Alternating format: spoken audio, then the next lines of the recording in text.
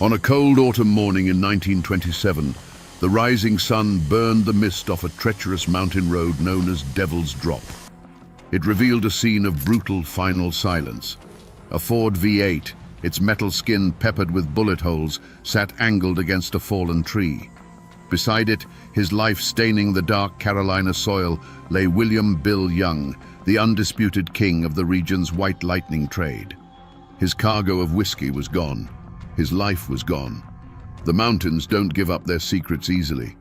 The official law called it a bootlegger's quarrel and looked the other way. But this single act of violence didn't just end a man's life. It started a legend. It gave birth to a story of a love so powerful it refused to die, and a ghost that walks these hills to this very day. Today, we're going to peel back the layers of myth and memory to find the truth behind the haunting of Silver Creek Cemetery. To understand the ghost, you must first understand the man she mourned and the world he ruled.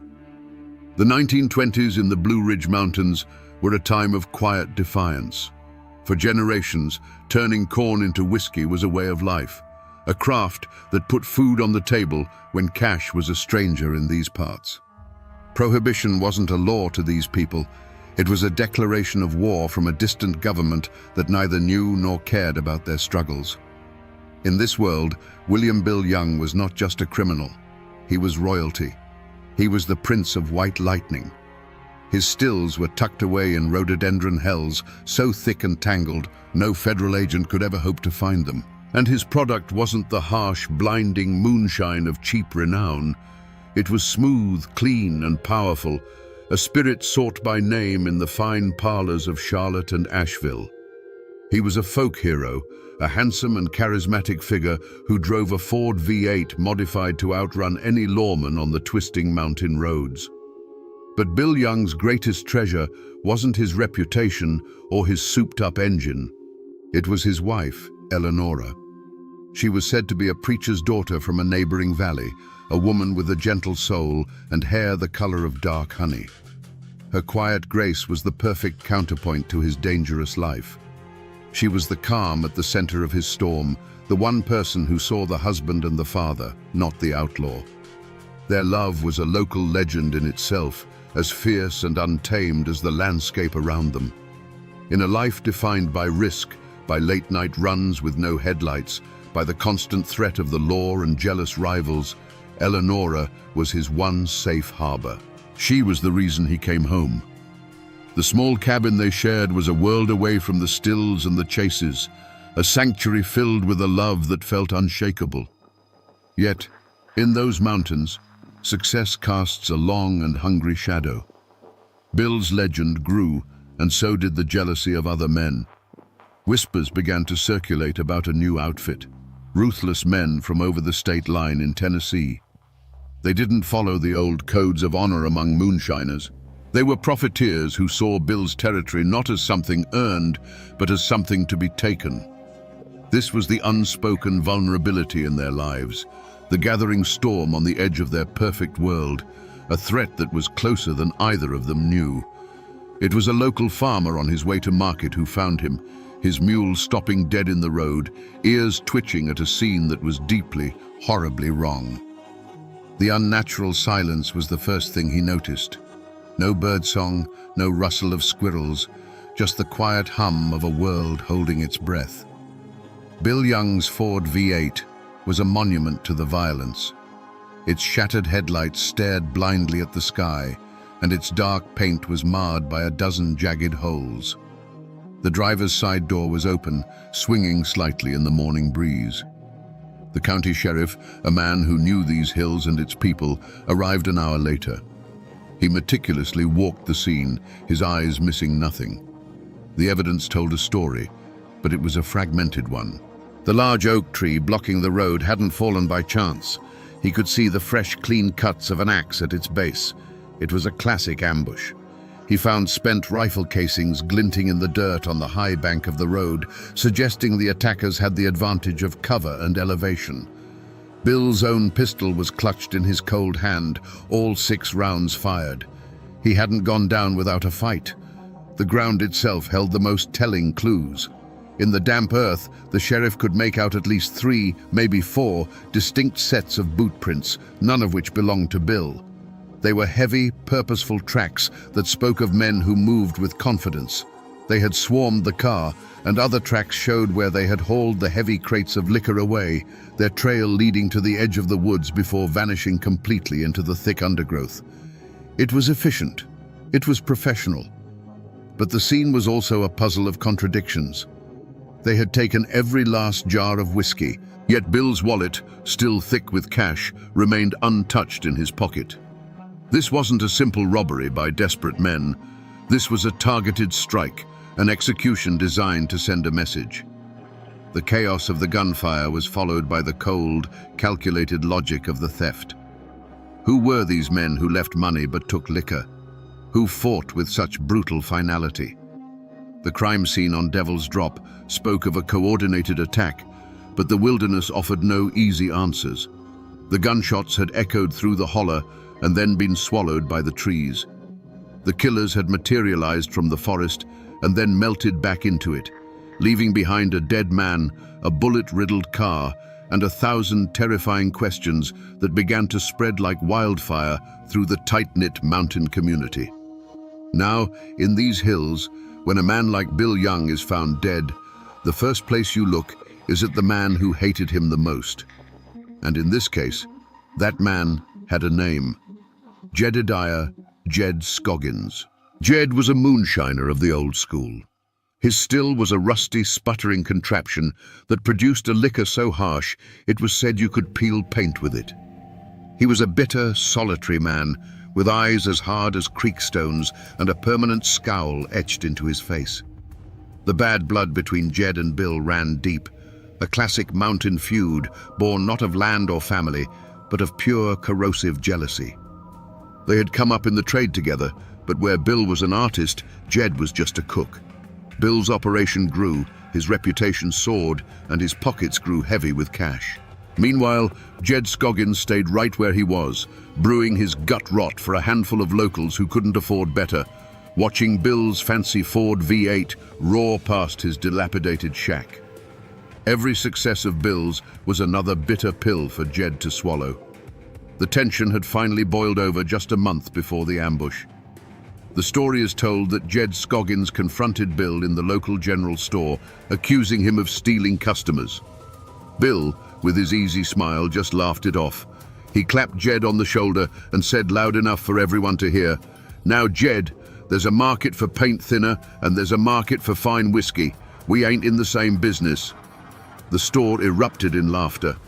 For a man like Jed Scoggins, whose only currency was his pride, the public humiliation was a wound that would never heal. His face turned a deep, dangerous red, and he stormed out, muttering threats under his breath. So when the news of Bill's murder spread through the hollers, every eye turned to Jed. The sheriff paid him a visit first thing. Scoggins denied everything, of course, but his anger made him look guilty. Whispers solidified into what seemed like fact.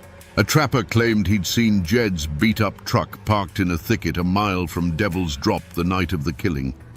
Others swore they'd heard him at the store just last week, telling anyone who'd listen that Bill Young's pride is gonna get him killed. For the community, and for the lawmen looking for a quick and easy answer, Jed Scoggins was the perfect suspect. He had the motive, the means, and a heart full of poison. But a bitter old man like Jed Scoggins was a known danger, a rattlesnake that warns you before it strikes. The truly terrifying poison is the kind you welcome into your own home. As the initial shock wore off, a second, more chilling suspicion began to take root, turning from the obvious enemy to the trusted friend. Caleb Vance. Caleb was Bill Young's right-hand man, his shadow. He was a younger cousin who Bill had taken under his wing years ago, teaching him every secret of the trade.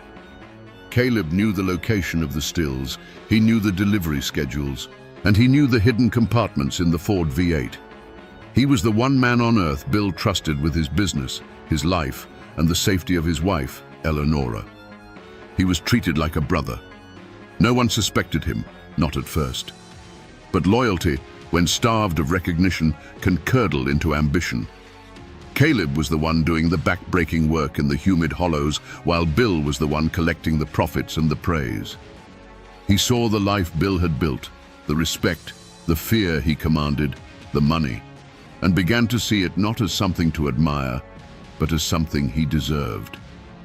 More than that, people began to recall the way Caleb looked at Eleonora when Bill wasn't around. It wasn't the gaze of a protective cousin. It was the quiet, hungry stare of a man coveting something he could never have. With this new suspicion in mind, people's memories began to shift. His grief at the funeral, which had seemed so profound, now looked theatrical and hollow. He had been the one to help Bill load the car that fateful night, and folks remembered him arguing with Bill a week earlier, insisting that the old road was getting too much attention from the law and that the route through Devil's Drop was safer. Was it a helpful suggestion, or was he leading the lamb to the slaughter? The community was now faced with a far more terrifying possibility than a simple feud. Was Bill Young's death the result of a snake he had nurtured at his own hearth? But there was a third shadow lurking at the edges of this tragedy, a threat far bigger and more impersonal than a bitter old man or a jealous cousin. The world of bootlegging was changing. Big city money and organized crime were beginning to see the potential in the mountains, not as a place of tradition, but as an untapped resource. A different breed of predator was slipping through the gaps in the hills, men who didn't live by any mountain code. They were known only as the Tennessee outfit. They weren't moonshiners, they were businessmen, and their business was violence and consolidation. Their goal was simple: to control the entire flow of illegal whiskey from the mountains to the cities, cutting out the independent operators who had worked these stills for generations. In this new, brutal landscape, Bill Young wasn't just a competitor. He was an empire of one, an obstacle that had to be removed. Their motive was the coldest and cleanest of all: pure profit. They coveted Bill's pristine product, his well-established routes, and his list of wealthy clients. Taking him out wasn't an act of passion. It was a corporate takeover executed with rifles instead of contracts. They didn't want to just beat him. They wanted to absorb his entire operation, from the hidden stills to the last drop of whiskey. For weeks leading up to the murder, their presence had been felt like a change in the weather. Strangers had been seen in town, men in city hats with hard, watchful eyes, asking quiet questions about Bill Young's schedule. Cars with Tennessee plates were spotted on lonely back roads where they had no business being. The story circulated that one of these men had approached Bill with an offer: work for them or get out of the way. Bill, proud and fiercely independent, would have laughed in his face. It was a laugh that signed his own death warrant. This third possibility was, in many ways, the most frightening. Jed Scoggins and Caleb Vance were known devils. The Tennessee outfit was a faceless, nameless force, a killing machine that operated on the cold arithmetic of profit and loss. The sheriff, a man who trusted his gut, put all his energy into the clearest path. All signs pointed to the bitter, jealous heart of Jedediah Scoggins. A posse was formed, a dozen grim-faced men with shotguns and a cold sense of mountain justice in their eyes.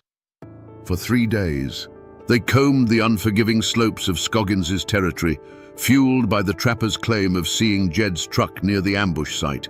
They navigated briar-choked ravines and followed cold tracks through mist-filled hollows, certain that every step brought them closer to their man. They finally cornered him at his ramshackle cabin, expecting a desperate shootout. But what they found was anticlimax and confusion. Jed Scoggins wasn't armed and ready for a fight. He was laid up in a filthy cot, his leg crudely splintered and swollen to twice its normal size. He spat tobacco juice onto the floor and cursed them for fools. His alibi was ironclad and delivered by the one man in the county whose word was beyond question: the old doctor. The doctor confirmed he'd been at Jed's cabin the entire night of the murder, setting a nasty break after a tree-felling accident. Jed Scoggins, for all his venom, hadn't been anywhere near Devil's Drop. The most promising lead had evaporated into thin air. The sheriff then turned his attention to Caleb Vance. He questioned Bill's cousin for hours, but it was like trying to hold on to water. Caleb's story was seamless, his grief a perfect shield against any probing question. He expressed shock and sorrow that anyone could suspect him. Without a single piece of hard evidence, the whispers against him remained just that, powerless whispers. And as for the Tennessee outfit, they were smoke. The sheriff sent inquiries across the state line, but the men in city hats were ghosts. They had no names, no faces anyone could clearly recall, and had vanished as quickly as they had appeared. The investigation had hit a wall. Every trail had grown cold. Every promising clue turned to dust in the sheriff's hands. The initial roar for justice in the community faded to a nervous, fearful murmur. The killer, it seemed, had gotten away clean. And if a man as powerful as Bill Young could be struck down so easily, then nobody was safe. In the days that followed the failed investigation, a new kind of quiet fell over the mountains. It wasn't the peaceful quiet of an autumn evening. It was a cold, heavy silence, the kind that suffocates truth. The initial outrage over Bill's murder had curdled into something else.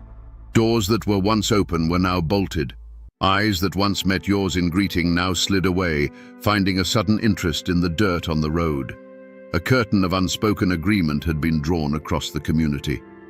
This wasn't the silence of ignorance, it was the silence of fear. Raw, palpable fear. The logic was simple and brutal. If a man as powerful, as respected, and as feared as Bill Young could be gunned down on a public road, what chance did a simple farmer or a store clerk have? The killers hadn't just murdered a man, they had murdered the community's sense of security.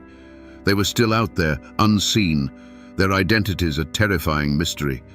To speak a name, to repeat a rumor, was to risk drawing their attention, and no one wanted to be next. But it was more than just fear. It was the code. For generations, these mountain folk had lived by their own laws, born of a deep and abiding distrust for any authority that came from outside their hills.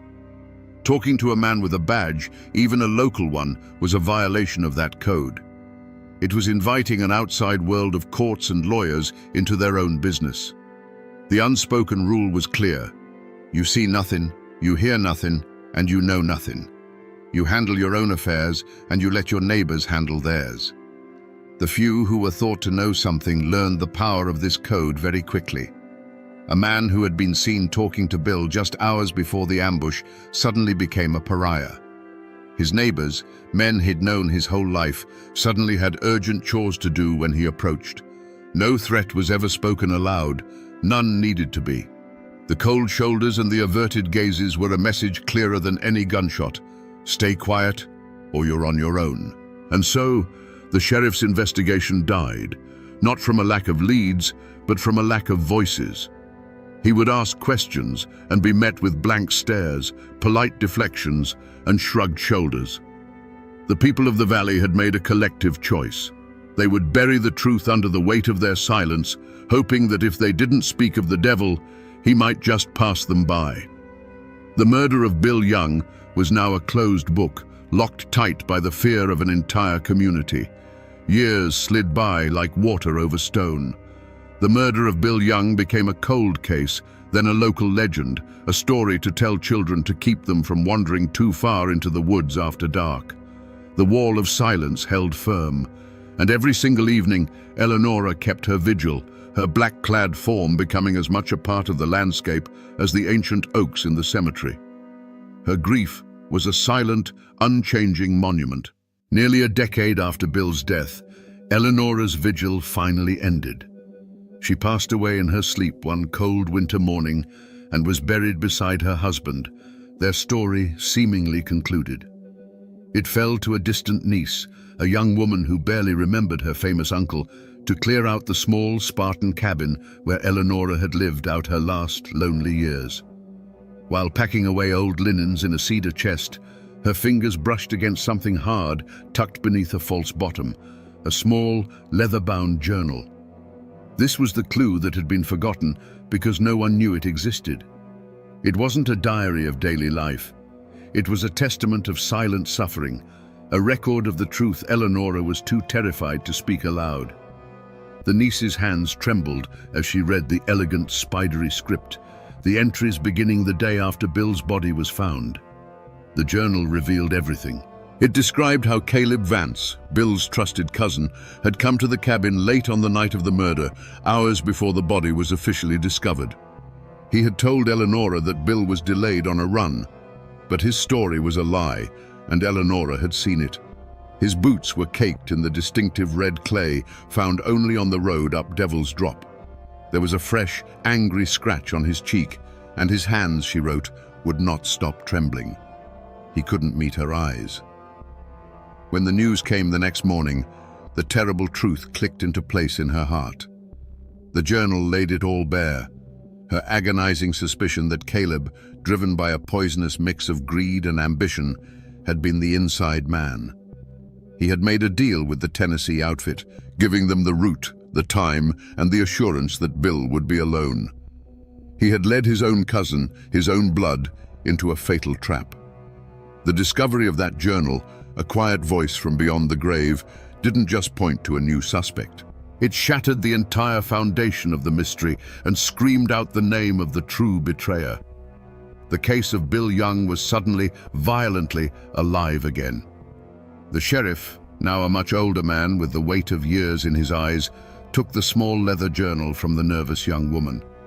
He opened it with a sense of weary duty, expecting the rambling thoughts of a grieving widow. But as he read Eleonora's precise, heartbreaking prose, the years fell away. He wasn't an old sheriff in a quiet office. He was back on Devil's Drop, smelling the gunpowder and the cold morning air. The words on the page were a voice from the grave, a testimony that time had not been able to silence. There, in Eleonora's own hand, was the key. Caleb Vance's visit, the red clay on his boots, the lie in his eyes. Armed with the truth that had been buried for a decade, the sheriff walked out of his office and down the main street. He found Caleb Vance where he always was, overseeing a small timber business he'd built on the ashes of Bill Young's empire. Caleb was heavier now, a respected man in the community, his past betrayal hidden behind a facade of quiet competence. The sheriff didn't raise his voice. He simply held out the open journal. "Eleonora kept a record, Caleb," he said, his voice low and steady. "She wrote it all down."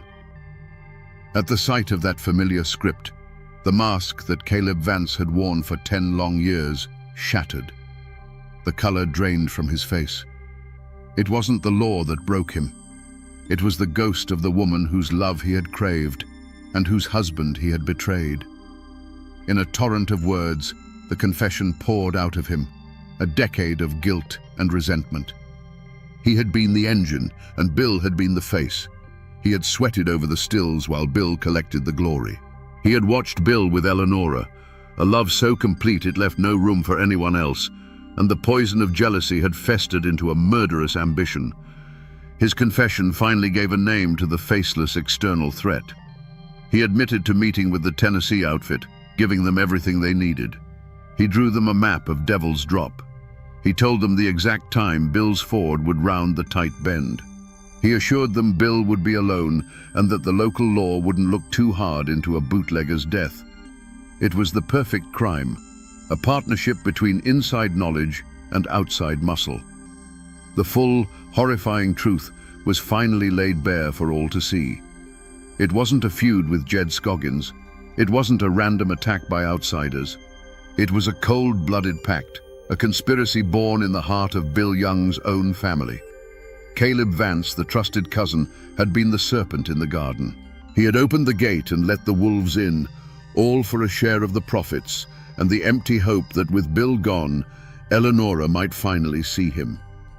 The central mystery was solved, and the answer was a betrayal so profound it was almost unthinkable. The man who had mourned the loudest at the funeral had been the one who orchestrated the killing. Now, with Caleb's confession echoing across a decade of silence, we can finally see the events of that night as they truly happened. We can go back to Devil's Drop and bear witness to the full, heartbreaking story. On that moonless autumn night, The engine of the Ford V8 was a low, confident rumble, the only sound in the sleeping hollow. Behind the wheel, Bill Young was in his element. The road was treacherous, the car was heavy with its precious cargo, but this was a dance he knew by heart. He was thinking of home, of the warmth of the fire, of Eleonora waiting. As he rounded the tight bend, his headlights caught the dark, solid line of the fallen oak. He slowed to a stop, his mind already working on the problem, a flicker of annoyance but not yet alarm. The alarm came a second later. It wasn't a sound, it was a feeling. A subtle shift in the shadows on the high bank to his left, a glint of moonlight on something that shouldn't have been there. In that split second of cold realization, the night exploded. The silence was torn apart by a sound like 100 dry branches snapping at once. It wasn't just a gunshot, it was a volley, a deafening crackle of coordinated rifle fire. The passenger side window dissolved into a spider web of frosted glass. The sturdy metal of the Ford's door dimpled and tore as if struck by a violent, invisible hail. The world outside the car became a chaotic storm of noise and muzzle flashes, a hell of his cousin's making. Bill's hand instinctively went to the pistol he always kept by his side. Its single defiant bark was a lonely protest, a single note against a symphony of destruction. And then there was a sharp grunt, a sudden stillness behind the wheel. The last sound from him was the heavy thud of his body slumping against the driver's side door. His fight was over. The gunfire stopped. A profound, ringing silence descended, thicker and heavier than before. Shadows detached themselves from the tree line, solidifying into the shapes of men. They moved with a cold, detached efficiency. They didn't even glance at the figure in the car. Their focus was on the cargo. The back doors were pried open, and crate after crate of mason jars were hauled into the darkness. Their movements were swift, practiced, leaving no trace but their boot prints in the mud. When the last crate was gone, the men melted back into the woods as silently as they had appeared. They left behind a scene of chilling stillness. The shattered headlights cast jagged, broken beams into the darkness, like the eyes of a great beast that had been blinded. The air, once crisp with the scent of pine, now hung heavy with the acrid smell of burnt gunpowder. The only movement was a thin trickle of whiskey from a single shattered jar, its clear liquid mixing with the dark, damp earth in a final, wasted offering. The trial of Caleb Vance was more than a legal proceeding. It was a public reckoning, a final, painful chapter in a story that had haunted the community for a decade. The small county courthouse was packed to the rafters. Old men who had known Bill Young personally sat beside young people who had only ever heard his name whispered in ghost stories. The air was thick with the weight of unspoken history. Every person in that room, a silent juror in a trial that had been held in the court of public opinion for years. In the defendant's chair, Caleb Vance was a ghost of a man. The facade he had maintained for 10 years had crumbled, leaving behind a hollow shell. He wasn't defiant. He didn't rage or deny. He simply sat there, his eyes fixed on the worn floorboards, as if he could see the faces of Bill and Eleonora in the grain of the wood. When the charges were read, conspiracy and murder, he showed no reaction, offering a quiet plea of guilty. His confession had been a dam breaking, and now there was nothing left inside him to fight with. The prosecutor, armed with Eleonora's journal, painted a devastating picture of betrayal. He read passages aloud, and the sound of the dead woman's words, filled with sorrow and suspicion, silenced the entire courtroom. He presented Caleb as a modern-day Cain, a man who had sold his own kin into a bloody ambush for a handful of silver and a sliver of power. The evidence was overwhelming, the confession absolute. The prosecution demanded the harshest penalty the law would allow. But this was Appalachia, and justice here has always been a complicated, tangled thing.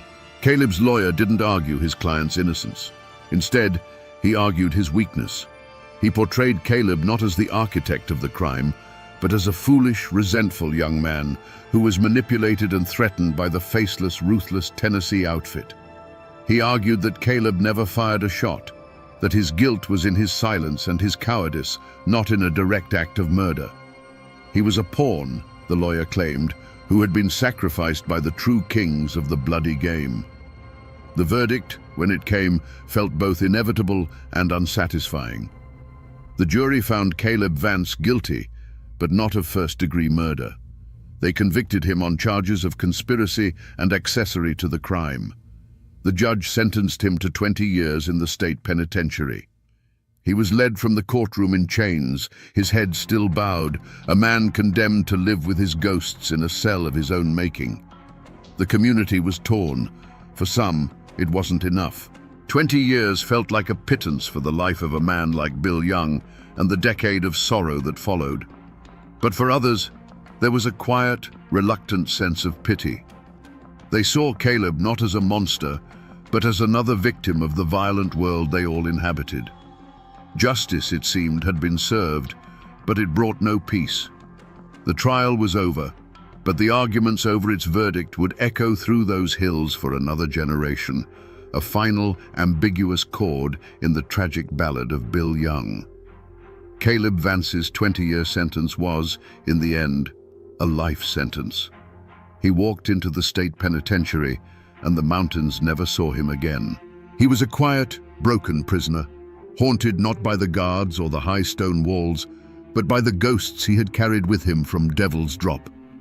He died of pneumonia 12 years into his sentence, a man who had traded a kingdom of his own making for a 6-by-9-foot cell. His betrayal had gained him nothing but a lonely death, far from the hills that he had stained with his cousin's blood.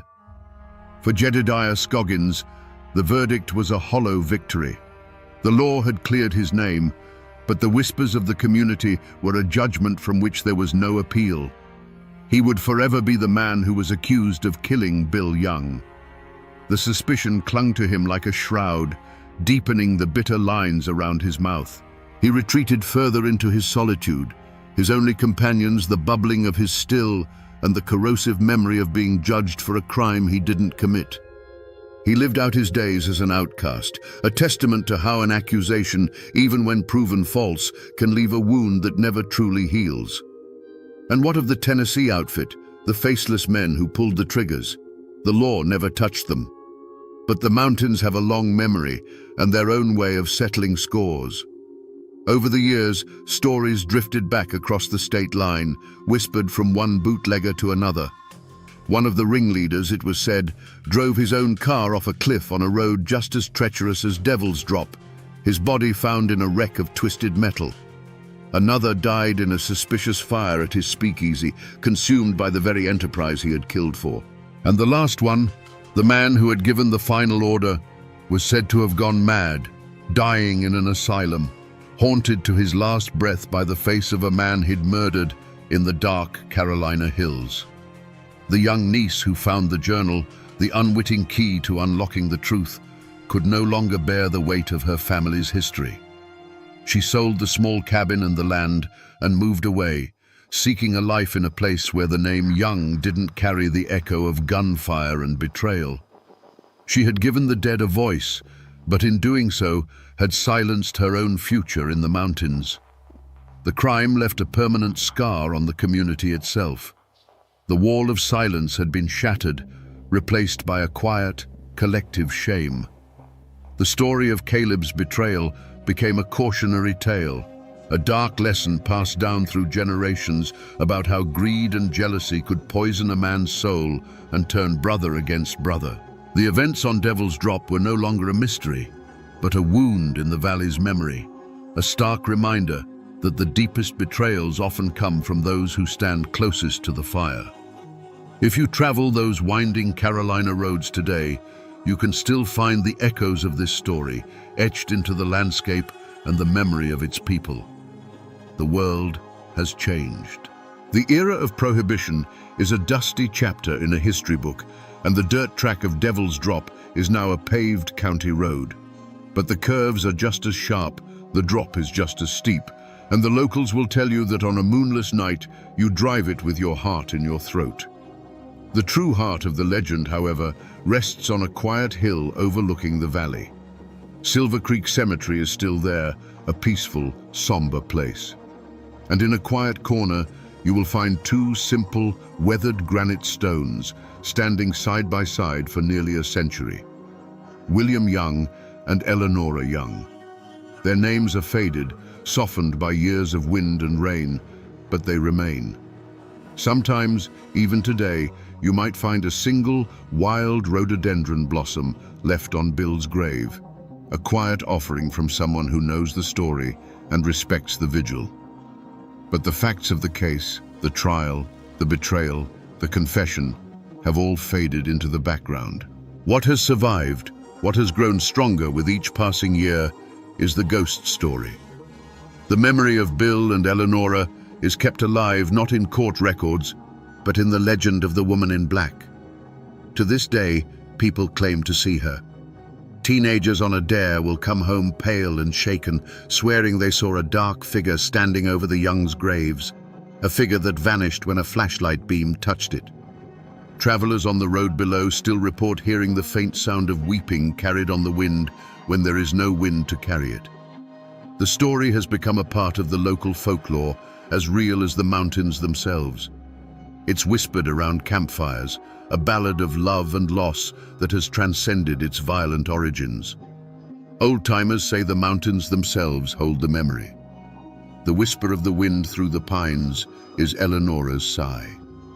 The sudden chill you feel near the cemetery is her sorrow.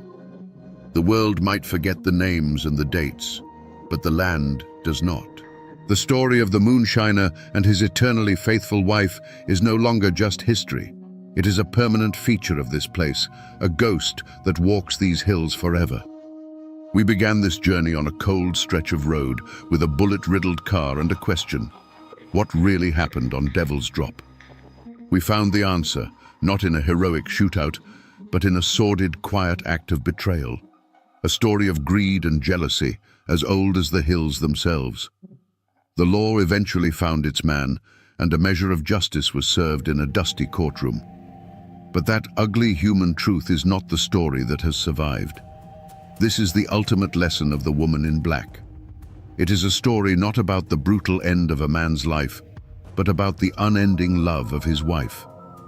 The community, bound by fear and a code of silence, allowed the facts of a murder to be buried. But through their whispers, their awe, and their respect for Eleanora's vigil, they resurrected a different kind of truth. They chose to remember the loyalty, not the betrayal. They chose to honor the love, not the violence.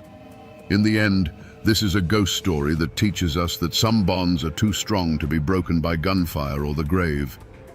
It shows us how a deep and abiding love can become a legend, a story told to remind us that even in the darkest of times, loyalty is a light that can echo through generations. The law may have closed the case on Bill Young, but it was Eleanora's heart that wrote the final, enduring chapter. And now, my friends, you know the rest of the story, or at least as much of it as the mountains are willing to give up. The first shot echoed through the Hillsville courthouse like a clap of thunder, and then the world went mad. In less than 90 seconds, a judge, a sheriff, and a Commonwealth's attorney lay dead on the blood-slick floor, victims of a furious volley of gunfire. The newspapers across the nation screamed of a savage mountain clan, an insurrection against civilization itself. But for the people who lived and breathed the thin, cold air of the Blue Ridge Mountains, they knew the truth was far more complicated. What pushes a man to declare war on the law in the very temple of justice?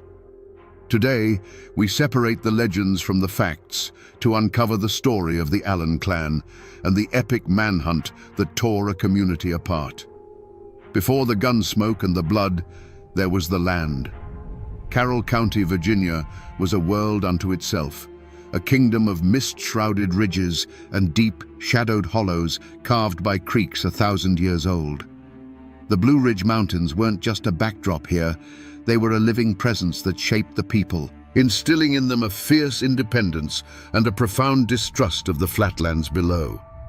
In this isolated world, a man's worth was measured by the land he owned, the family he raised, and the honor he was willing to defend with his life. The seasons, not the clock in a distant capital, dictated the rhythm of life. At the center of this world stood Floyd Allen. He was a man built of the same hard rock as the mountains themselves, a patriarch in the truest sense. He wasn't some poor dirt farmer. He was a wealthy businessman, a landowner with vast tracts of timber and a former county supervisor. His word was law in the hollows. To his friends and family, he was generous and loyal to a fault. To his enemies, his temper was a force of nature, as sudden and violent as a summer thunderstorm. He saw himself not as a citizen subject to the law, but as the source of law in his domain. If Floyd was the fire of the Allen clan, his younger brother Sidney was the ice. Where Floyd was impulsive and hot-blooded, Sidney was cool, intelligent, and calculating. He too was a man of considerable wealth, but he showed his ambition in a different way. Just a few years before the tragedy, Sidney had completed a magnificent new home, the finest in the county. It was a testament to his success, a symbol of permanence and legacy, built with the finest wood and stone. It was a castle for his own dynasty, a place where he expected to live out his days in peace and prosperity. The Allens were not outlaws hiding in the shadows. They were the power in these hills. They were a sprawling, interconnected web of cousins, nephews, and in-laws, bound by blood and a shared code. They were respected, and they were feared. Their influence reached into local politics, business, and law enforcement. To cross one Allen was to cross them all, and everyone in Carroll County understood that simple, unshakable fact. They had built a world that answered to them and them alone. In these mountains, there were two kinds of law. There was the law written in books, administered by judges and lawyers from towns who didn't understand the ways of the high country. Then there was the unwritten law of the mountains, the code of honor. This code said that family was absolute, that an insult could not go unanswered, and that a man had the right to settle his own disputes. To be arrested and dragged before a judge for defending your kin was more than a legal problem. It was a profound public humiliation. It was an attack on your name and your very manhood. But the outside world was beginning to press in, its tendrils reaching up the mountain roads. Telegraph wires hummed with messages from a central government, and railroad surveyors planned routes that would cut through the heart of the old territories. A new kind of law was coming with them, an impersonal, unbending law that had no respect for a man's reputation or the weight of his name. Little did the Allens know, this encroaching world was about to put their code, their power, and their very lives on trial. And when those two worlds finally collided, they would not bend, they would shatter. The Allens didn't just live on the land, they were born of it. Their roots in Carroll County ran as deep as the ancient oaks. Generations before, their Scots-Irish ancestors had pushed into this unforgiving wilderness, looking not for easy living, but for a place where they would be beholden to no king and no landlord. They carved their existence out of the rocky soil, and their claim was sealed not just by deeds, but by the sweat, blood, and bones of their kin who were buried in it. This land was a heavy inheritance, a reminder that they had built their world from nothing, and they would bow to no outside authority that tried to take it away. This deep-seated distrust of distant power was a wound that had never truly healed since the Civil War. The mountains had been a house divided, a place where loyalty to Richmond or Washington could get a man killed by his own cousin. The war left behind a bitter legacy, a deep-seated suspicion that the laws passed in far-off capitals were designed to control and suppress the mountain people, not to protect them. For men like the Allens, the arrival of a state-appointed judge and a Commonwealth's attorney felt less like the administration of justice and more like the arrival of a garrison in occupied territory. In Carroll County, a family name was everything. It was a history, a code, and a burden. To be an Allen was to understand that you were part of something larger than yourself. It meant you never showed weakness, you never backed down from a fight, and you settled your own accounts. The name was a shield for those who bore it and a clear warning to those who might cross them. It carried with it the unspoken duty to uphold the family's honor and dominance, a duty that fell most heavily on the patriarch, Floyd Allen. So when Floyd Allen stood in that courtroom, he wasn't just one man facing a year in prison. He was the living embodiment of generations of clan history. He was defending more than his own freedom. He was defending his family's name and the very principle that an Allen did not submit. The courtroom wasn't just a room. It was a battlefield where the old ways were clashing with the new. Judge Massey represented the cold, impersonal law of the state, but Floyd Allen represented the hot-blooded, unwritten law of the mountains, a law that had been the final word in these hills for over a century. In the weeks leading up to Floyd Allen's trial, Carroll County was holding its breath. This wasn't just about one man's freedom, it was a reckoning. In the general stores, in the churches, and in the dark corners of saloons, the lines were being drawn. To speak in favor of the court was to risk the wrath of the Allen clan. To defend the Allens was to mark yourself as an enemy of the state's progress. Families who had been neighbors for generations suddenly looked at each other with suspicion. The air grew thick with a poison that had been seeping into the soil for years. This wasn't the first time the Allens had clashed with the law.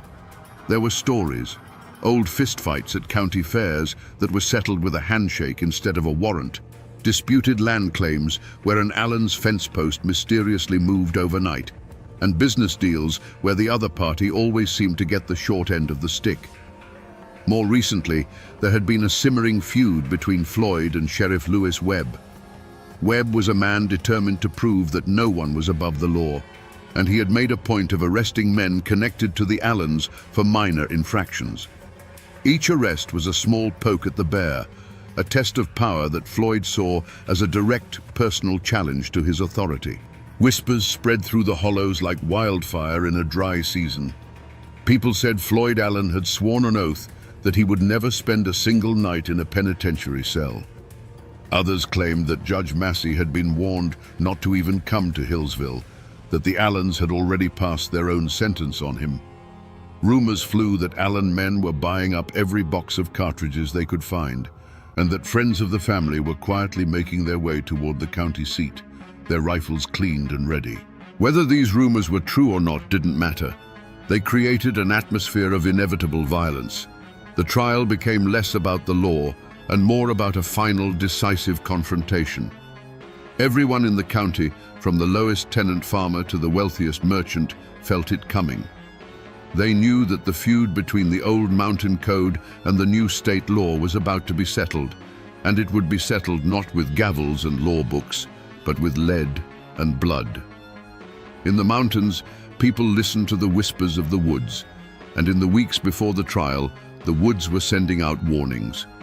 Old-timers later swore that the winter of 1912 felt different, holding on with a bitter, unnatural cold. On the high ridges, hunters claimed to hear a sound that hadn't been heard in decades, the chilling, woman-like scream of a painter, a mountain lion.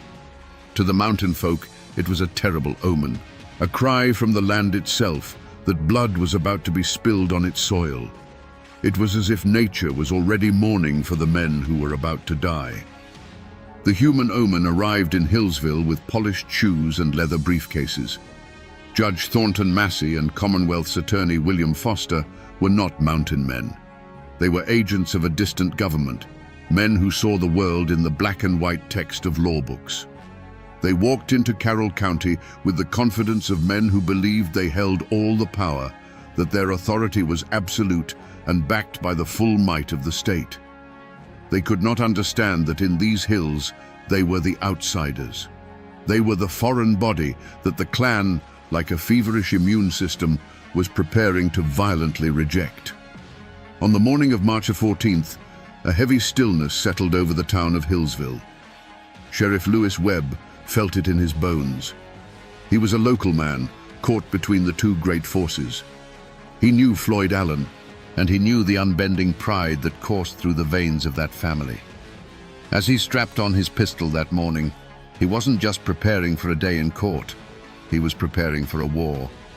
He could see the hard, unblinking eyes of the Allen clan members gathering on the courthouse steps. The air was thick and electric, like the dead calm before a lightning strike. Every man in that town knew that something terrible was about to happen. They were just waiting for the first drop of rain or the first flash of fire. The courtroom in Hillsville on March the 14th, 1912, was a powder keg waiting for a spark.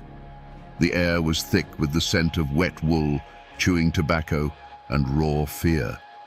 On the bench sat Judge Thornton Massey, his face a grim mask of authority. Standing ready was Sheriff Lewis Webb, his hand hovering near the butt of his revolver, and scattered throughout the room, in the gallery and among the benches, were the Allens. They weren't there as spectators. They were there as soldiers, their eyes cold and watchful, their coats hanging heavy with the weight of concealed pistols. The jury filed back in, their faces pale. The foreman refused to look at Floyd Allen as he read the verdict. Guilty. A low murmur rippled through the crowd, a sound like a distant rock slide. Then came the sentence. 1 year in the state penitentiary. For a man like Floyd Allen, a patriarch who had ruled his corner of the world with an iron will, this was an unimaginable disgrace. It wasn't the loss of a year of freedom. It was the public destruction of his honor, a declaration that his power meant nothing here. In that moment, something inside Floyd Allen broke. He rose slowly to his feet, his wounded pride radiating from him like heat. He looked not at the judge, but at the men of the court, the men of his county. And then he spoke the words that would ignite a war, a sentence that would be carved into the memory of those mountains forever. "Gentlemen," he said, his voice calm but edged with steel, "I ain't a-goin'." It was a declaration of independence. It was a final, absolute rejection of the court's authority. Judge Massey, stunned by the defiance, quickly ordered the sheriff, "Get your man." As Sheriff Webb took a step forward, the world seemed to slow down. Hands went to guns. Every man in that room held his breath, balanced on the knife's edge between law and anarchy. And then it happened. A single deafening crack of a pistol shot shattered the silence. To this day, no one knows for sure who fired it. Was it Floyd Allen making good on his promise? Was it Sheriff Webb trying to enforce the judge's order? Or was it Floyd's son, Claude, firing from the gallery to protect his father? It doesn't matter. That first drop of blood was all it took. In that instant, the trial of Floyd Allen was over, and the war of the Allen clan had begun. The courtroom was no longer a place of law. It had become an execution ground. That first gunshot did not begin a duel. It detonated the world. The courtroom erupted into a volcano of sound and fury. It was not a chaotic panic. It was a coordinated, devastating volley. From the gallery, from behind benches, from the doorways, the Allens unleashed a storm of lead. The sharp cracks of pistols blended into a single continuous roar, a deafening thunder that shook the very foundations of the building and the law it represented. Through the eyes of a terrified witness huddled on the floor, the scene was a nightmare of flickering shadows and brilliant flashes of fire. Judge Thornton Massey was slammed back into his high-backed chair as if struck by an invisible fist. For a moment he sat upright, his face a mask of shock, before sliding silently from the bench. His gavel clattered onto the wooden planks, the last sound of order in a world now ruled by chaos. The symbol of the law was the first to fall. Sheriff Lewis Webb, caught in the open as he moved toward Floyd, never had a chance to draw his weapon. He crumpled to the floor, his life extinguished in an instant. Commonwealth's attorney William Foster staggered back, a look of disbelief on his face, before collapsing amongst the very law books and papers he had used to condemn Floyd Allen. Men who had moments before been arguing points of law were now diving for their lives under tables and behind railings. The air grew thick and heavy with gun smoke, so dense it choked the lungs and burned the eyes. The constant splintering of wood and shattering of glass was punctuated by the screams of the wounded and the terrified. Augustus Fowler, a juror who had simply done his civic duty, was caught in the crossfire and fell. a random victim in a war he had no part in. For 90 seconds, the Hillsville courthouse was the heart of a maelstrom, a place where the only authority was the muzzle of a gun. And then, as suddenly as it began, it was over. A deafening silence fell over the room, broken only by the groans of the wounded and the soft flutter of legal papers drifting down through the hazy, acrid air. When the smoke began to clear, the walls and the judge's bench were pockmarked with dozens of dark, ugly holes, silent witnesses to the carnage. The law of the state had been tried, judged, and executed in its own sanctuary. Through the haze, the surviving Allens moved with a chilling purpose. They were not panicked. They were a clan of soldiers retrieving their wounded leader. They scooped up the bleeding Floyd Allen, and before anyone could fully comprehend what had just happened, they were gone. They melted out of the courthouse and vanished into the misty streets of Hillsville, leaving behind a scene of unimaginable slaughter. The war had been declared, the first battle had been won, and the Allens were now retreating into the mountains that would become both their fortress and their prison. To understand what happened in that courtroom, you have to try, just for a moment, to look at the world through Floyd Allen's eyes. In his mind, he was not the criminal. He was the victim of a conspiracy. These men, Judge Massey, Attorney Foster, they were outsiders, invaders who had come into his territory, his kingdom, to strip him of his authority and his honor. The trial wasn't a search for truth. It was a public ritual of humiliation designed to break him and, through him, the power of the Allen clan forever. When the jury foreman spoke the word guilty, it wasn't just a verdict. It was the deepest possible insult.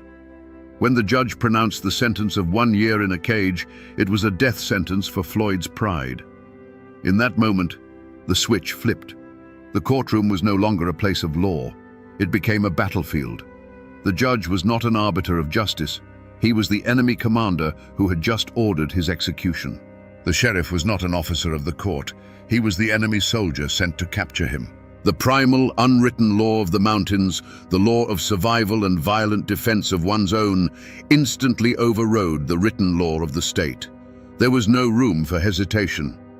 The moment the attack on his honor became a physical threat, the moment Sheriff Webb moved to lay hands on him, the time for words was over. For the Allens, this was self-defense. They were not murdering men. They were eliminating threats. In the cold calculus of clan survival, a judge who would cage their patriarch was an existential danger that had to be neutralized. The volley of gunfire was not an act of chaotic rage. It was the brutal, logical conclusion of their code. It was a preemptive strike to prevent the destruction of their world. As they carried their wounded leader from the smoking, blood-soaked courthouse, there was likely no remorse. There was no triumph. There was only the grim, chilling satisfaction of having met a mortal threat with overwhelming force. They had done what they had to do. They had defended their king and the honor of the clan. In their minds, they weren't fugitives fleeing justice. They were soldiers, retreating from a victorious battle, heading for the high ground to prepare for the long, bloody war that they knew was coming. When the last gunshot faded, the silence it left behind was more terrifying than the noise. It was a heavy, sacred silence, the kind that falls over a fresh grave. In the courtroom, the survivors lay frozen on the floor, the ringing in their ears slowly giving way to the soft, wet sound of dripping blood. The air was a choking fog of gunsmoke, and through the haze, the afternoon sun cast long, dusty rays that illuminated a scene from hell. Overturned benches, scattered legal papers stained crimson, and the still forms of men who, minutes earlier, had represented the full authority of the Commonwealth of Virginia. Slowly, the bravest of the townsfolk crept toward the courthouse doors.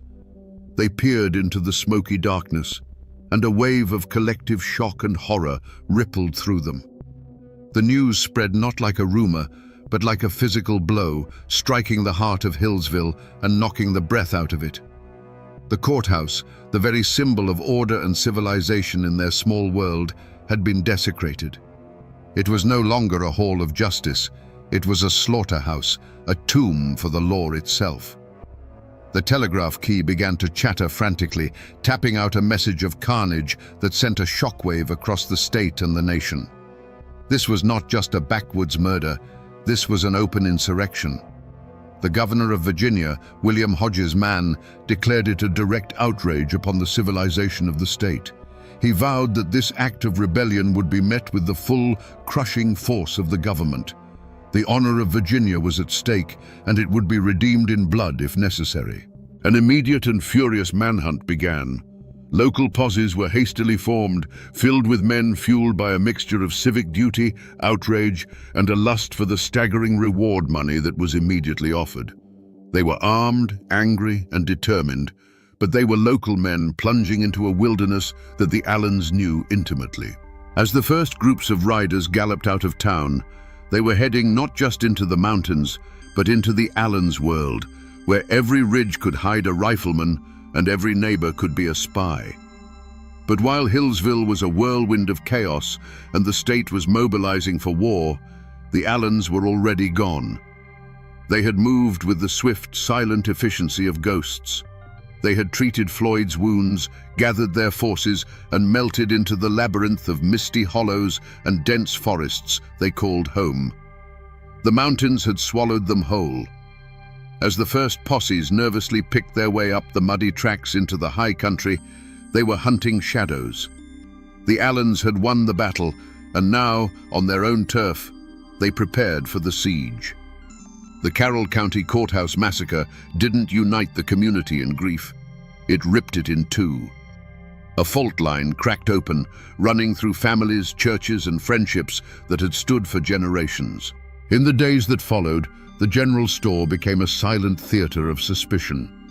Men who had known each other since boyhood would now only nod curtly, their eyes avoiding contact.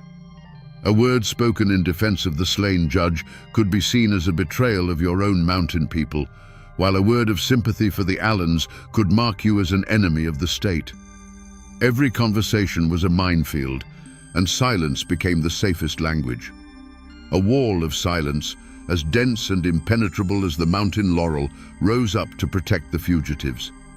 It was a wall built of two things, fear and kinship. The fear was simple and immediate. The Allen clan was vast, and their reach extended into every hollow. To be seen talking to a lawman could mean a burned barn, a dead milk cow, or worse.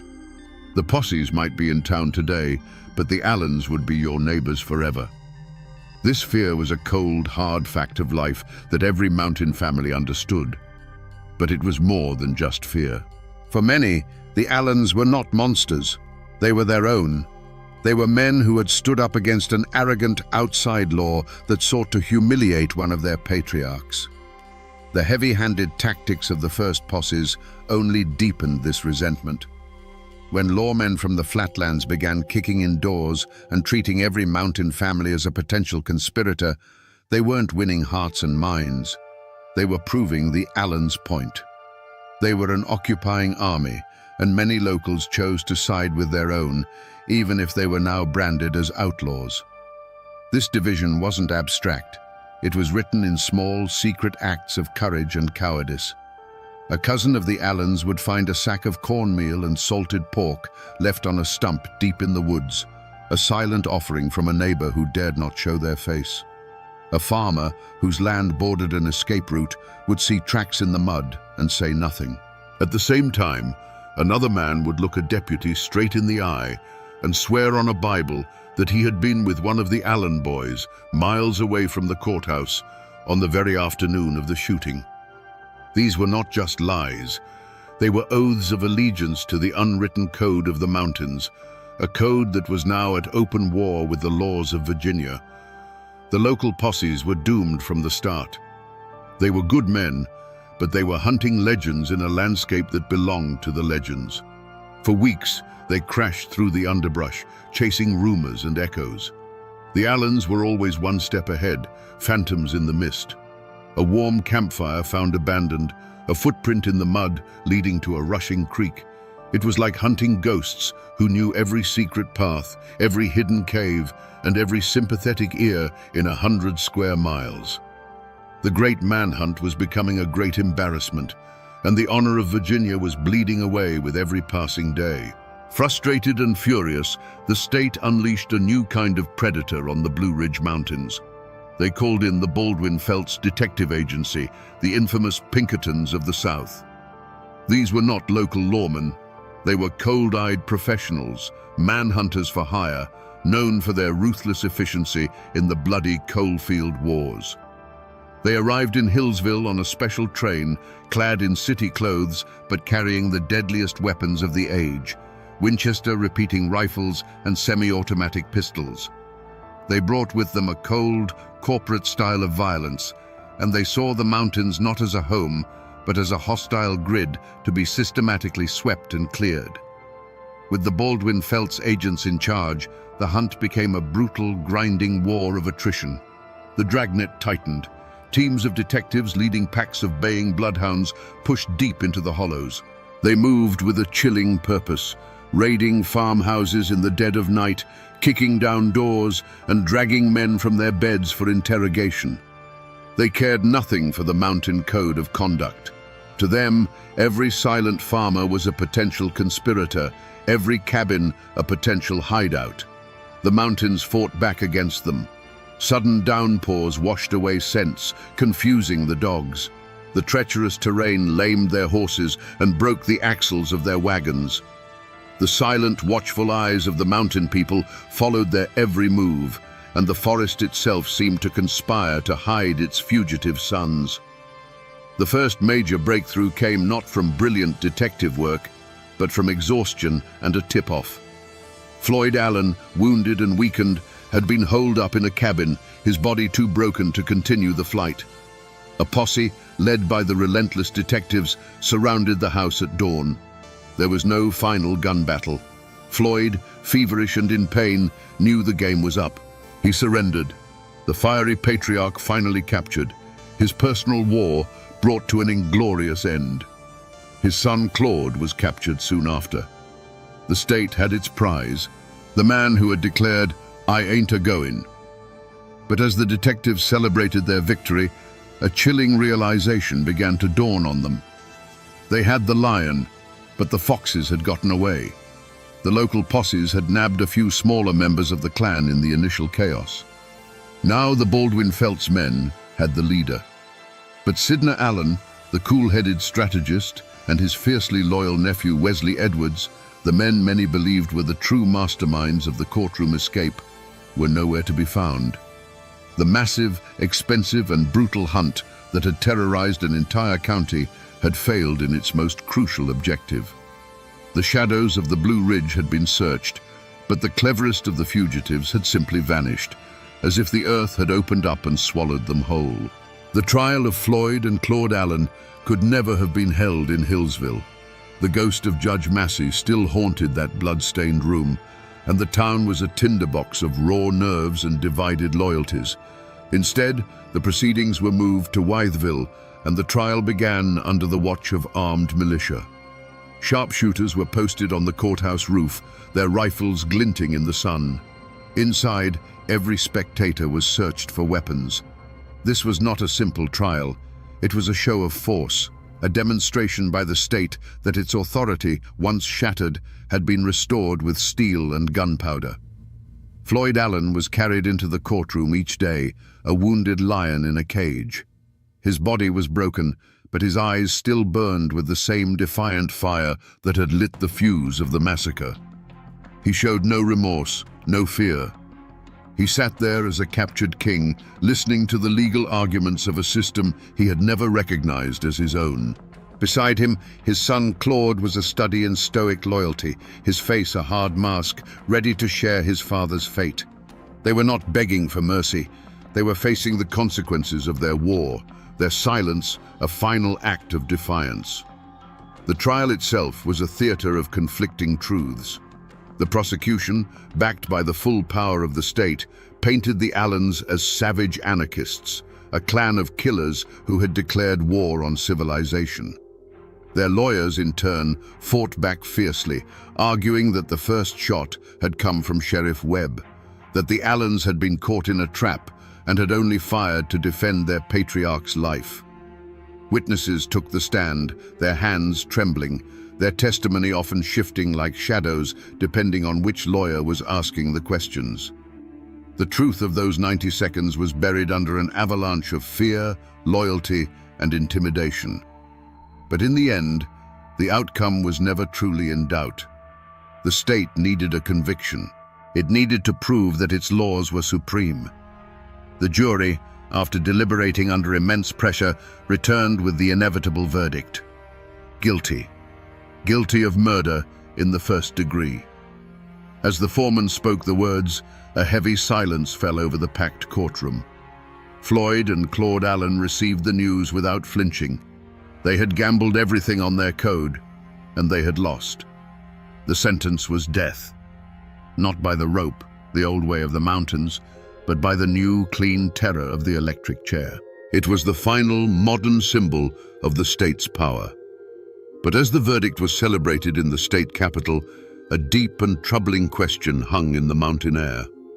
Was this justice for the men who died in the courthouse? Or was it a calculated act of state vengeance, an execution designed to break the spirit of the mountains and make a terrifying example of the Allen clan? Was the state simply answering one massacre with another, more methodical one? The law of men had won its victory, but many felt it was a victory that left the scales of true justice unbalanced. The state of Virginia was not content with a verdict. It required a final, undeniable demonstration of its power. On a cold spring morning in 1913, Floyd and Claude Allen were led from their cells. They walked to the electric chair not as broken criminals begging for mercy, but as defeated soldiers facing a firing squad. They met their end with the same stoic defiance they had shown in the courtroom. With the pull of a switch, the fire of the Allen clan's rebellion was brutally and officially extinguished. The state had made its point. The old code of the mountains was dead, and this was its public execution. But while the state was executing its prisoners, two ghosts still haunted the law. Sidney Allen and Wesley Edwards had vanished. The great manhunt had failed. For 6 months, they were whispers in the wind, their escape feeding the growing legend of the clan's cunning. But they weren't in the mountains. They had slipped through the net and made their way hundreds of miles west to Des Moines, Iowa. Shaving their mustaches and taking on new names, they lived a quiet life, working as carpenters. Their fatal mistake was not a slip of the tongue, but a longing for home. A letter, forwarded from a relative, was traced by a patient postal inspector. There was no grand shootout. On a quiet September morning, Baldwin Felts detectives and local police burst into their rented house and captured the two most wanted men in Virginia without a single shot fired. Their trial was a foregone conclusion. With Floyd and Claude already executed, the public's thirst for vengeance was largely slaked. Sidney Allen and Wesley Edwards were spared the electric chair, but were sentenced to long, hard years in the state penitentiary, a living death in a stone cage. They were sent away, and the state of Virginia closed the book on the Carroll County massacre. The Allens were finally, completely broken. And here, my friends, the story takes its final, tragic turn. In prison, Sidney Allen, the cool-headed strategist, became a model prisoner. The fire that had fueled the feud seemed to have been quenched, replaced by a quiet, weary resignation. Years turned into a decade, and his health began to fail. In 1926, the governor, seeing a broken old man, granted him a pardon. Sidney Allen returned to Carroll County a free man, but he came back a ghost. He returned not to his magnificent home, which stood as a monument to a life that no longer existed, but as a shadow of his former self. He had outlived his world. 1 year later, Sidney Allen died, his freedom a brief, bitter epilogue to a life of power and ruin. With the leaders of the clan dead or in chains, a heavy, deliberate silence settled over Carroll County. The story of the courthouse massacre was not something to be discussed. It was a wound too deep, a memory too divisive. People had to go on living together, had to trade at the same stores and attend the same churches. And so, the story was buried. It was locked away in the attic of the community's memory, an unspoken horror that everyone knew was there, but no one dared to mention. They tried to move on, to plow over the blood-soaked ground and plant anew, but some scars are too deep to ever truly fade. And what is left of this epic war today, more than a century later? The names are still there. Drive the winding roads of Carroll County, and you will still find the names Allen, Webb, and Edwards on mailboxes. The descendants of the clan and their victims still walk the same land. For them, it is a heavy inheritance, a legacy of both fierce pride and terrible violence. The story isn't told with the old fire anymore. It is a quiet history, a family secret shared in hushed tones, a reminder of a time when the blood ran hot and the law of the mountains met the law of the state in a fatal collision. If you go to Hillsville today, you won't find the old courthouse. It was torn down decades ago, and a new one stands in its place, a symbol of a more orderly world. The 57 bullet holes that scarred its walls exist now only in photographs and memory, the physical wounds of that day finally erased. But drive a few miles out of town, and you will find it. Sidna Allen's magnificent house still stands. It is a private home now, but it remains a silent, brooding monument to the ambition of a fallen dynasty, its sturdy walls and grand design a testament to a future that was burned away in a few minutes of gunfire. In the local cemetery, the final chapter is written in stone. Here, the feud is over. The combatants lie in a final silent truce under the shade of ancient trees. Floyd and Claude Allen lie not far from the men they were convicted of killing. The simple dates carved on their tombstones give no hint of the 90 seconds of chaos that forever bound their fates together. Here, they are all equal, their passions cooled, their war finally over. The people of Carroll County tried to bury the story, to let the grass grow over the scars. But the mountains don't forget. They were here long before the Allens arrived, and they will be here long after the last stone on their graves has crumbled to dust. The wind that whispers through the pines on the Blue Ridge still carries the echo of those gunshots. The dark hollows where Sidna and Wesley hid still hold the memory of their flight. The land itself is the final witness, the keeper of a story that is now part of the very soul of this place. So we return to the question that echoed from that bloody courtroom. What pushes a man to declare war on the law in its own temple? After walking through the smoke and shadows of this story, we can see the answer is not a simple one. The slaughter in Hillsville wasn't just the act of a cornered criminal, it was the last, desperate roar of a dying world. Floyd Allen saw himself not as a lawbreaker, but as a sovereign king in his own land, and the court's verdict was an invasion, a declaration of war against his entire way of life. The gunshots were the death rattle of an unwritten code of honor that had ruled those mountains for 150 years. This is a story about the brutal collision of two Americas. It is a story of family loyalty pushed to its most violent and tragic extreme. It is a story of pride so fierce it would rather die in a blaze of gunfire than bend its knee to a foreign power, even if that power was the government of its own state. There were no simple heroes here. There were proud, violent men who met their fate, and a new, organized form of power that meted out its own cold and methodical form of violence in return. The manhunt for the Allen clan became a legend, a defining myth of Appalachia's transition into the modern world. It is a harsh and brutal lesson that reminds us that progress is often not a peaceful parade, but a bloody, painful conquest. The world of the Allens is gone now, buried in the past, but its memory lingers. It serves as a stark reminder of a time when the mountains bred a different kind of man, and when justice was not a matter of law books, but of blood. And now, my friends, you know the rest of the story.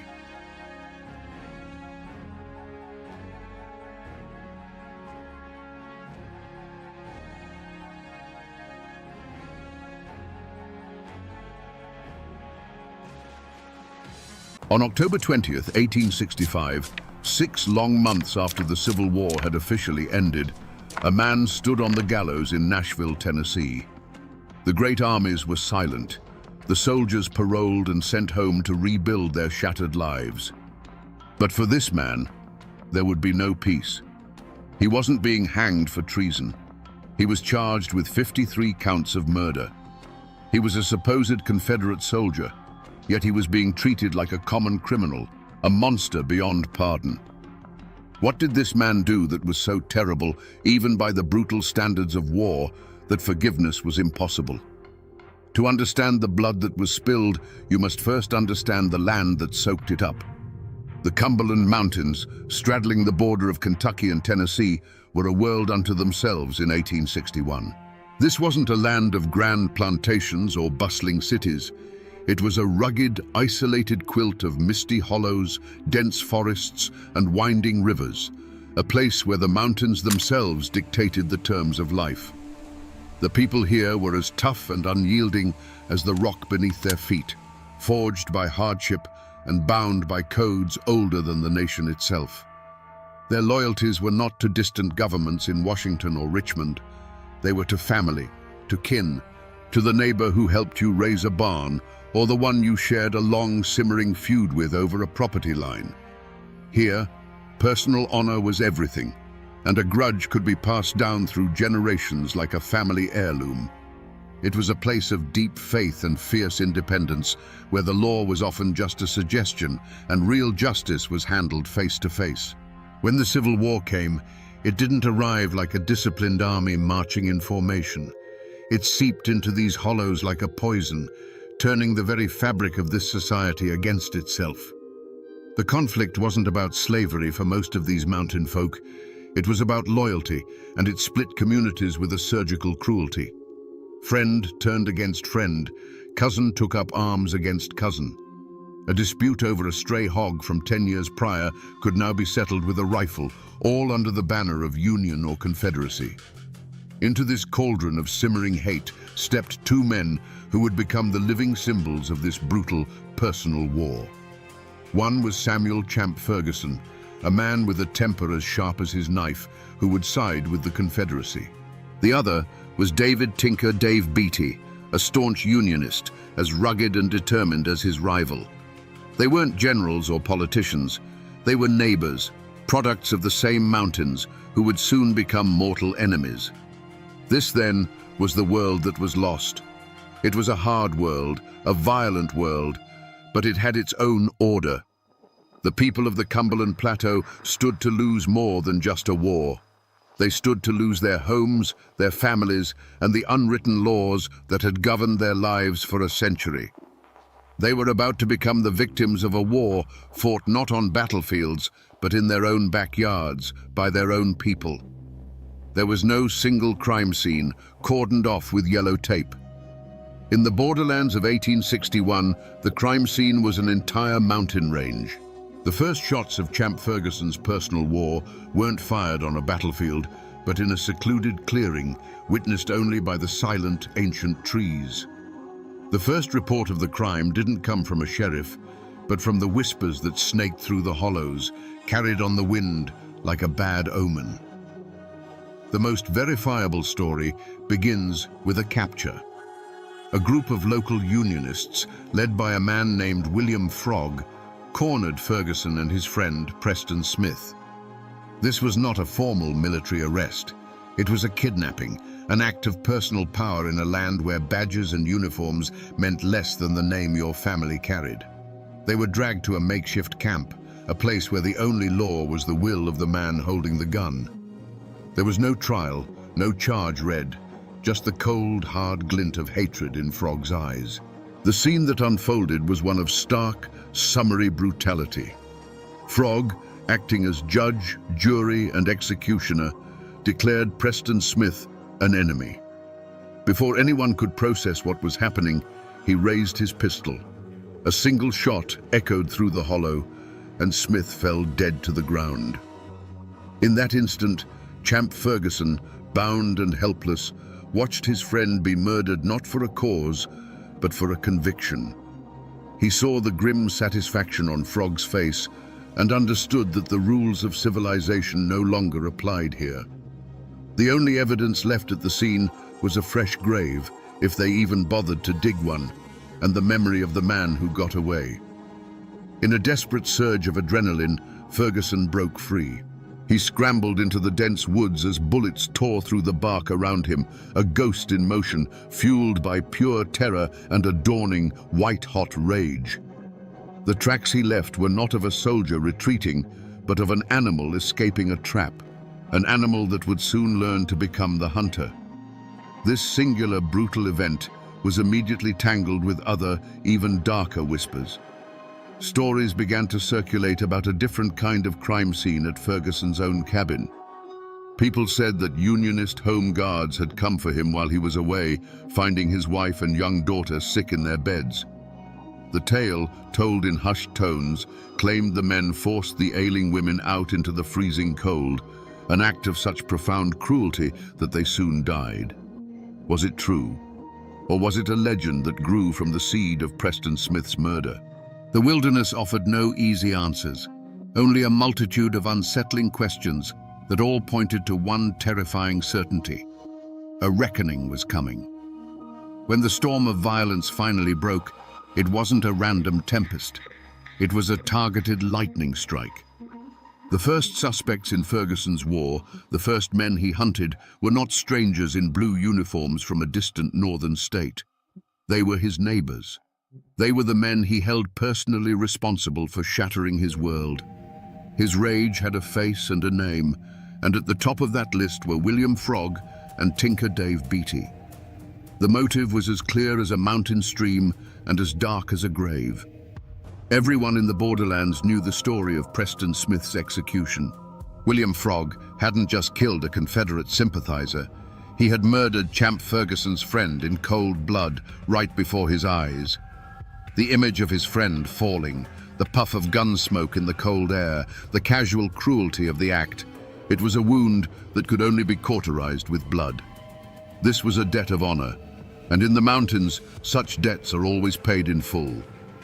Layered over this undeniable act was the even more potent legend of his wife and daughter. Whether the story of the Unionist home guards forcing them from their sickbeds was entirely true, or a tale that grew larger in the telling, doesn't matter. Ferguson believed it. He carried that story in his heart like a burning coal, a narrative of unimaginable cruelty that justified any atrocity in return. He saw Tinker Dave Beatty's men not as soldiers, but as monsters who had preyed upon the helpless and desecrated the sanctity of his home. The whispers that followed Ferguson as he slipped back into the mountains were not of strategy or politics. They were of a vow. He made no secret of his intentions. He told anyone who would listen that he was on a mission of vengeance. He swore an oath that for every friend, for every family member lost, 100 Yankees would pay the price. The initial evidence of his coming rampage was his own chilling declaration of a war of extermination, a promise to hunt down and kill every last man he held accountable, giving no quarter and taking no prisoners. The borderlands were no longer a battleground, they were his personal hunting ground. But Ferguson's rage, as potent as it was, did not burn in a vacuum. A fire that big needs fuel, and it needs air. While his enemies gave him the spark, it was the people he considered allies, his own neighbors, and the very cause he fought for, who fanned the flames. This introduces the second, more insidious suspect in the creation of this monster, the quiet poison of internal betrayal. Ferguson became a weapon, but the hands that aimed him often belonged to his friends. No one suspected the motives of the Confederate-leaning families who offered him shelter, food, and information. They were seen as patriots supporting a local hero. But beneath the surface, older, more personal currents were at play. A long-standing land dispute, a family insult from a generation ago, simple jealousy. These were the true motives that often guided Ferguson's hand. A farmer would ride to his camp, not with news of troop movements, but with a whisper that his Unionist neighbor, the one who owned the fertile bottomland he'd always coveted, was a dangerous bushwhacker. When re-examined, the pattern of his killings suggests a darker truth. Why was Elam Huddleston, a sickly old man, a priority for execution? Because someone in the community declared him a very bad man. Ferguson, consumed by his own mission of vengeance, was the perfect tool. He didn't need much proof. A pointed finger from a supposed ally was enough. He became the physical manifestation of his community's petty hatreds, settling their private scores under the public banner of the Confederacy, perhaps without even realizing he was being used. This betrayal extended all the way to the top. The Confederate government in Richmond was happy to have men like Ferguson terrorizing the Unionist population, disrupting supply lines and tying down troops. They gave him legitimacy, a captain's commission, a flag to fly. But it was a relationship of convenience. They wanted the chaos he created, but they kept him at arm's length, officially disavowing his most brutal tactics. They betrayed the very guerrilla fighters they empowered, using them for the war's dirtiest work and leaving them to face the consequences alone. Ferguson thought he was a soldier, but to many on his own side, he was just a rabid dog, to be unleashed on their enemies and put down when he was no longer useful. But beyond the personal hatreds that festered in the mountain hollows, a larger, more impersonal storm was gathering. This threat came from outside the tight-knit world of the borderlands, an organized force that saw these hills not as a collection of homes and families, but as a strategic chessboard. This was the formal war machine of the United States and the Confederacy, and its arrival would pour gasoline on the fires of local feuds. To the Union High Command in Nashville and Washington, Champ Ferguson was not a grieving husband or a man avenging a friend. He was simply a problem to be solved, an infection of rebellion in a strategically important region. Their motive was cold, calculated, and entirely impersonal. Pacify the area, protect Union supply lines, and eliminate all irregular resistance. They sent patrols of uniformed soldiers, men who didn't know the local families or their histories. To these outsiders, a man plowing his field could be a farmer or a guerrilla fighter in disguise. They often couldn't tell the difference, and their harsh methods bred even more resentment. From the other direction, the Confederate leadership applied its own external pressure. They saw in Champ Ferguson not a man, but a weapon. His personal vendetta was a useful tool for terrorizing Unionist sympathizers and disrupting federal operations, all at little cost to the formal Confederate Army. They gave him a captain's commission, a thin veneer of legitimacy for his bloody work. Men like General John C. Breckinridge were happy to use Ferguson's savage band of riders for a specific military objective, like the attack on Saltville, and then look the other way when the butchery began. Ferguson was their asset, a wild dog they could point in the right direction, whose savagery served their larger, impersonal goals. The presence of these organized armies created a new climate of fear, squeezing the people of the mountains in a terrible vice. Suddenly, strange men in uniform were a common sight on the winding roads, carrying an air of official, indifferent menace. They brought with them a different kind of violence, organized, efficient, and absolute. The personal war of neighbor against neighbor was now caught up in a national conflict, escalating the stakes beyond anything the locals could have imagined. This external pressure crushed the old rules of the mountains, leaving a vacuum where only the most brutal could thrive. The hunt for Champ Ferguson began in earnest, a desperate attempt to cage the monster that had been unleashed. The primary hunter was his arch-nemesis, Tinker Dave Beatty, a man who knew the mountains as well as Ferguson did. He was joined by patrols of Union cavalry, professional soldiers sent to bring order to a land that had never known it. They had a clear target and a righteous cause. But they soon discovered they weren't hunting a man. They were chasing a phantom. Every lead they followed seemed to dissolve into the Appalachian mist.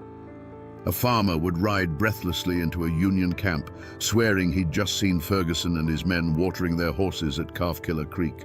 A posse would be formed, riding hard for hours through treacherous terrain, only to arrive and find nothing but hoof prints fading in the mud and the cold ashes of a long-dead campfire. Ferguson was a master of the wilderness. He knew every hidden hollow, every game trail, every cave that could shelter a man from a storm or a patrol. The mountains that were a confusing, hostile maze to the outsiders were his sanctuary. The Union soldiers operated on the assumption that they were fighting a guerrilla company. They looked for camps, for supply lines, for patterns. But Ferguson fought by no book of military tactics. He and his small band of riders would materialize on a remote road, carry out an execution, and then vanish, melting back into the forest as if they were never there. They would ride 30 miles in a night, split up, and rendezvous days later at a prearranged spot known only to them. Tracking them was like trying to track a dozen individual wolves at once. One promising report placed Ferguson at a sympathizer's farm, preparing for an evening meal. A full company of Union soldiers surrounded the property in the dead of night, moving with painstaking silence. They burst into the cabin at dawn, ready for a firefight, only to find the farmer's family calmly eating breakfast. The farmer would claim he hadn't seen Ferguson in months, his face a perfect mask of innocence. The soldiers would leave empty-handed and furious, never knowing that Ferguson had been watching them from a wooded ridge the entire time, warned hours earlier by a signal from a trusted neighbor. With every failed raid, every cold trail, the frustration of the Union forces grew into a palpable rage. And for the Unionist families living in those isolated hollows, that frustration translated into pure terror. They knew the soldiers couldn't protect them. They knew that Ferguson was always watching, and that the price for talking to the Federals was a visit in the night from which there was no return. The more the law failed to catch him, the more powerful his legend became, and the deeper the fear settled into the bones of the community. The Union Army quickly learned that the dense forests and rocky bluffs were not the most formidable obstacles in their hunt for Champ Ferguson. The true fortress that protected him was a silent, invisible wall built by the people of the mountains themselves. When soldiers came asking questions, they were met with blank stares, shrugged shoulders, and a maddeningly consistent refrain: saw nothing, heard nothing, knew nothing. This was the omerta of the Appalachians, a code of silence more binding than any law. This silence was rooted first and foremost in pure, paralyzing fear. Ferguson wasn't just a soldier, he was a specter of vengeance. He cultivated terror as a weapon. Stories, true or not, of his brutality were his greatest ally. He was known to decapitate his victims and leave their heads on fence posts as a grim message to others. A farmer who might have considered cooperating with the Union patrol knew that the soldiers would eventually leave. But Ferguson would remain. A whispered word to the wrong person could lead to a visit in the dead of night, a barn burned to the ground, or a fate far, far worse. But it wasn't just fear. It was a complex web of family ties and a deep-seated suspicion of outsiders. Ferguson was a local man. His kin and his wife's kin were woven into the fabric of the community. Turning him over to an army of strangers felt like a profound betrayal of their own blood. To many, the Union soldiers were an occupying force, invaders who didn't understand their ways, their feuds, or their loyalties. In the stark calculus of the mountains, it was often better to shelter your own monster than to trust the justice of a foreigner. This wall of silence took a heavy psychological toll. The air in these hollows grew thick with unspoken truths. Neighbors who had known each other for generations now avoided eye contact, their conversations becoming clipped and shallow, terrified of letting a dangerous word slip. Old Man Hemlock, who lived on the ridge overlooking the Calf Killer River, once mentioned to a traveling peddler that he'd seen riders pass his cabin late one night.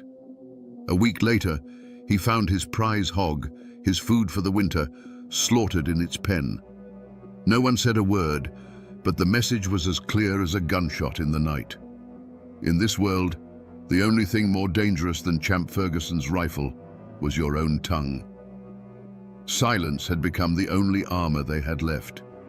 For 4 years, the war had been the perfect cover for Ferguson's savagery. But in April of 1865, a piece of information more powerful than any army trickled into the Cumberland Mountains.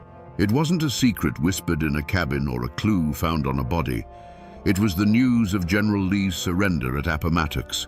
The Civil War was over, and with that single undeniable fact, the entire world shifted under Champ Ferguson's feet. The overlooked detail, the forgotten clue that broke the case wide open, was his own identity. For years, he had operated under the belief that he was a soldier, a commissioned captain in the Confederate Army. His killings, in his own mind, were acts of war. But the surrender stripped away that justification. The cause he fought for no longer existed. The government that gave him a commission was dissolved. Suddenly, his actions had to be re-examined, not as tactics in a guerrilla conflict, but as individual crimes. He was no longer a soldier. He was just a man who had killed, by his own count, over 100 people. The true turning point, however, was an act of profound arrogance on Ferguson's part. Believing his commission made him a legitimate combatant, he thought he was entitled to the same amnesty being offered to thousands of other Confederate soldiers. He made a fatal miscalculation. Instead of disappearing deeper into the mountains or fleeing west, he did the unthinkable. In May of 1865, he willingly rode into the Union-occupied city of Nashville and presented himself to the authorities to surrender and receive his parole. The moment he gave his name, the perception of the situation changed in a flash. The Union officers didn't see a weary soldier seeking peace. They saw a name from countless reports of atrocities. They saw the butcher of the Saltville massacre, the specter who had haunted the borderlands for 4 years. The forgotten clue, Ferguson's own wanted status as a war criminal, was no longer forgotten. Instead of a parole slip, they gave him iron handcuffs.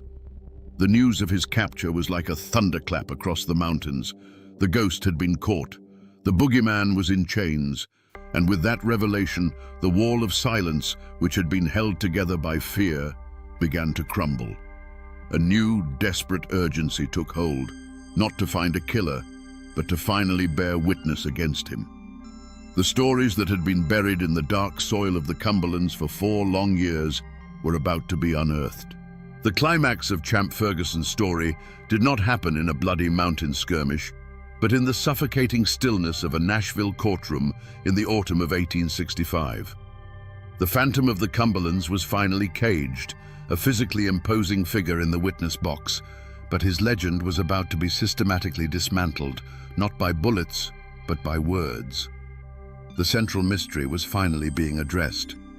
Was this man a soldier, twisted by the horrors of war, or was he something else entirely? The trial would unmask him. The prosecution built its case brick by bloody brick. One by one, witnesses took the stand, widows, orphans, old men who had survived by some miracle. They didn't speak of battles or military objectives. They spoke of ambushes on lonely roads, of men shot down while pleading for their lives, of executions carried out with a terrifying calmness. They described Ferguson personally killing the sickly, bedridden Lieutenant Smith in a field hospital, dragging him from his cot and shooting him in the head. This wasn't war, it was murder. Then came the testimony that shocked a nation already numb to the horrors of the conflict. The Saltville massacre. Eyewitnesses, including Confederate officers, described the scene after the battle. They told the court how Ferguson and his men rode onto the field, ignoring the rules of surrender, and began a 2-day orgy of slaughter. They recounted watching him personally execute dozens of wounded and captured black soldiers from the 5th U.S. Colored cavalry, shooting them in their hospital beds and hunting them down in the woods. This act was so barbaric, it went beyond vengeance or military necessity. It was an act of pure, unadulterated hatred. But the final, definitive unmasking came from the mouth of Champ Ferguson himself. He took the stand, not with remorse, but with a chilling, defiant pride. He admitted to everything. He calmly confirmed the killings, one after another. His defense was simple and horrifying. He was a soldier, and these men were the enemy. When asked about killing the sick Lieutenant Smith, Ferguson coolly replied, "He was a bad soldier, and I wanted to get him out of the way." In that moment, the mask was gone forever. The journal, the letter, the forgotten clue, it was his own testimony. His motive was laid bare, and it was far darker than simple revenge. Vengeance may have been the spark, but the fire was fueled by something else, a cold, methodical enjoyment of power and death. He had appointed himself the ultimate arbiter of life and death in the mountains. The war had not created a monster. It had simply given a monster the perfect opportunity to flourish. The man in the witness box was not a soldier. He was a killer who had found his calling. Now that we know the verdict of the court, we can finally reconstruct the truth of those 4 terrifying years. We can push aside the rumors and legends and piece together the events, not as a soldier would tell them, but as the mountains themselves must remember them. For 4 years, the sound of a lone rider in the distance was enough to make a mother pull her children inside and bolt the door. A dog's frantic barking that was suddenly cut short was a sound that chilled the blood. Imagine a small, makeshift hospital, a place of supposed sanctuary where wounded Union men lay shivering with fever and pain. Their war was over. The doors burst open, not with medics, but with Ferguson and his men. The doctor's pleas for mercy were met with cold silence. Then came the sounds, a series of muffled, ugly pops, one after another, each one followed by a final groan that was quickly silenced. A young lieutenant, sick with measles and no threat to anyone, was pulled from his cot. His bare feet scraped against the rough floorboards. Another sharp report echoed in the small room, followed by the heavy, final sound of a body hitting the floor. When the raiders left, an unnatural stillness filled the space, a silence more terrifying than any scream. Picture the scene at Saltville, Virginia. The formal battle was over.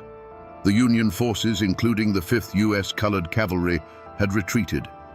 But for the wounded and the captured left behind, the horror was just beginning. For 2 days, Ferguson rode across the field, a dark silhouette against a grey sky. From the surrounding hills, witnesses could hear the sporadic popping sound of his revolver over and over again. They saw wounded men, black soldiers who had fought bravely and surrendered, trying to crawl to the safety of the woods. The horsemen would follow. There would be another pop, and the crawling would cease.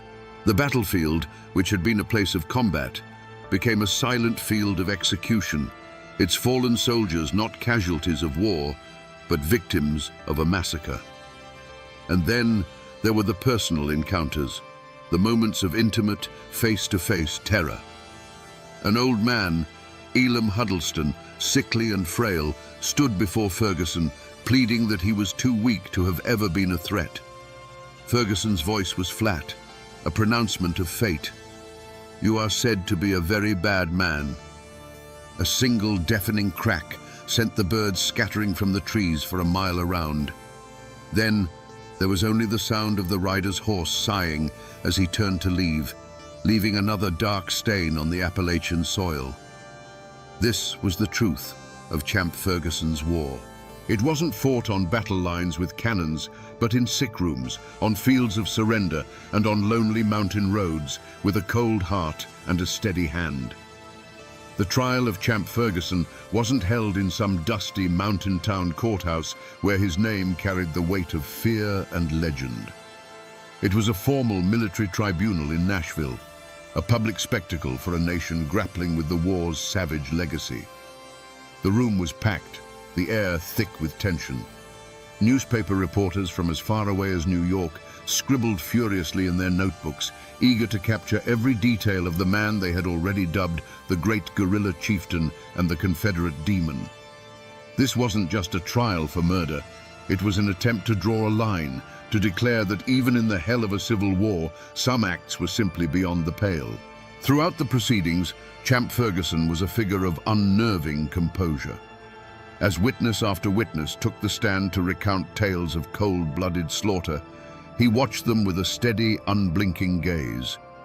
He showed no remorse, no fear, not even a flicker of regret. He listened as men described him shooting the wounded in their beds, and his expression never changed. When it was his turn to speak, his defense was as simple as it was shocking.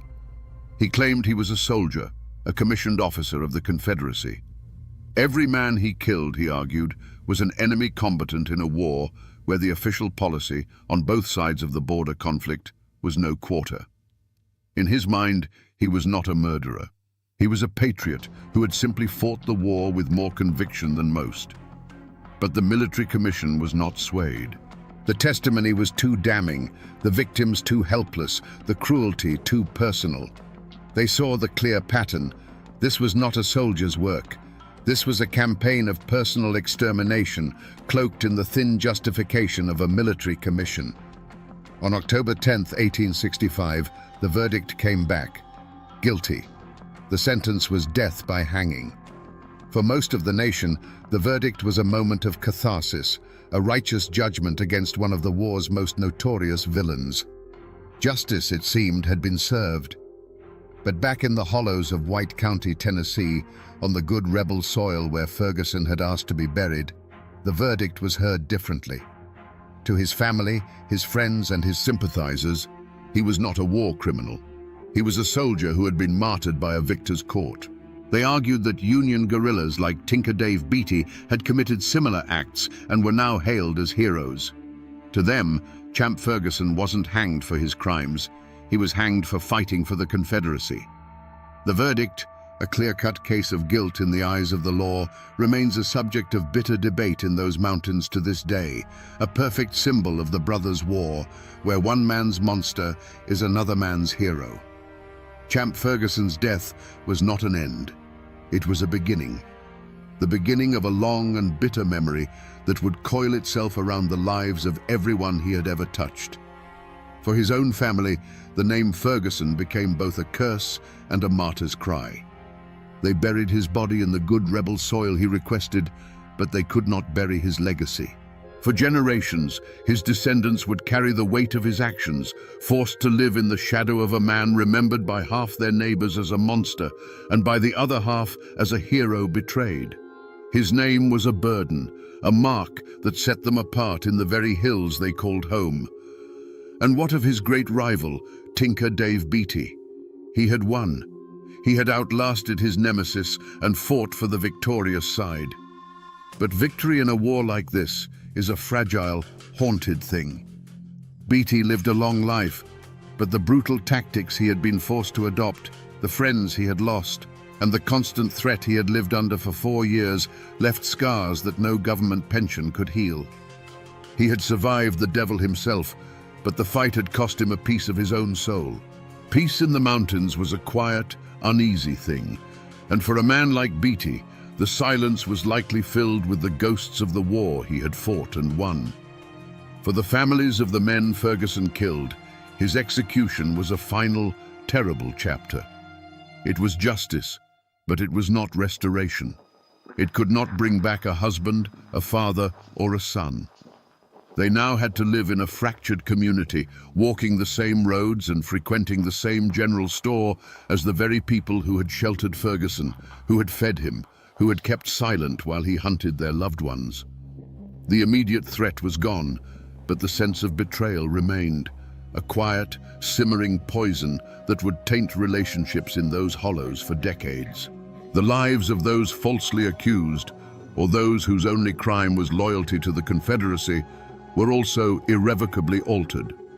Many who had sympathized with Ferguson, who saw him as their protector, now bore the stain of his crimes. Their reputations were tarnished by association. They were the neighbors of a convicted mass murderer, a label that the victorious Unionists would never let them forget.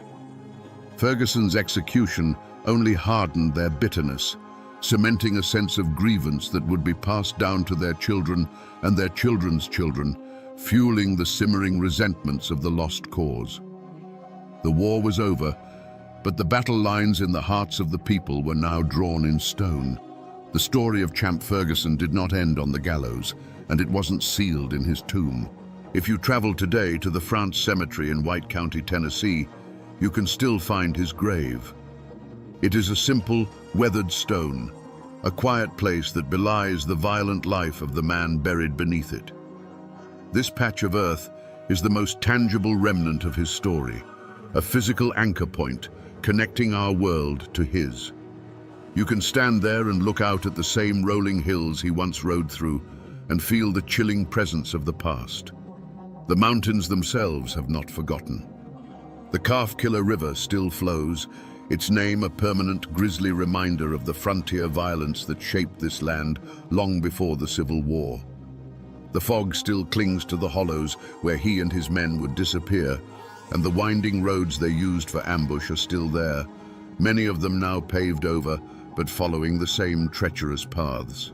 The landscape of the Cumberland Plateau is a silent monument, etched with the memories of every skirmish, every execution, every desperate flight from justice. But the true echoes are not in stone or soil, they are in the whispers and the stories. To this day, the tale of Champ Ferguson is told in the borderlands, a local legend as potent as any ghost story. It's a story told around hunting campfires, a cautionary tale passed from grandfathers to their grandsons. They still talk about the myth of his missing head, the ghoulish rumor that his skull was taken for scientific study, a final indignity for the man who had terrorized their ancestors. Most powerfully, the war over Champ Ferguson's soul continues to this day. Walk into a local diner or hardware store in that part of the country and ask if he was a hero or a monster. You will start an argument that is just as passionate and divided now as it was in 1865. The world has forgotten, but these mountains remember. They remember because the war he fought was not just about North and South, it was about them. And that memory is now a part of their very identity, a living echo of a time when the devil himself rode the hills of Tennessee. So we return to where we began, to a man on a gallows in Nashville, long after the cannons of the Civil War had fallen silent.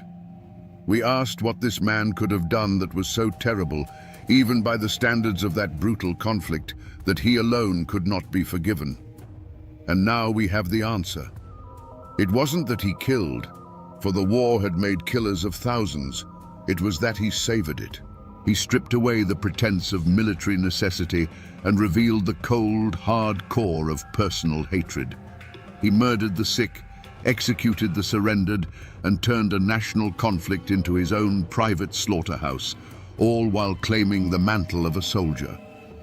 Forgiveness was impossible because Champ Ferguson forced a nation exhausted by death to look at his work and finally draw a line between the horrors of war and the acts of a monster.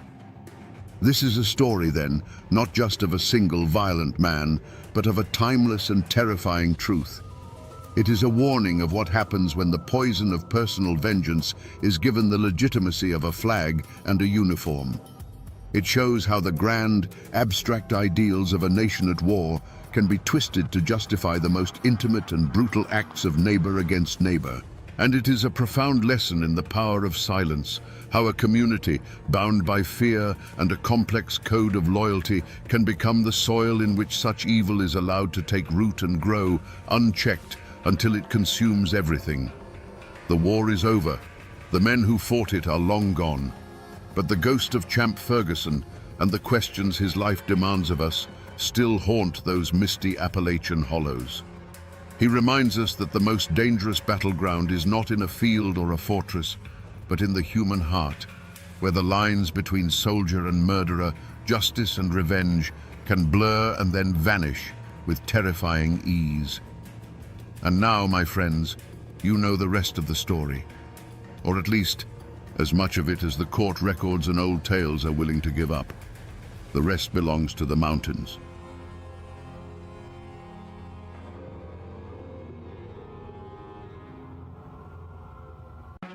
On the 4th of May, 1903, Judge James B. Markham stood on the steps of the Breathitt County Courthouse. He was a man of the law, a symbol of order in a land that had forgotten the meaning of the word. A single shot echoed from a nearby window, sharp and final.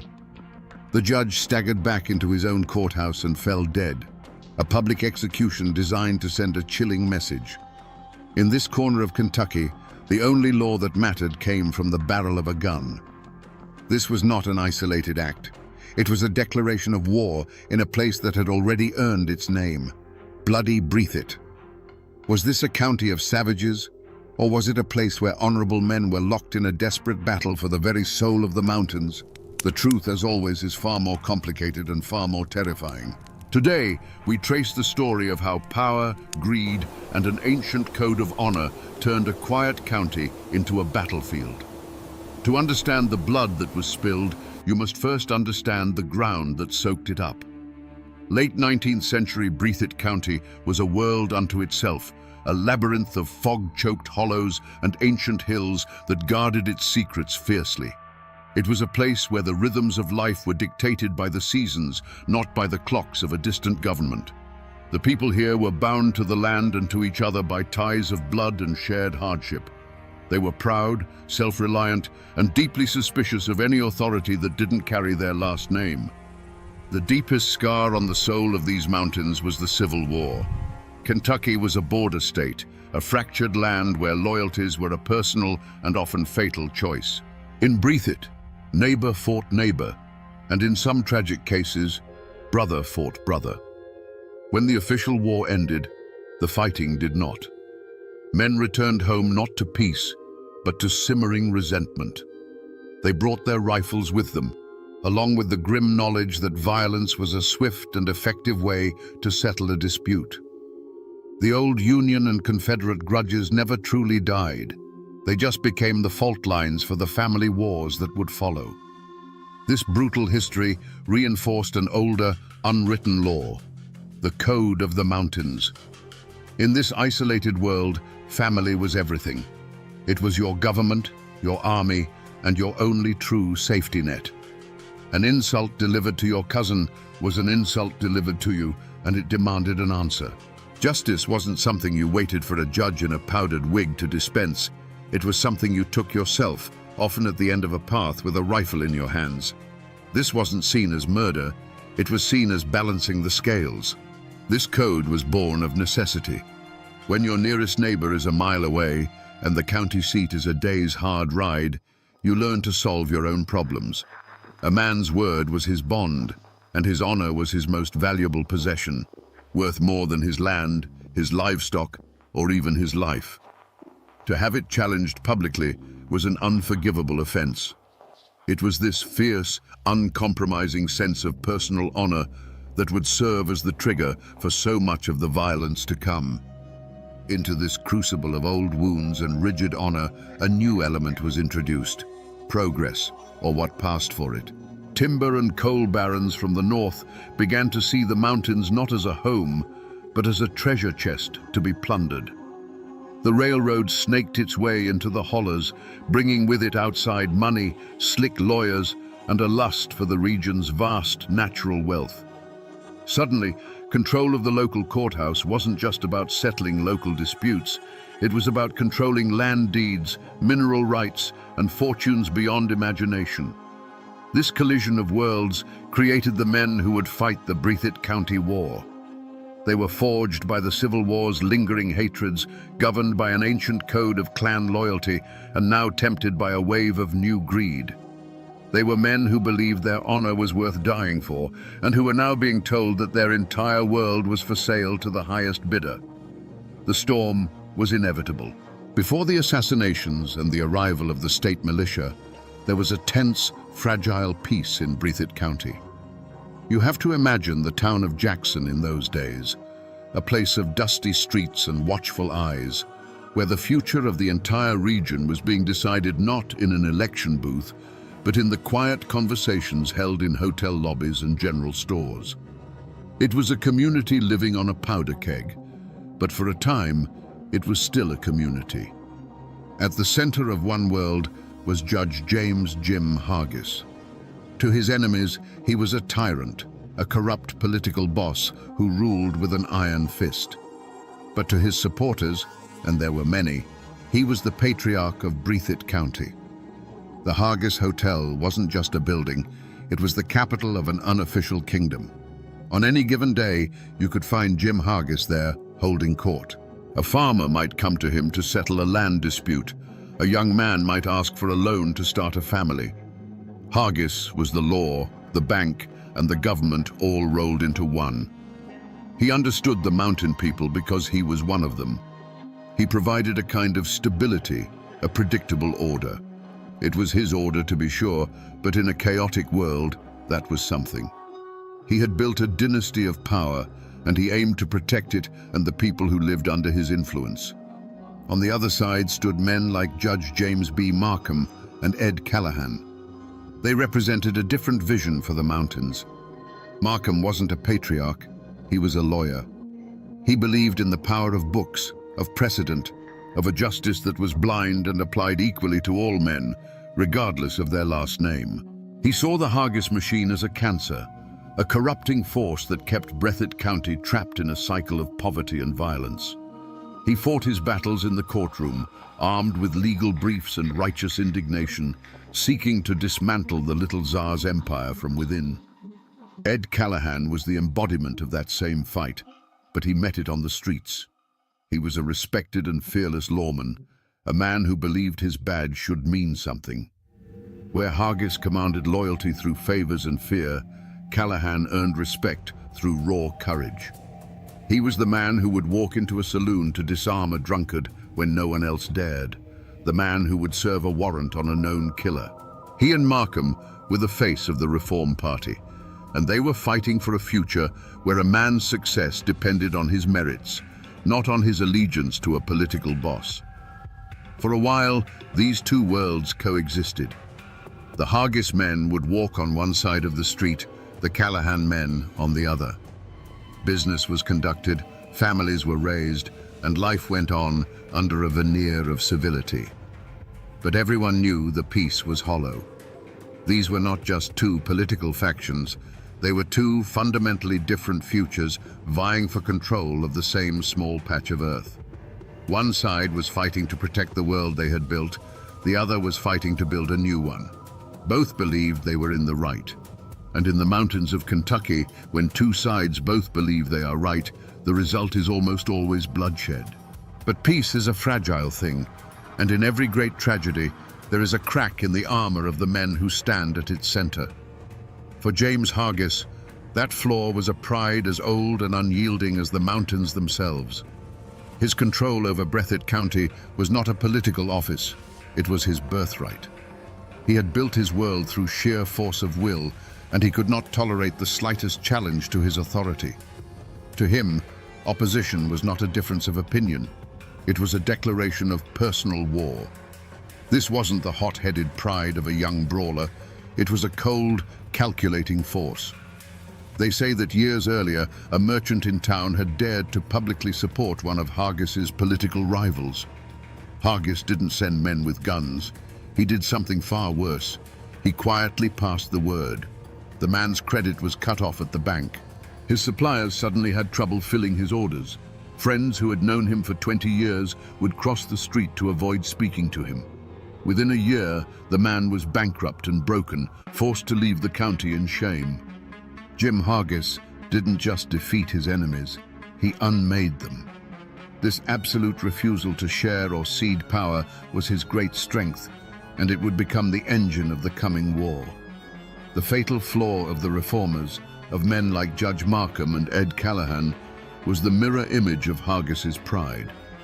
It was a rigid, almost naive faith in the power of the law itself. They truly believed that the system, if followed correctly, was strong enough to protect them. They believed that a court order held more power than a Winchester rifle, and that a properly filed indictment could bring down a king. They saw the corruption of the Hargis machine and believed they could dismantle it piece by piece with the tools of their trade: legal arguments, witness testimony, and appeals to a higher authority. When the threats against them began, whispered in the street and delivered in unsigned notes, their response was to seek injunctions and write letters to the governor in Frankfurt. They trusted in a process that Jim Hargis had spent a lifetime learning how to manipulate and control from the inside. They were honorable men, trying to play by the rules in a game where their opponent had already burned the rule book. This faith in paper and ink, in a world that still answered to lead and steel, would prove to be a fatal miscalculation. And so the stage was set. On one side, a man whose pride would not allow him to bend. On the other, men whose principles would not allow them to break. It was a collision of two opposing kinds of stubbornness, two incompatible definitions of justice. In the suffocating quiet of the Kentucky mountains, there was no longer any room for compromise. A single spark was all that was needed to make the whole valley burn.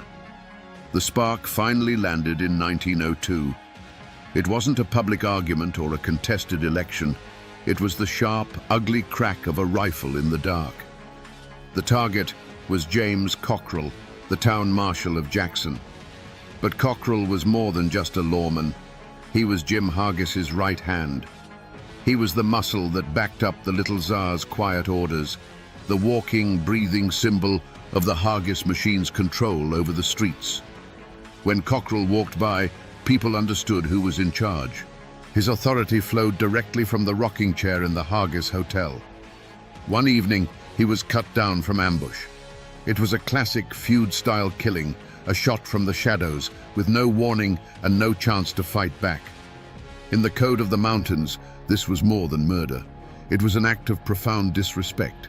It was a message, written in gunpowder and blood, sent directly to Jim Hargis. It said, "Your man is not safe. Your power is not absolute. Your walls can be breached." For a man like Jim Hargis, whose entire world was built on a foundation of unshakable authority, this was the ultimate insult.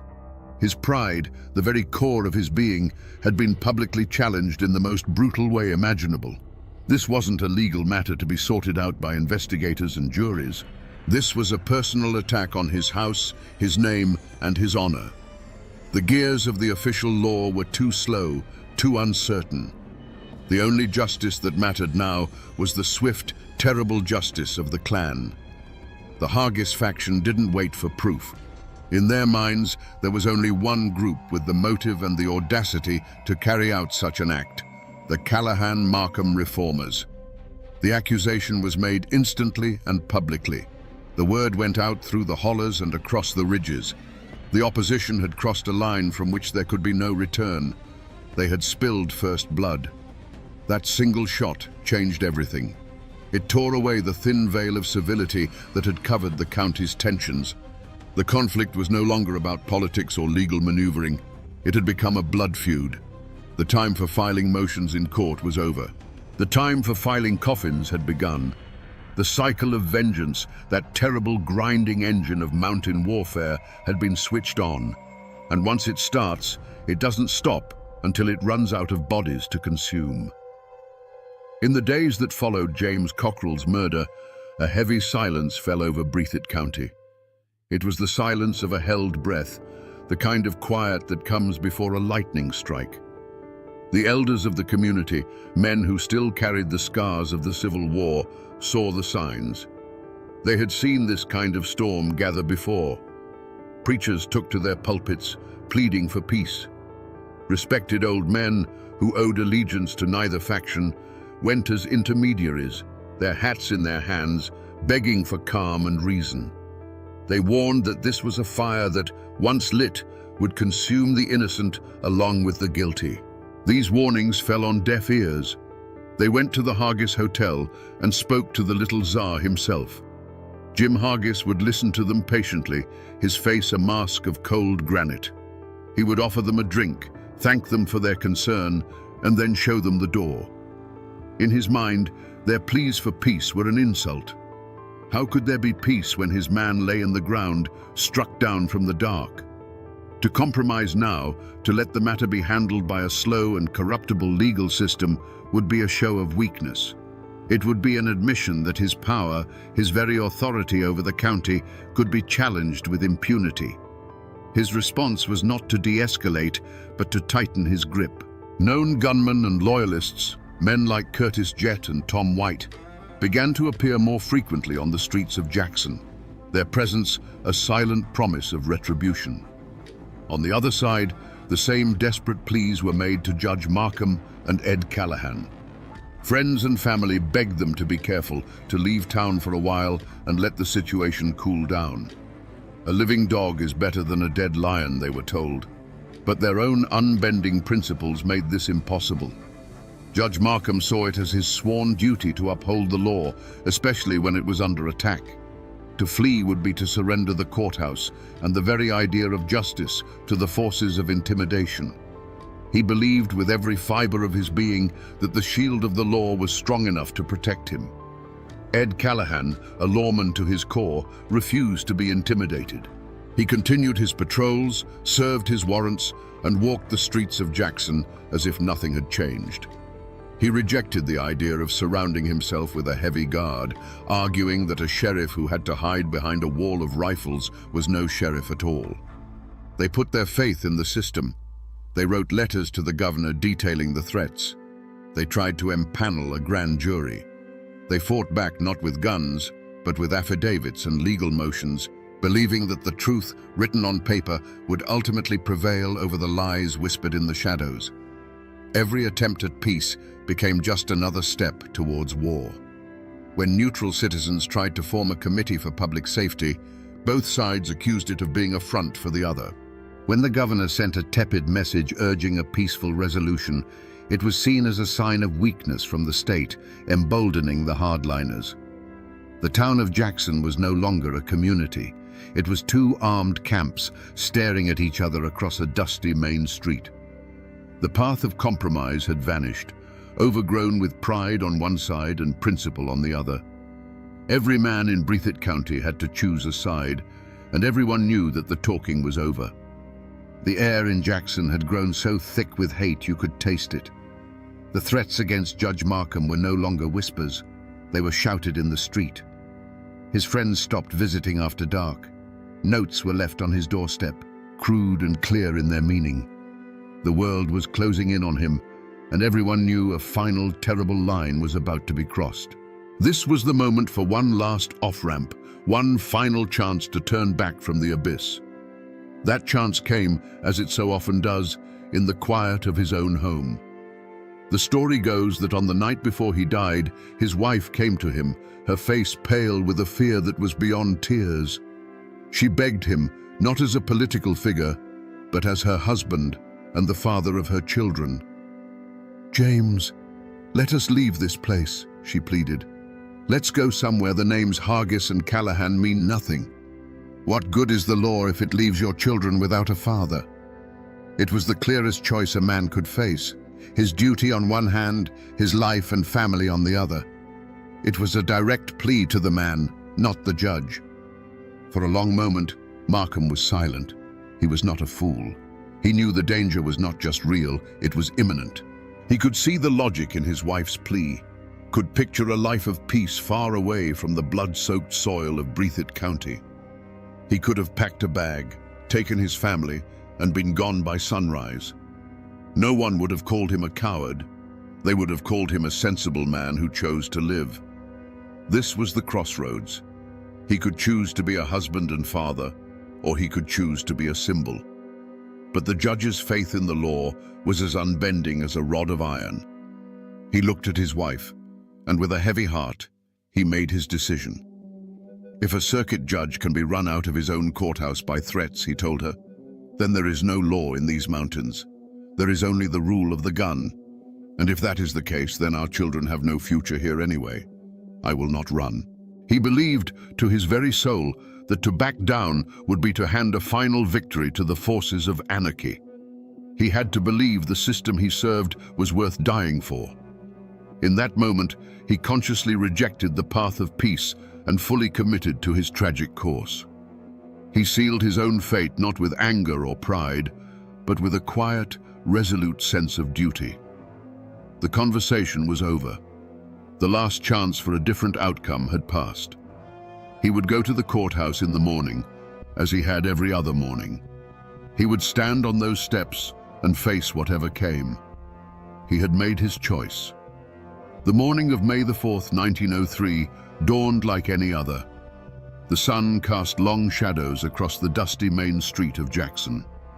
Inside the Breathitt County Courthouse, the air was thick with the familiar smell of old paper and stale tobacco. Judge James B. Markham presided over his cases, his voice calm and steady, a small island of order in an ocean of simmering chaos. When the day's business was done, he walked out onto the front steps, pausing for a moment to speak with a friend, the tension of the courtroom momentarily behind him. The world seemed to hold its breath. Then, a sound, sharp and violent, cracked the afternoon calm. It was not a firecracker. It was a single, deliberate report that echoed off the brick buildings and sent a flock of birds scattering into the sky. For a split second, there was only confusion. Judge Markham felt a tremendous, invisible force strike him in the chest, a blow so powerful it staggered him backward and stole the air from his lungs. He looked at his friend, a question in his eyes, his mind struggling to understand what had just happened. He looked down. On the crisp white fabric of his shirt, a dark stain was beginning to bloom, spreading like a fatal flower. The abstract threats, the whispered warnings, the pleas of his wife, it all became real in that single, horrific instant. The long, complex legal argument he had been making against the powers that ran Breathitt County was over. A final, brutal rebuttal had just been delivered from a window across the street. His instincts, the instincts of a man whose entire life revolved around that building, took over. He did not cry out. He did not fall to the ground. With the last of his strength, he turned and stumbled back through the courthouse doors. He was a man of the law, and in his final moments, he sought sanctuary in the house of the law. He made it a few feet into the main hall before his legs gave out. Judge James B. Markham collapsed onto the hard wooden floor, his life ending at the very heart of the institution he had died trying to defend. For a long moment, nobody moved. The echo of the shot faded, replaced by a silence that was heavier and more profound than any noise. The people on the street were frozen, their faces a mixture of shock and terror. They had just witnessed the unthinkable, the public execution of a circuit judge on the steps of his own courthouse. It was an act of such brazen contempt for the law that it felt like the end of the world. This was not just a murder. It was a coronation. It was a statement, clear and undeniable, about who truly held the power in bloody Breathitt. The assassins, identified as Curtis Jett and Tom White, were known Hargis men. And the message they sent was simple and terrifying. No one was safe. No office was high enough. No principle was strong enough to protect you. The little Tsar's reign was absolute, and the courthouse itself was no longer a symbol of justice, but a tombstone for the man who dared to believe in it. From the dusty window of the building across the street, Curtis Jett and Tom White watched their handiwork unfold. The sharp, acrid scent of spent gunpowder hung in the still air of the room, a smell of finality. They saw Judge Markham stagger, saw him disappear back into the courthouse he loved. There was no panic, no rush of adrenaline-fueled fear, only the cold, clean satisfaction of a job well done. They were soldiers who had just successfully completed a mission for their commanding officer. Their next move was a testament to their chilling confidence. They didn't scramble to escape into the mountains. They didn't have a fast horse waiting in a back alley. They simply broke down the rifle, wrapped it in a cloth, and walked down the back stairs.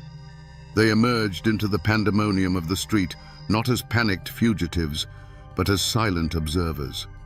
They melted into the very crowd that was gathering in horrified knots, their faces as blank and unreadable as any other bystander. They were hiding in plain sight, protected by a shield of terror so absolute that no one dared to even meet their gaze. In the hours that followed, a strange paralysis gripped the town of Jackson. The body of Judge Markham was carried from the courthouse.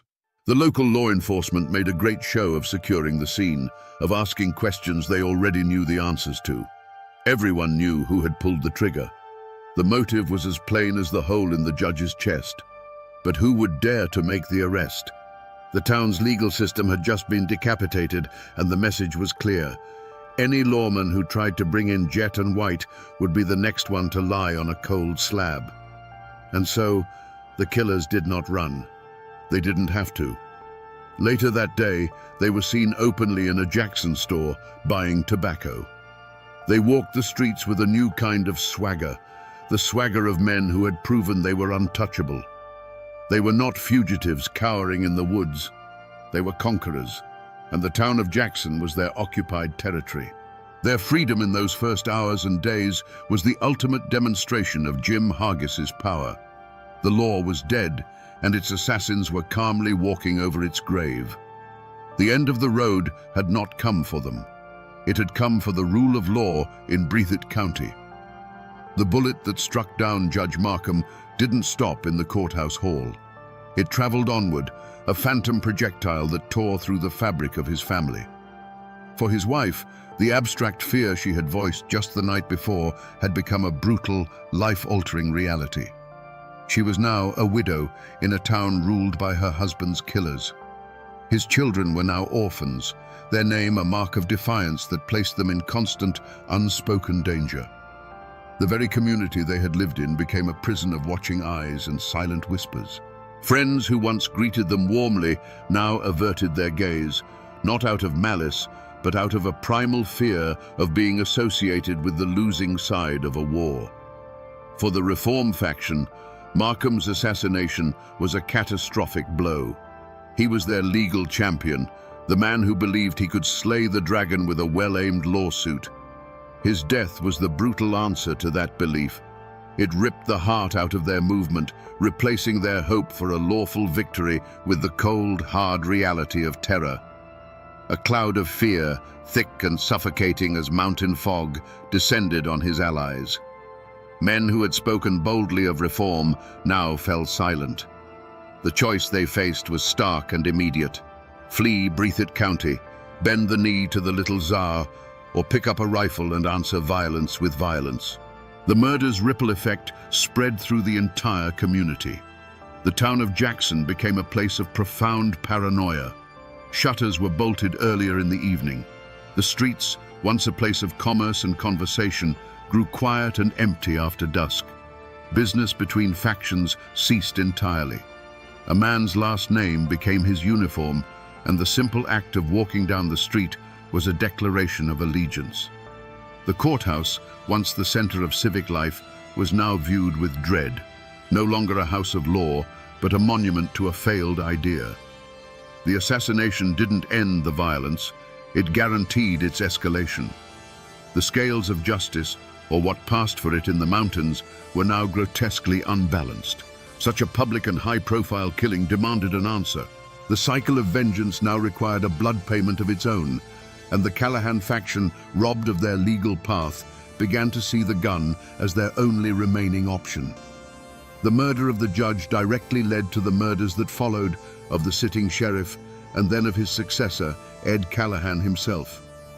The tragedy of Judge Markham's death was not just his own. The wreckage left behind wasn't just a grieving family and a dead lawman. It was a shattered community, a broken faith in the idea of civilization itself. Jim Hargis had not just eliminated a rival, he had murdered hope. And in its place, he had enthroned fear as the one true king of bloody Breathitt. The murder of a circuit judge was an act so audacious it could not be ignored, not even by the distant state government in Frankfurt. The carnage in Breathitt County had become a national embarrassment. In 1904, the governor declared the county to be in a state of insurrection and sent in the militia. This was not a small detachment of men. It was an invasion force. Hundreds of soldiers armed with modern rifles and Gatling guns arrived on the train, marching through the streets of Jackson with fixed bayonets. They were a foreign army, sent to impose a foreign law. Their primary mission was to ensure that Curtis Jett and Tom White could be tried without the jury being intimidated or the courthouse being burned to the ground. The trial became a spectacle. The courthouse was no longer a public building. It was a military fortress. There were soldiers on the roof, a guard with a bayonet at every door. The proceedings inside were a perfect illustration of the clash between two worlds. The prosecution came with law books, eyewitness testimony from terrified citizens, and the complex machinery of the state's legal system. And on the other side sat Jet and White. They did not carry themselves as common criminals racked with guilt. They sat with a quiet, defiant arrogance, like captured soldiers being tried by an enemy tribunal. In their minds, and in the minds of their supporters, they had broken no real law. They had acted according to the ancient mountain code, loyalty to their chief. They had eliminated a threat to their clan and its leader. Their defense was not one of innocence, but of justification. They were merely the instruments of a will greater than their own, soldiers in a war that the men in powdered wigs could never understand. Outside the courthouse walls, Breathitt County held its breath, deeply and bitterly divided. To the Hargis loyalists, Jet and White were martyrs, loyal men being sacrificed to appease the Flatlanders in Frankfurt. They were symbols of resistance against an outside force trying to change their way of life. To the friends of James Markham and the shattered Reform faction, they were simply assassins. The trial was the last, desperate hope that the rule of law might mean something after all, that a killer could be held to account, no matter who he worked for. After weeks of testimony that kept the entire nation spellbound, the jury, protected by a wall of state rifles, returned its verdict: guilty. Both Curtis Jett and Tom White were sentenced to life in prison. The newspapers declared it a victory for justice. But in the hollows of Breathitt County, the question lingered. Was it justice? The trigger men were going to prison, but the man who had almost certainly loaded the gun and given the order, the man whose power they were protecting, James Jim Hargis, was never even charged. The law had proven it could cage the wolves, but it seemed powerless to touch the man who owned the forest. With Jet and White behind bars, you might think justice had finally, imperfectly, triumphed. But the other side of the coin was still in play. James Jim Hargis, the little Tsar, the man at the center of the storm, remained. The state militia eventually packed up their Gatling guns and went home.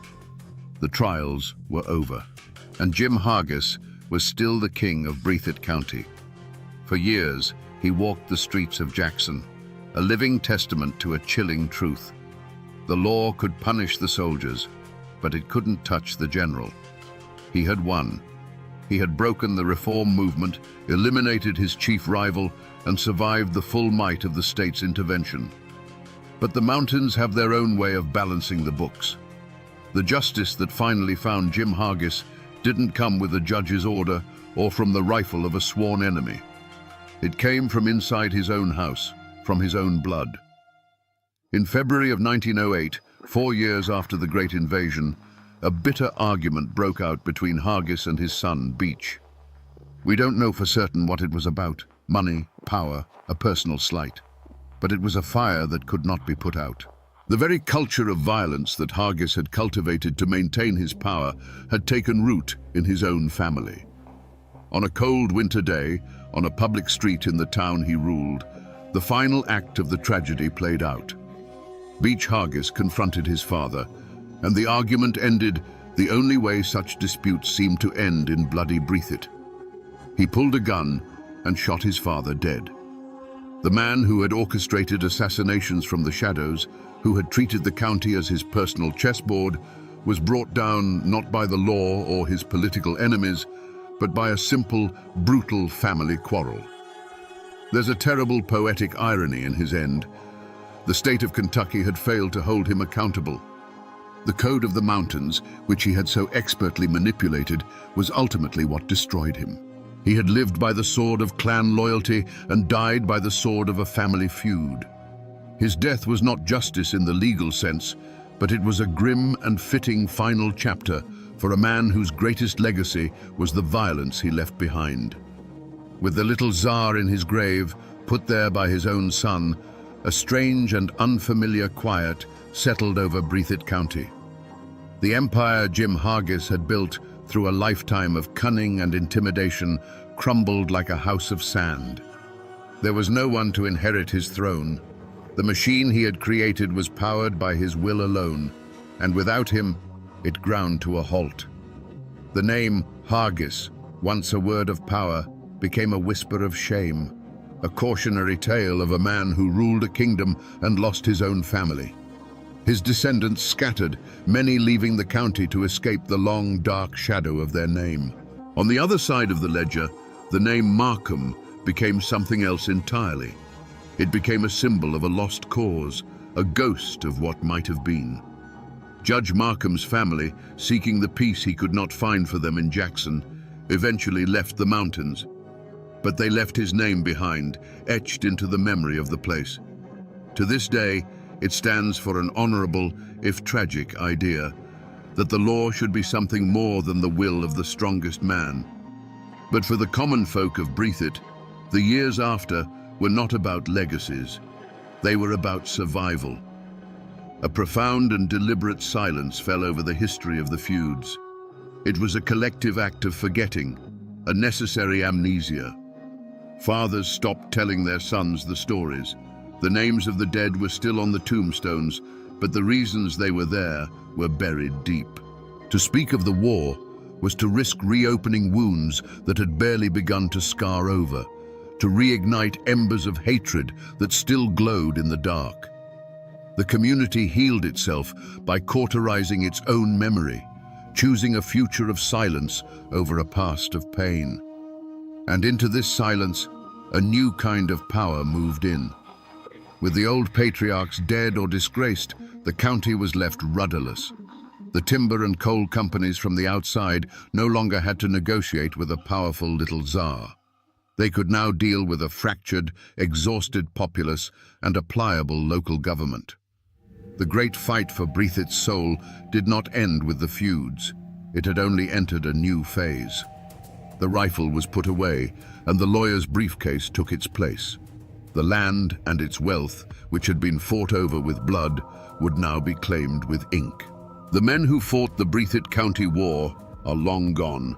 Their rifles have turned to rust, their bodies to dust. But their story has not disappeared. It has seeped into the soil of the county itself, a permanent part of the landscape. And the most enduring echo of that bloody time is the name it earned, Bloody Breathitt. For more than a century, the people of this place have lived with that nickname.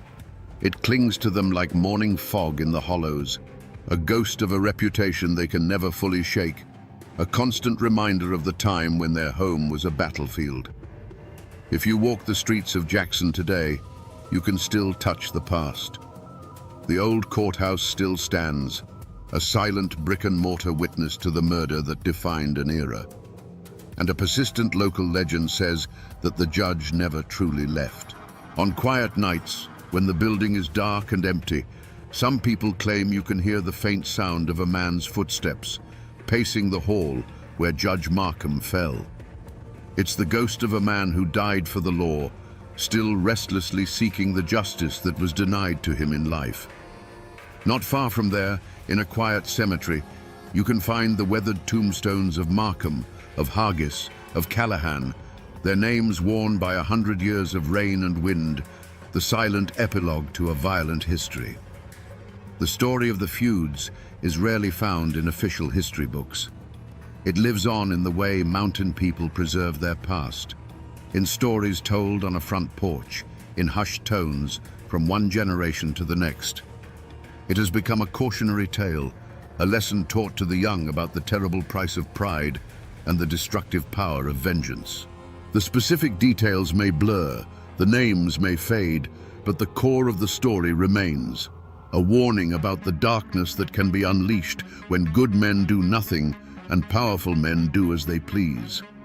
The spirits of the two main antagonists still haunt the county in their own ways. The ghost of Judge Markham is a sad one, a symbol of principle and sacrifice. But the ghost of Jim Haggis is something else entirely. It is the ghost of absolute power, of a time when one man's will could override all law and morality. He represents the old, untamed spirit of the mountains, both its strength and its terrifying brutality. Though the man is gone, His shadow, the memory of that kind of power, lingers as a reminder of what this place once was. So we come to the end of the trail and return to the question that started it all. Was this a land of savages or a place of honorable men locked in a desperate struggle? The truth is, it was both. There were no simple heroes or villains in the story of Bloody Breathitt. There were only men, forged by their time and place, and trapped by the very codes that gave them their strength. Jim Hargis was not a monster.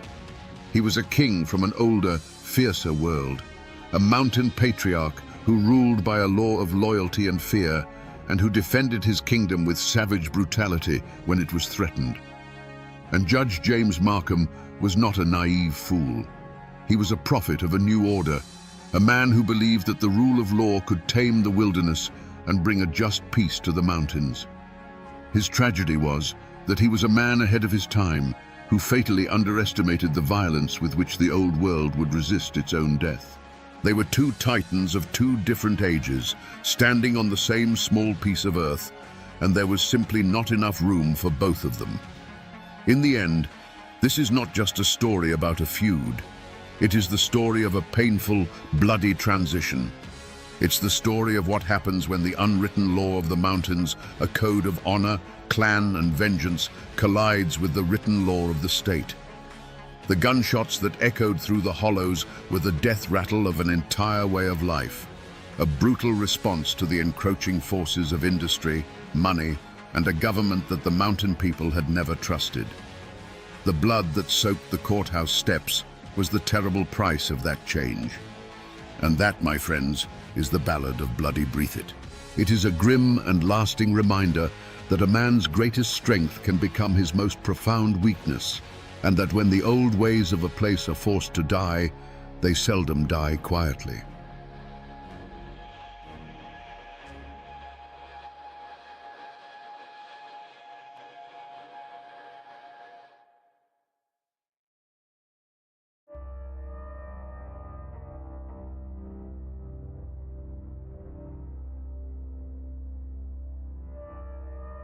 In the misty mountains of Appalachia, they say a word can be sharper than any blade, and a woman's pride can be a poison more potent than any rattlesnake's venom. They tell a story of a young man lying on his deathbed, not from fever or from battle, but from love. And they whisper the name of the woman who put him there with a single cruel sentence. Her name was Barbara Allen. Most folks have heard the song, a sad little tune about a hard-hearted girl. But here, in the isolated hollows, that song became more than music. It became a legend of a heart so cold it could freeze a man's soul. It raises a question that still echoes in these hills. Can a person truly be killed by a word? Today, we separate the ballad from the chilling folklore it spawned, to look into the icy heart of Barbara Allen and ask the one question the mountains have been asking for centuries. Was she a monster, or the most tragic victim of them all? You have to understand what life was like back then, in those hidden pockets of the Appalachians. It was a world carved out of the wilderness by sheer grit and stubbornness. Life wasn't measured in the turning of pages on a calendar, but in the rhythm of the seasons, the spring thaw that swelled the creeks, the long, hot summers of planting and tending, the autumn harvest that decided who would eat well and who would go hungry through the biting winter. The mountains weren't just a backdrop. They were a living entity, providing everything you needed, but also capable of taking it all away in a heartbeat with a flash flood or a sudden blizzard. In the heart of one such settlement lived a young man they called Sweet William. The name wasn't just a convenience, it was a description. He was the kind of man who was first to help a neighbor raise a barn and the last to leave a campfire. He had a strength that came from working the hard soil and a laugh that could cut through the thickest mountain fog. He was the future, the promise of another generation surviving and thriving in this unforgiving land. Everyone loved him because he was the best of them, a reflection of the warmth and community that was the only real shield against the cold and the dark. And then, there was Barbara Allen. If William was the warm hearth of the community, she was the frost on the window pane. She possessed a beauty that was almost painful to look at, sharp and perfect, like a shard of ice. But it was a remote beauty. She lived with her mother in a small cabin, keeping to herself, her silence often mistaken for arrogance. The other girls whispered about her pride, and the young men who tried to court her came away feeling as if they'd tried to warm their hands on a marble statue. She was a mystery, an outsider in a community where there were no secrets. Yet, as it so often happens, the fire was drawn to the frost. William saw something in Barbara that no one else did. Not coldness, but a guarded sorrow, a strength that had hardened into a shield. And she, in turn, saw in his open-hearted nature a warmth she'd never known. Their courtship wasn't one of public pronouncements, but of stolen glances across the clearing during a Sunday service, of a wildflower left on her doorstep, of two people from different worlds circling each other like the sun and the moon. For a brief, hopeful season, it seemed that William's warmth might just be enough to melt her icy heart. But this world was as fragile as it was harsh. It was held together by unwritten laws of respect, honor, and pride. A person's reputation was their most valuable possession, more precious than land or livestock. And in a place where life was a constant struggle, a wounded pride could fester like a snakebite, turning the promise of love into the certainty of a grave. The community, watching the two lovers, held its breath, sensing that this was a story that could only end in one of two ways, with a wedding or with a tragedy that would be whispered around their fireplaces for 100 years to come. The turning point, the moment the future split into what could have been and what was, didn't happen in a dark forest or with the flash of a knife. It happened in a place of celebration. The harvest had been good, and the community gathered in the largest clearing, the air thick with the smell of roasting meat, wood smoke, and the sweet, sharp scent of homemade apple cider. Fiddles were playing, people were laughing, and for a little while, the harshness of mountain life was forgotten. At the center of it all, of course, was sweet William. He was in his element, surrounded by friends, his voice booming over the music. Flushed with cider and the simple joy of the evening, he raised his wooden cup. "A toast!" he shouted, a wide grin on his face. "A toast to the beauties of this valley who make the work worthwhile and the winters warm." Men cheered, and the women, both young and old, smiled at the compliment. It was a simple, clumsy, heartfelt gesture from a young man who loved his home and the people in it. But in a shadowed corner, one pair of eyes didn't smile. Barbara Allen had watched him all evening, a rare warmth in her own heart. She saw him as hers, a private treasure. And in that moment, his toast felt like a betrayal. He hadn't toasted her. He had thrown her into the common lot with every other woman there. To his mind, it was a harmless, all-encompassing compliment. To her proud and guarded heart, it was a public declaration that she was nothing special to him at all. It was a careless flick of the wrist that to her felt like a slap across the face. She didn't scream or cry. Her pain was a cold, quiet thing. The light in her eyes simply went out, replaced by a glacial hardness. Without a word, she stood up, smoothed her dress, and walked out of the clearing, vanishing into the night. Her departure was so silent that at first only a few noticed. But a chill followed in her wake, and soon the whispers started. William, seeing her empty place, felt a knot of dread tighten in his stomach. The laughter died on his lips. He followed her, of course. He went to her cabin that night and the next day, but the door remained barred. He sent friends to plead his case, but they returned with shaken heads, speaking of a coldness they had never seen in a living soul. The community watched as a wall of silent, unforgiving pride rose between the two lovers. William's careless words had been the spark, but Barbara's wounded heart was the tinder. A fire had been lit, a slow, consuming blaze that wouldn't be put out with apologies. It was a fire that would demand a sacrifice. William's life wasn't being taken by disease. It was draining away from a wound no doctor could see, a sickness of the soul.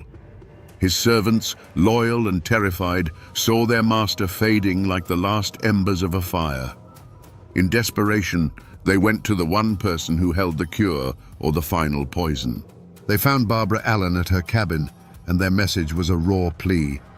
"Our Lord is dying, and he is calling for the one named Barbara Allen." There was no command in their voice, only a prayer. She rose slowly, so slowly you'd think time itself was wading through molasses. Every step she took from her cabin to his bedside was deliberate, a leisurely stroll towards a man's last moments. When she finally entered his room, the servant standing helplessly by the door felt a sudden chill, a damp cold that had nothing to do with the weather. It was as if she had brought the dead of winter into that small, suffocating space with her. William, pale as a death shroud, his voice a dry whisper, turned his face from the pillow. He looked at her, his eyes pleading for a single drop of mercy. "I am sick, and very, very low," he rasped. "And it's all for the love of you, Barbara Allen." It was his last gamble, his entire being laid bare, hoping to find a flicker of the woman he loved beneath the ice. But the woman who stood over him was not a lover. She was a judge. Her face was a mask of cold indifference. She looked down at the dying man, not with pity, but with a chilling clarity. Her voice, when it came, was not loud, but it cut through the silence like a razor. "I remember," she said, each word a perfectly formed drop of venom. "There, in the tavern of the city, when the wine was pouring like a river, you drank to the health of all the beauties, and you neglected me, Barbara Allen." Those words weren't a memory. They were a sentence. They were the final killing blow. The servants watched as the last spark of hope in William's eyes was extinguished. It wasn't a flicker. It was a snuffing out, as sudden and complete as a candle plunged into water. No weapon was raised, no blood was shed, but everyone in that room knew they had just witnessed an execution. William said nothing more. He simply took a shallow breath, and with the last of his strength, he turned his face to the cold, unforgiving wall. It was an act of final surrender. He was turning his back not just on her, but on the world itself, a world where the woman he loved had chosen her pride over his life.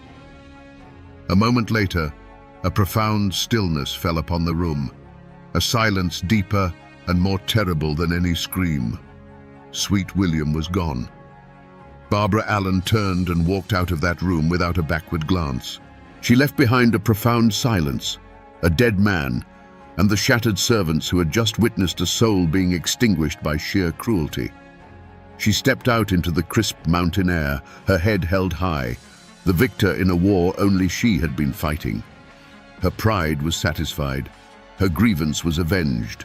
She had won. For the first few hundred yards, that cold satisfaction was a shield, protecting her from the truth of what she had done. But she had not gone a mile, just as the path began to wind back towards her own lonely cabin, when a new sound reached her. It was a sound that cut through the rustling leaves and the sighing of the wind.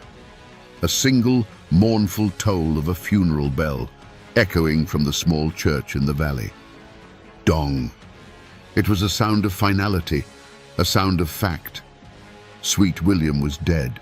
The bell was telling the mountains the news, and that sound pierced her icy armor. The second toll followed the first, and with each resonant peal, a crack appeared in the frozen wall around her heart. It was no longer the sound of her victory, it was the sound of her damnation.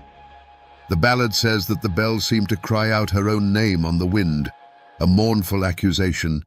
Hard-hearted Barbara Allen.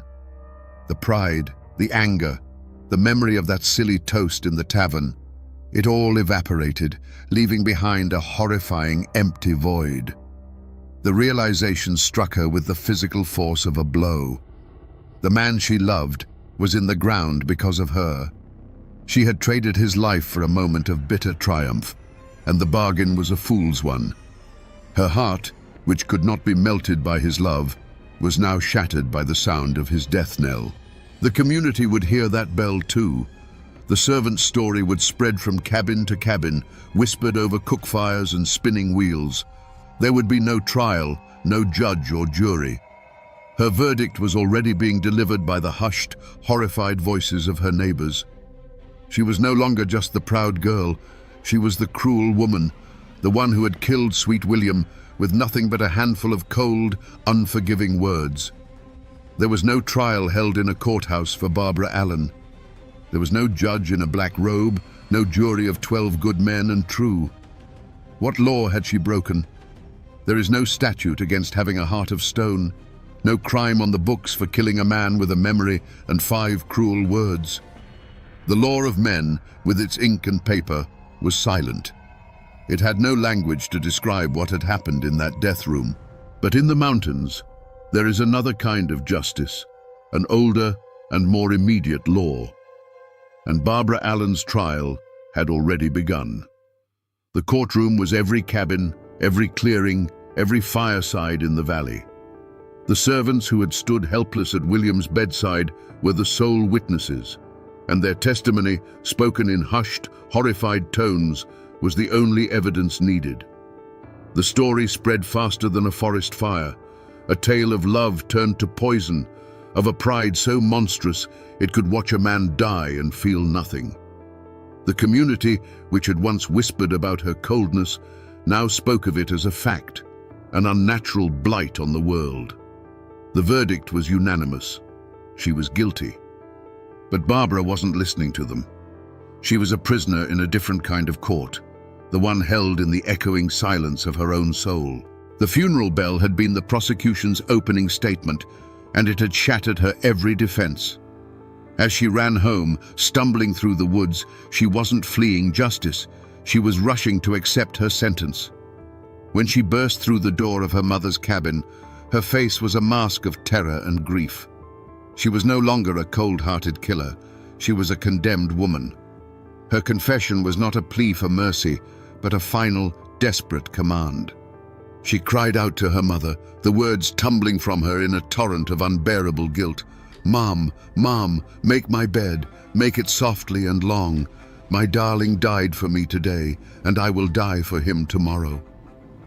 In that moment, she was both the accused and the executioner. She understood the ancient law of the mountains, a heart for a heart, a life for a life. Her own pride had demanded William's life as payment, and now her conscience, awakened too late, demanded hers in return. And so the final verdict was delivered, not by the community, who would soon change their condemnation to a sad, shaking pity, but by Barbara Allen herself. She died the next day, not of fever or sickness, but of a broken heart, the very ailment she had inflicted upon her lover. Was it justice? Perhaps it was something more profound. It was a perfect, terrible symmetry. The law of men could never have balanced the scales so precisely. The mountains had rendered their own judgment, leaving 2 fresh graves as a permanent warning that a heart closed to forgiveness is a tomb waiting to be filled. And so they buried them in the old churchyard, side by side. He, the victim of a love too strong, and she, the victim of a pride that had turned to poison. In any other story, that would be the end. 2 graves on a lonely hillside, slowly being reclaimed by the wild grass and the passage of time. But in Appalachia, some stories refuse to stay buried in the ground. They grow. Out of Sweet William's grave, the old-timers say, there grew a rose. It wasn't just any rose, but one with petals so deep and red they looked like drops of blood, a symbol of the true and passionate love he'd held in his heart. And from Barbara Allen's grave, there grew a briar, its vines thorny and grasping, a testament to the sharp, tangled pride that had protected and ultimately destroyed her. They grew, reaching up towards the Appalachian sun as if pulled by some unseen force. The rose climbed the old stone wall of the churchyard, and the briar followed. Higher and higher they went, until at the very peak of the wall they met. And there, under the watchful eyes of the mountains, the soft red rose and the thorny green briar intertwined. They wove themselves together into what the ballad calls a true lover's knot, a symbol of forgiveness, a sign that the love that was denied in life had finally found its union in death. Now, you can't go to a specific place in Kentucky or North Carolina and find a headstone that reads Barbara Allen. Her grave is not a place on a map. The real marker isn't made of stone, it's made of music. The ballad itself is the echo.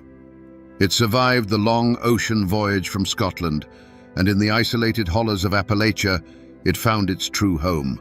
It was passed down like an heirloom, from a grandmother's cracked voice to a child listening on a porch swing, a lesson and a lullaby all in one. The story became a part of the people, and that is what remains today. The traces are not in archives or history books, but in the culture itself. It's in the melancholy bend of a fiddle string, in the lyrics sung by 1,000 different voices over hundreds of years. The mountains do remember, and though most people have forgotten the fine details, the legend of the rose and the briar still hangs in the air of every old, overgrown cemetery, a ghostly reminder that love and pride are two powerful vines that, once tangled, can never truly be separated. So we come back to the question that has haunted this story from the start, a question that the wind still whispers in the high mountain passes. Was Barbara Allen a monster, or was she a victim? The truth, like most truths in these mountains, is not a simple thing.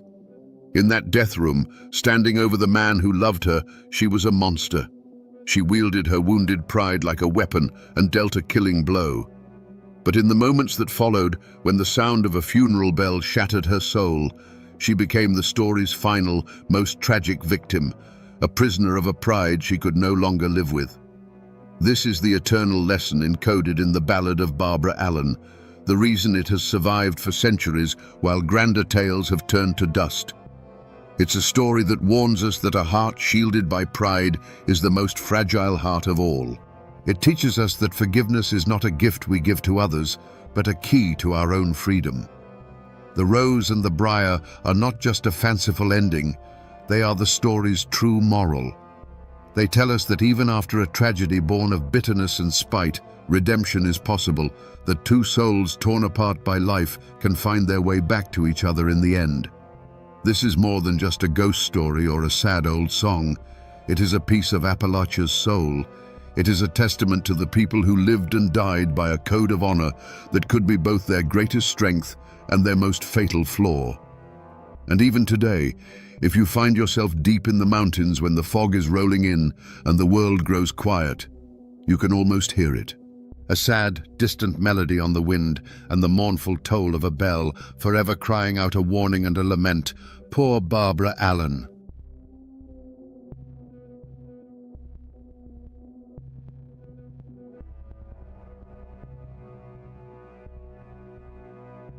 The sound that first alerted the landlady wasn't a scream or a crash. It was the steady, unending hiss of a water tap left running for hours. Inside the bathroom of a modest New Jersey boarding house, a scene of quiet horror waited. A young woman, just 24 years old, lay submerged in the cold water of the tub, her head beneath the faucet. On a nearby chair, her clothes were folded with an almost chilling precision. A note sat on a small table, its shaky handwriting telling a story of despair and a life given up. To the world, it was a clear-cut tragedy. A troubled soul named O.C. Sneed had finally found a desperate peace. But for one man, the county physician who first examined the body, the scene wasn't one of tragedy, it was a stage. It was too neat, too perfect. And that raises the bone-chilling question we're here to answer today. If O.C. Sneed didn't write that note, who did? And if she didn't take her own life, who held her head beneath the water until it was over? Otelia Gilmer Sneed, known to all as Ose, was a ghost long before she died. She was the very picture of turn-of-the-century Southern beauty, delicate, with eyes that held a deep and searching sadness. For a brief, fleeting moment, she had a life of her own. She married a man she loved and gave birth to a daughter, a small flicker of warmth in what had been a cold and controlled existence. That little family was her world, her one chance at a life defined by her own choices and her own happiness. But Osi was born into a dynasty in decay. Her mother, Caroline, and her two aunts, Virginia and Mary, were the last vestiges of a proud Virginia family whose fortunes had withered like autumn leaves. They lived on the edge of Appalachia, in a world where the memory of wealth was a heavier burden than poverty itself. They were women forged in the fires of Southern pride, a pride that could curdle into something monstrous when faced with the shame of destitution. They saw Otsi's simple happiness not as a blessing, but as a betrayal of their ambitions. And so they began the slow, methodical work of dismantling her world. They were a trio of spiders, weaving a web of concern and manipulation around her. They convinced Osi that her husband was unworthy, that motherhood was too great a strain for her delicate health. They pried her away from her husband, and then, most cruelly, from her own child. They moved her from city to city, a traveling invalid with no anchor and no friends, only her three ever-present caretakers. The true poison they fed her wasn't in a bottle. It was in their whispers. They told her she was sick, and so she was. They told her she was a burden, and so she became one. They told her she was fragile, and her spirit became as brittle as spun glass. They isolated her from anyone who might offer a kind word or a dissenting opinion, until their voices were the only ones she could hear.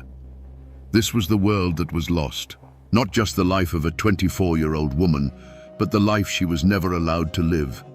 She was a prisoner in a gilded cage of family duty, a beautiful, gentle soul who was systematically broken down by the very women who should have protected her. The tragedy wasn't just what happened in that bathtub. It was the slow, deliberate murder of her spirit that had been going on for years. To the first officers on the scene, it looked like an open and shut case, a sad but simple story written in the objects left behind. The laudanum bottle, nearly empty, the drinking glass, and the note, the final desperate period on a life sentence of sorrow. The scene was a still life of despair, carefully arranged and presented. But it was that very care, that meticulous neatness, that began to unravel the whole story. Suicide is an act of chaos, a final violent tearing of the soul. This was something else entirely. It was clean. It was orderly. It was a performance. Dr. William Mackenzie, the county physician, was a man who understood death. He'd seen it in all its forms, violent, peaceful, accidental, and self-inflicted. And as he stood in that cold, damp bathroom, his professional instincts were screaming that this was wrong. He noted the position of Osi's body, the lack of any real disarray. He looked at the neatly folded clothes on the chair. Who folds their clothes before drowning themselves? It was a small detail, but it was a crack in the story, a tiny fissure through which a horrifying truth would begin to seep. The true wilderness in this case wasn't a forest of trees, but a wilderness of lies. The clues weren't tracks in the mud, but inconsistencies in human behavior. The two elderly aunts, Virginia and Mary, were putting on a symphony of sorrow that somehow rang false. Their wails seemed rehearsed, their grief too theatrical for the quiet, grim reality of the room. Dr. Mackenzie watched them, and the cold knot of suspicion in his gut tightened. He sensed he was not in the presence of mourners, but of actors who had just finished their final scene. The bathroom offered no easy answers. Instead, it presented a series of unsettling questions. Why was the scene so pristine? Why did the women's grief feel so hollow? And most importantly, as Dr. Mackenzie looked at the shaky, uncertain script of the suicide note, he couldn't shake the feeling that Osi Sneed was not the author of her own death. The room was silent now, the water turned off, But for the doctor, the air was thick with whispers of a crime too monstrous to yet be named. In any story like this, the first shadow of suspicion always falls on the husband. And O.C. Sneed had a husband, a man she had once loved, the father of her child, a man who had been systematically and surgically cut out of her life by her family. He was the outsider, the one person who stood to gain nothing from her death, but everything from her life. Yet in the twisted logic of a murder investigation, this made him the perfect first suspect. The story the family told was a compelling one. They painted a picture of a rough, unsuitable man, someone who wasn't worthy of their Virginian aristocracy. They had, in their telling, rescued Otzi from a disastrous marriage. They were protecting her. But the lawmen had to wonder, what does a man do when his wife and child are stolen from him? Does he walk away? Or does a deep and poisonous bitterness begin to take root in his soul? The motive was as old as the mountains themselves, a heart turned to stone by jealousy and rejection. The whispers would have started immediately. He couldn't have her, so he made sure no one else could either. Perhaps he had been trying to get her back, and in a final, desperate confrontation, his rage had boiled over. It was a simple, brutal explanation that made a certain kind of sense. He was the spurned lover, the classic villain in a tale of love gone wrong. Investigators would have looked into him, searching for any sign of instability, any threat he might have made. Every letter he sent, every desperate plea to see his own daughter would now be re-examined through a sinister lens. Was it the plea of a loving father, or the obsession of a stalker? The family's wall of silence would have ensured that every memory of him was tainted, every action twisted into something menacing. He was the easy answer, the convenient scapegoat whose presence allowed everyone to avoid looking at the far more unthinkable possibility waiting in the shadows. But the husband was a ghost, a convenient shadow to chase while the real danger sat knitting in the parlor. The most chilling twists in any story come not from an enemy at the gate, but from a traitor at the table. And in O.C. Sneed's life, the table was surrounded by her own blood. No one would ever suspect the very women who had sworn to protect her. Her mother, Caroline, her quiet aunt, Mary, and the undeniable center of their dark little universe, her other aunt, Virginia Wardlaw. Virginia was a woman carved from granite. A former headmistress of a prestigious school, she carried herself with an imperious authority that bent others to her will. She wasn't just the matriarch of the family, she was its absolute monarch. To be in her presence was to feel a quiet, terrifying gravity, a force that pulled you into her orbit and held you there. She was a woman of formidable intelligence, but her mind had turned inward, consumed by a single, poisonous obsession. The secret motive wasn't a crime of passion. It was the cold, chilling arithmetic of greed. The family's pride was all they had left, and it was a poor substitute for the wealth they'd lost. O.C., in their eyes, was not a daughter or a niece. She was an asset, a walking, breathing vessel to be converted into cash. Over months, they had taken out more than a dozen life insurance policies on her, a web of future payments totaling over $32,000. In 1909, that wasn't just a fortune, it was a resurrection. It was the price of their beautiful, fragile O.C., and a price they were more than willing to pay.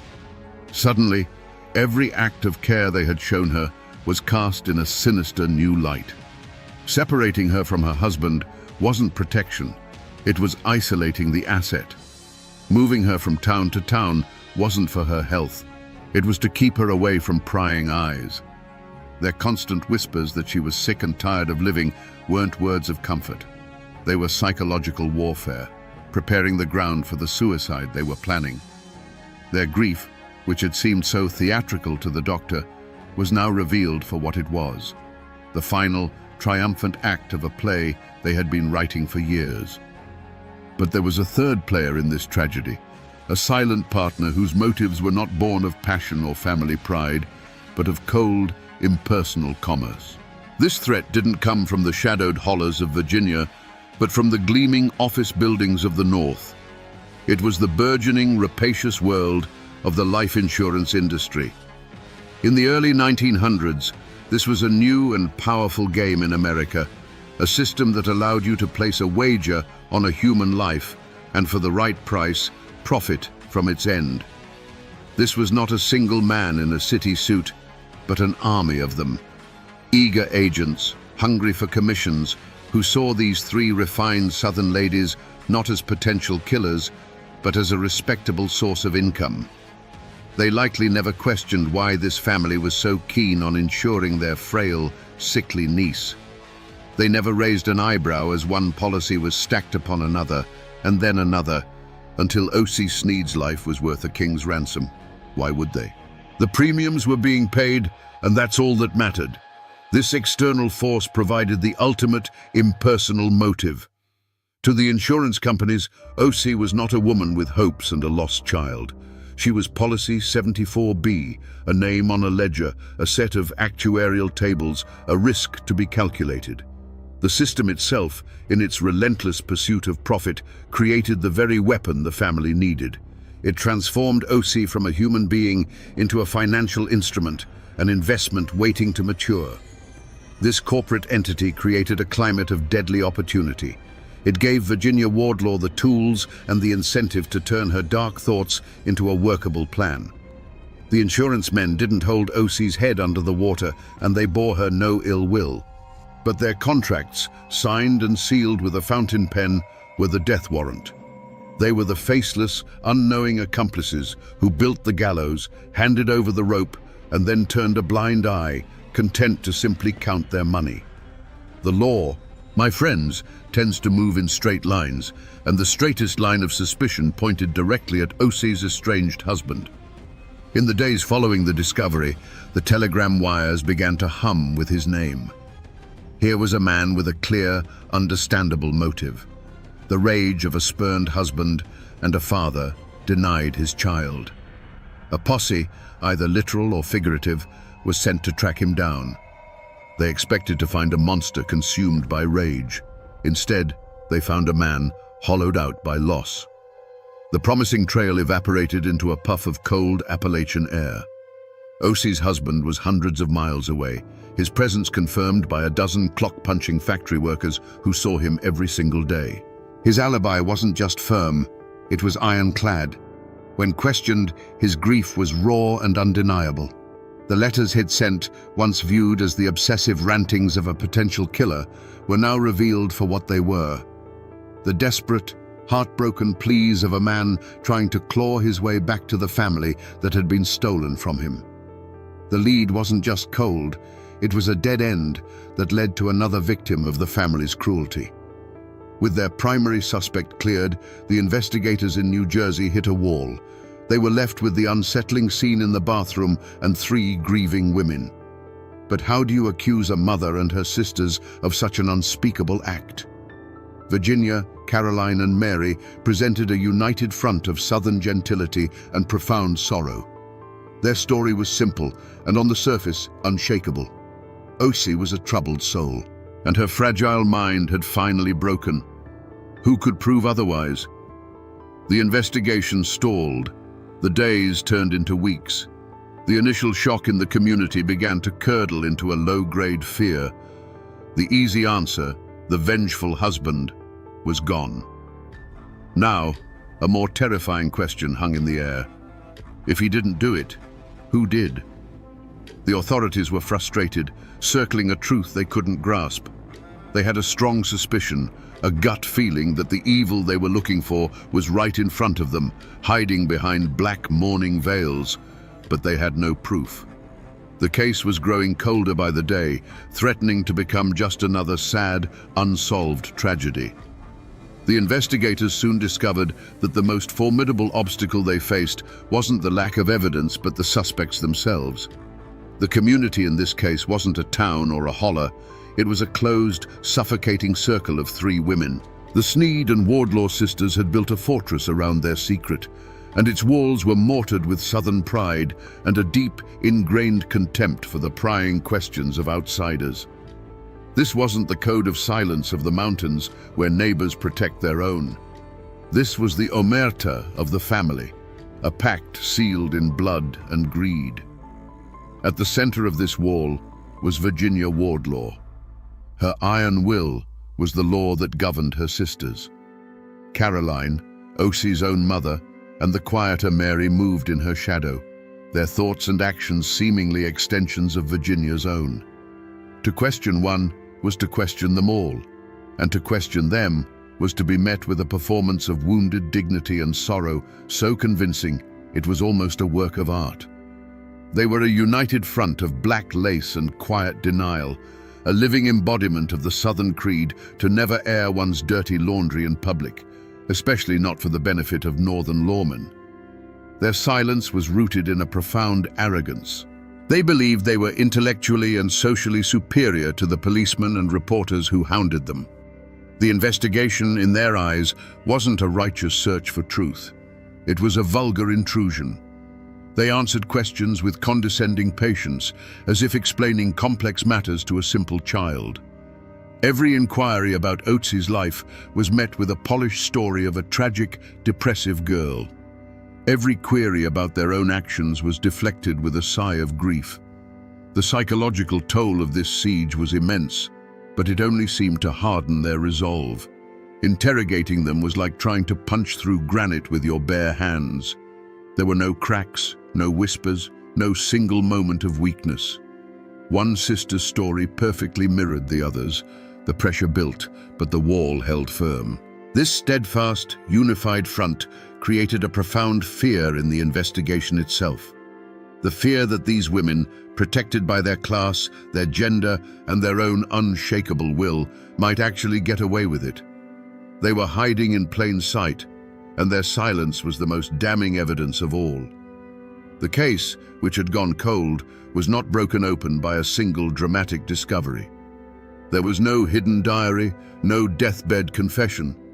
Instead, the truth was unearthed by a new kind of detective, the kind Virginia Wardlaw and her sisters had never accounted for, the insurance investigator. These were not men bound by the niceties of police work.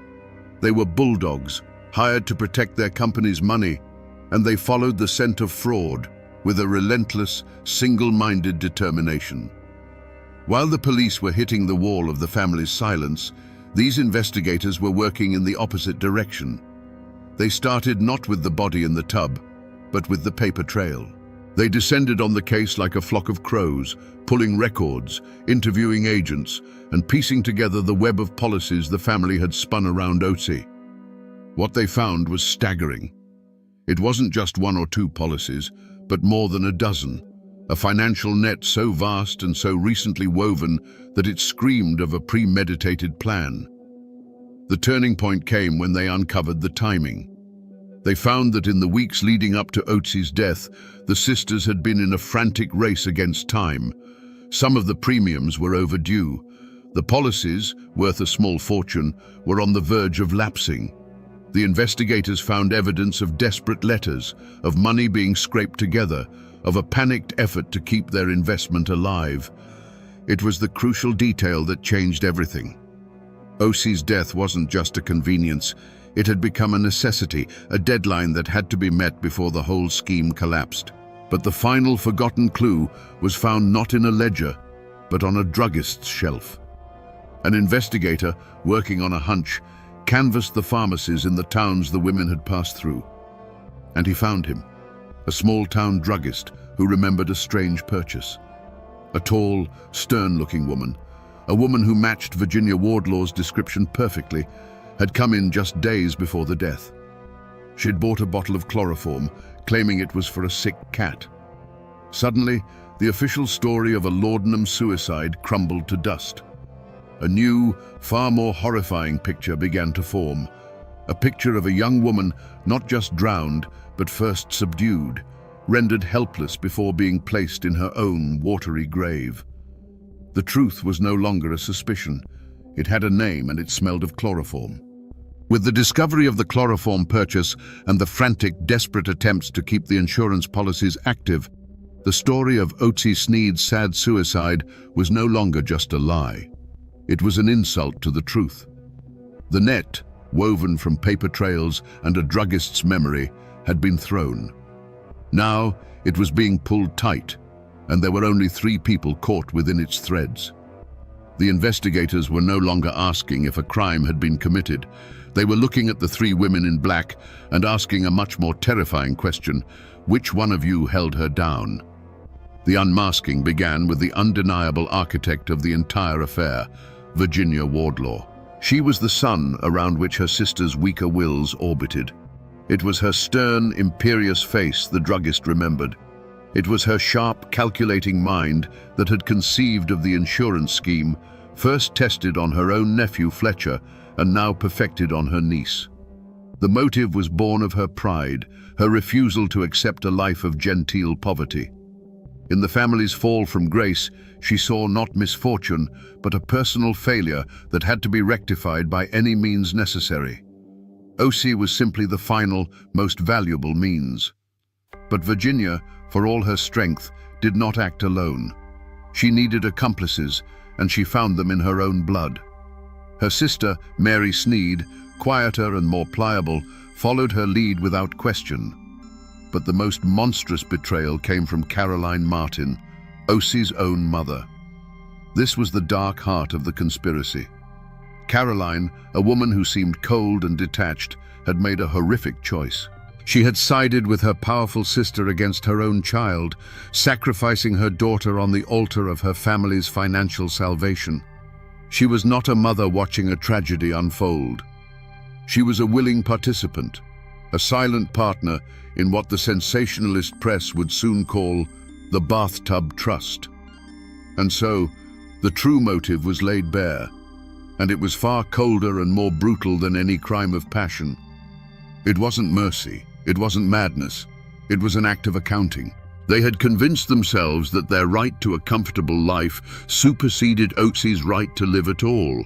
They were drowning in debt and shame, and O.C. was a life raft they could only use by killing her. The love, the care, the concern, it was all a ghastly performance, a long and patient grooming of their victim for the final slaughter. The mask was off. Beneath the veils of southern gentility and grieving motherhood lay the faces of killers. They weren't monsters who had crept in from the wilderness. They were the monsters who had lived inside the house all along. The central mystery was solved. O.C. Sneed was murdered by her mother and her aunts, a conspiracy of 3 women bound by blood, who committed the ultimate sacrilege for $32,000. The plan, rehearsed for weeks in whispers and cold glances, was now set in motion. In the confines of that small boarding house room, the air grew thick with a terrible purpose. A handkerchief was produced, its clean white fabric belying the dark intent. The sickly, sweet odor of chloroform filled the air, a chemical scent that promised not a gentle sleep, but a deep and final oblivion. O.C.'s faint pleas, already weakened by years of psychological torment, faded into a confused murmur, then silence. There was no longer any resistance, only the dead weight of a life already surrendered. 2 sets of shadows moved as one. The sound of her body meeting the cold, hard porcelain of the empty tub was a dull, final punctuation mark in the quiet room. Then, a hand, perhaps the very hand that had once rocked her cradle, reached out with unnatural steadiness and twisted the silver faucet. The shriek of the pipes and the sudden roar of rushing water was a deafening sound, a sound meant to wash away everything. For a moment, there was a brief, violent disturbance on the surface of the rising water. A frantic splash, a single desperate gasp for air that was immediately swallowed by the deluge. And then, as quickly as it began, it was over. The splashing stopped. The only sound left was the steady, indifferent hiss of the water pouring over a stillness it had just created. Her dark hair began to spread out around her head like a tragic halo in the ever-deepening pool. The women watched, their faces unreadable stone, until the surface was calm and glassy.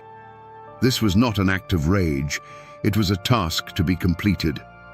With a chilling efficiency, they turned their attention to the stagecraft. They placed the forged note just so. They arranged the laudanum bottle and the glass. and with methodical care, one of them folded Osie's clothes and placed them neatly on a chair, the final sociopathic touch on their masterpiece of murder. With the evidence mounting, the veneer of Southern respectability shattered like cheap glass.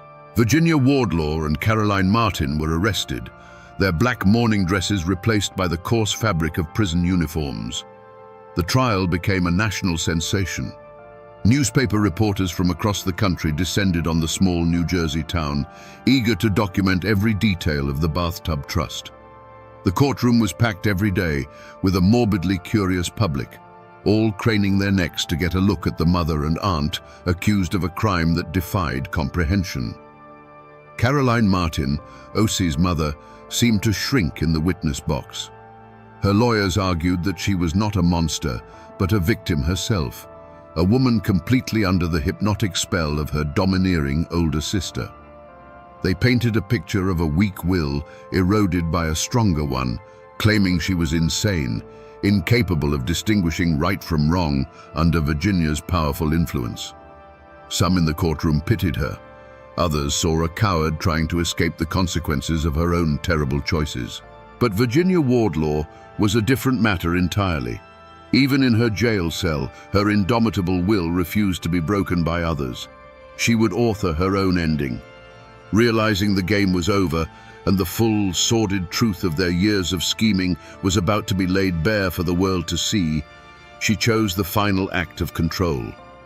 With a small, sharp pen, the same kind of instrument she might have once used to grade school papers, she wrote out a full confession. It was a masterpiece of manipulation, taking sole blame, exonerating her sisters, and framing the murder as a mercy killing for a girl who was tired of living. Then, with a surgeon's precision, she severed an artery in her arm and bled to death on the cold stone floor of her cell. Virginia's suicide note was her last, defiant move on the chessboard, and it worked.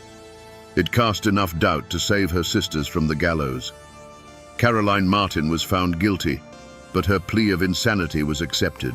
She was sentenced not to prison, but to 7 years in the New Jersey State Hospital for the insane. Mary Sneed, the quiet third sister, was also declared insane and institutionalized. Justice, in the end, was a murky affair. The mastermind was dead by her own hand, and her accomplices were hidden away from the world in asylums, leaving a verdict that felt profoundly unfinished, a story that still echoes with the injustice of it all. The ripples from that cold New Jersey bathtub spread far and wide, altering the course of every life the water had touched. For Osie's husband and her young daughter, the verdict was not a victory, but the beginning of a long, quiet haunting. He was a man vindicated, cleared of all suspicion, but his reputation in some circles remained unfairly stained. He was left to raise a daughter who would never know her mother, a child whose inheritance was not money, but a legacy of horror, a bedtime story too terrible to ever tell. They disappeared from the public record, seeking the anonymity that had been stolen from them, forever defined by a tragedy they had no part in creating. The families of the guilty were likewise shattered. The proud Wardlaw and Sneed names, once synonymous with Virginian aristocracy, were now whispered with a shudder, forever linked to a monstrous crime. Descendants for generations to come would carry the weight of what their forebears had done. They bore a silent shame, a darkness in their family tree that could never be pruned away. They lived with the knowledge that the blood of both a victim and her killers flowed through their own veins. And what of the women in the asylum? For Caroline Martin, the mother who sold her daughter's life, the state hospital became her tomb. She died there just a few years later, in 1913, her claims of insanity perhaps becoming a self-fulfilling prophecy in the grim reality of institutional life. Did she ever feel remorse? Did she see her daughter's face in the long, lonely nights? The asylum walls kept her secrets. Mary Sneed, the quiet accomplice, faded even deeper into obscurity, a footnote in her sister's grand, evil design, living out her days in the shadow of a crime that had consumed them all. The fortune they had killed for was eaten up by legal fees and clawed back by the insurance companies. In the end, their great scheme earned them nothing but death, madness, and infamy. If you travel to the old cemeteries of Lynchburg, Virginia, you can still find the stones that mark the end of this story. There, under the shade of ancient magnolias, lies the grave of O.C. Sneed. And not far away, you will find the final resting places of her mother and her aunts. They are all there together, a family united in death as they were in life, a silent, chilling tableau of victim and killers sharing the same sacred ground. The physical evidence of this tragedy has not vanished. It is carved in granite, a permanent record for anyone who knows where to look. But the story doesn't just live in stone, it breathes in the folklore of the region. For years after the trial, the people of Lynchburg spoke of the Wardlaws and the Sneeds in hushed tones, as if saying the name too loudly might invite the same darkness into their own homes. They spoke of a curse, a poison that ran through the family's bloodline. The convenient suicides of Colonel Sneed and O.C.'s brother Fletcher, followed by O.C.'s murder and Virginia's own final, violent act. It was too much to be a coincidence. It was the story of a doomed house, a family that was destined to consume itself. To explain the unthinkable, to understand how a mother could participate in the destruction of her own daughter, the most powerful legend of all was born, the myth of Virginia Wardlaw, the hypnotist. People whispered that her will was more than just strong. It was a supernatural force. They said she could bend people to her will with a glance, that her sisters were not truly accomplices, but puppets dancing on her invisible strings. It was a story that painted Virginia not just as a murderer, but as a sorceress of the mind, a Svengali in a Sunday dress. And of course, where there is great tragedy, there are always ghosts. Legends began to circulate of a weeping woman heard near the site of the old New Jersey boarding house. And back in the Lynchburg cemeteries, people claimed to see a sad, spectral figure in a white dress wandering among the tombstones on moonless nights. The lost soul of O.C. Sneed, forever trapped by her family's evil, unable to find peace even in the grave. These tales, passed down through generations, are the scar tissue left on the memory of a community that was forced to look into the face of an unimaginable evil. We began this story in a cold bathroom, with a still body in a tub and a simple, terrible question. If O.C. Sneed didn't take her own life, who did? We now have our answer, and it is more horrifying than any fiction. The hands that held her head beneath the water were not those of a stranger or a spurned lover or a faceless villain. They belonged to her mother and her aunts. The plot to end her life was not hatched in a dark alley, but in the parlors and boarding house rooms where they feigned love and affection. The story of O.C. Sneed is not just a tale of a forgotten crime. It is a chilling lesson on the nature of greed. It shows us how the desperate hunger for money and status can become a kind of poison, a sickness that rots a family from the inside out until it is capable of devouring its own.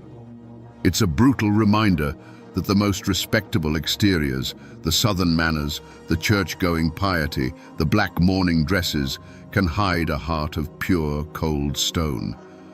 But the ultimate moral of this story is about the perversion of trust. O.C. was taught her entire life to obey her family, to trust in their wisdom, to believe in their love. That trust was the weapon they used against her. They turned the sacred bond between a mother and a child into a tool for manipulation and murder. This is the story's final, enduring horror, the realization that the greatest danger doesn't always come from the darkness outside, but from the smiling faces we are taught to love unconditionally. And now, my friends, you know the rest of the story. It stands as a testament to the fact that monsters are real, and sometimes they're the ones who tuck you into bed at night. I'm standing on the bank of Wallens Creek, here in the rugged heart of Virginia. Today, the only sounds are the water moving over stones and the whisper of wind through the sycamores. It's a peaceful place, The kind of place you might come to forget the world for a while. But this ground doesn't forget. If you stand here long enough, the peace begins to feel thin, like a blanket laid over something terrible. This is a place of echoes. This quiet creek is where the legend of Daniel Boone ends and the story of the man begins. Not the folk hero in the coonskin cap, but a father whose life was shattered right here on this spot. The story we think we know is a comfortable lie. The truth is soaked into this soil, a tale of such brutality it would redirect the course of a man's life and a nation's history. Today, we're going to listen to those echoes and uncover the story of the dark and bloody ground. In the autumn of 1773, this same wilderness was not a place of quiet solitude. It was filled with the sounds of a dream in motion, the groan of wagon wheels, the lowing of cattle, the shouts of men, and the laughter of children. This was Daniel Boone's grand gamble, the first organized attempt to bring settler families into the promised land of Kentucky. They were a small, rolling nation of about 40 souls, carving a path through a world that had, until now, belonged only to the Long Hunters and the native tribes. Daniel Boone wasn't the giant of folklore yet. He was a 38-year-old father and husband, his face already lined by the sun and hardship, but his eyes were fixed on a future he could almost taste.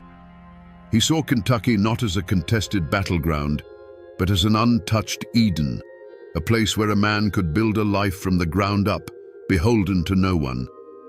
He was a guide, a protector, a patriarch leading his flock into a new world. At his side was his eldest son, James. At 16, he was on the cusp of manhood, strong and capable, already possessing a quiet confidence learned from his father in the deep woods. He was Daniel's shadow and his legacy, the boy who would help him tame this new land. For James, this journey wasn't just about following his father. It was the great adventure of his young life, a chance to prove himself and to be part of the founding of a new society.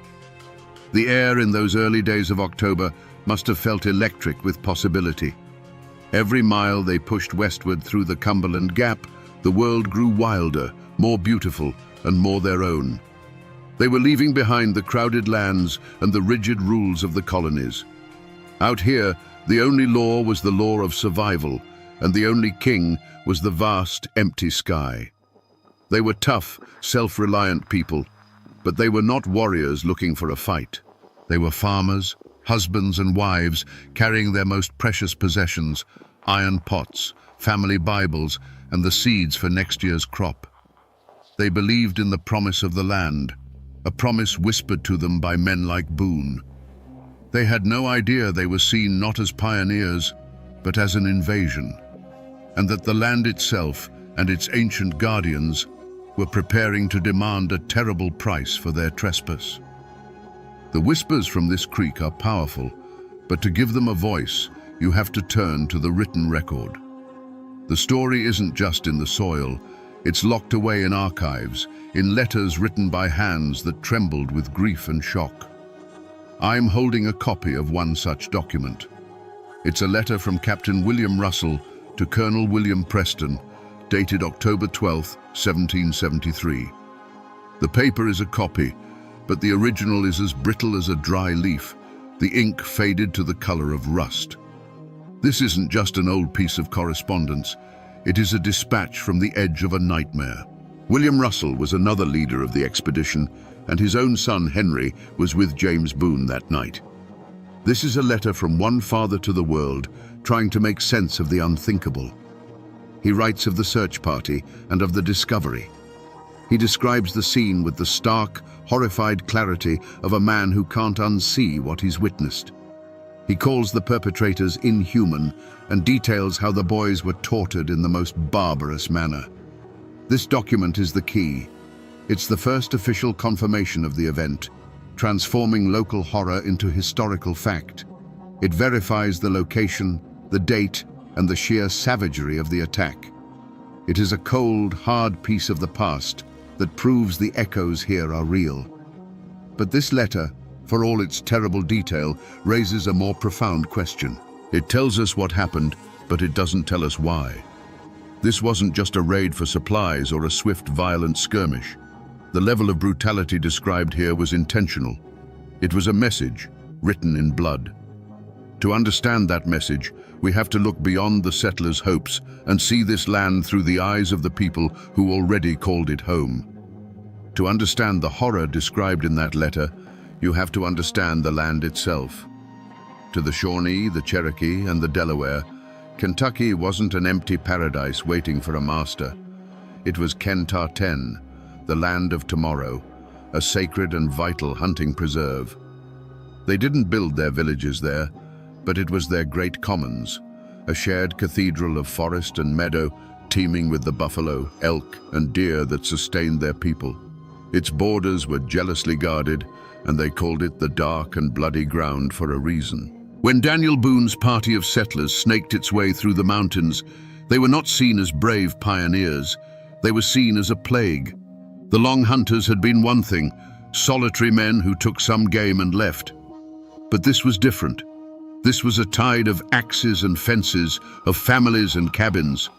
This was an army of permanence, an existential threat to a way of life that had existed for centuries. Every tree they felled, every patch of cane they cleared, was an act of war. Watching this slow-moving invasion was a war party, a coalition of Shawnee, Delaware, and Cherokee warriors. They were not a random band of marauders. They were the guardians of this land, men whose families depended on the game Boone's settlers were about to displace. They would have tracked the party for days, observing them with a mix of fury and contempt. The settlers' noisy, lumbering progress was an insult to the silence of the woods, a clear sign they did not belong. The decision to attack was a calculated one, and the decision to make it a spectacle of cruelty was a strategic one. They needed to send a message so terrifying that it would echo all the way back to the colonies in Virginia and Pennsylvania. They needed to turn the dream of Kentucky into a nightmare. When James Boone's small group separated from the main party, it offered the perfect opportunity. They weren't just going to kill the intruders, they were going to make their deaths a lesson. The barbarism Captain Russell would later describe in his letter wasn't mindless savagery. It was a deliberate act of psychological warfare designed to break the will of the invaders and burn the memory of this failure into Daniel Boone's soul forever. To understand a story this old, the paper trail can only take you so far. You have to find the people who have kept the story alive, not in books, but in memory. In a small town nestled in the Cumberland Gap, I found a local historian named Silas Blackwood. He's not an academic. He's a man whose family has lived in the shadow of these mountains since before Kentucky was a state. His knowledge comes from stories told on front porches, passed down from one generation to the next like a well-worn rifle. He looked over my copy of the Russell letter, his brow furrowed. "This is the white man's truth," he said, his voice raspy like dry leaves. "It tells you a storm came through and tore the roof off the barn. It doesn't tell you why the lightning chose to strike right there, right then." He explained that for 200 years, another version of the story has been whispered in these hills, a version that provides a motive far more terrifying than a simple land dispute. According to the tale passed down in his family, the war party wasn't just a random collection of warriors. It was led by a Shawnee warrior who was already carrying a deep and personal wound. The previous spring, his own son, a boy not much older than James Boone, had been killed during a skirmish with a party of white Long Hunters. For this man, the sight of Boone's settlers, an unstoppable wave of the very people who had taken his child, was not just a political threat. It was a personal desecration. This detail, passed down outside the official record, changes everything. The unspeakable acts committed on the bank of Wallen's Creek were not just a strategic message of terror. They were a targeted, ritualistic act of revenge, a horrific mirror image of the warrior's own grief. It was meant to be a dark sacrament of an eye for an eye. It was designed specifically to make Daniel Boone, the great leader, feel the exact same hollowing loss that had destroyed his own life. The lightning wasn't random. It was aimed directly at a father's heart. On the night of October 9th, 1773, the air in the mountains grew cold. For the main body of settlers, it was a normal evening. Fires lit, guards posted, the familiar sounds of a camp settling in for the night. But miles away, a smaller group, including James Boone and Henry Russell, had separated from the others to chase down a stray horse and gather supplies. It was a routine task, the kind of thing these frontier boys had done 100 times before. They were capable, unafraid, and utterly oblivious that they were being watched. The war party had shadowed them for days, moving like ghosts through the forest. At its head, if the old stories are true, was a man whose heart was already a cold, dead stone. He was not just a warrior defending his land, he was a grieving father. And as he watched James Boone, the strong, promising son of the man leading this invasion, he saw not an enemy to be killed, but a debt to be collected. This was the moment he had been waiting for, a chance to make the world balance again in the only way he had left, through pain. The boys made camp by Wallen's Creek, building a small fire against the chill. They were young men full of talk about the future, about the land they would clear and the homes they would build. They were confident in their skills, secure in their small bubble of firelight, believing the deep, dark woods around them were empty. You can almost hear their last conversation, the easy banter of youth on the edge of a great adventure.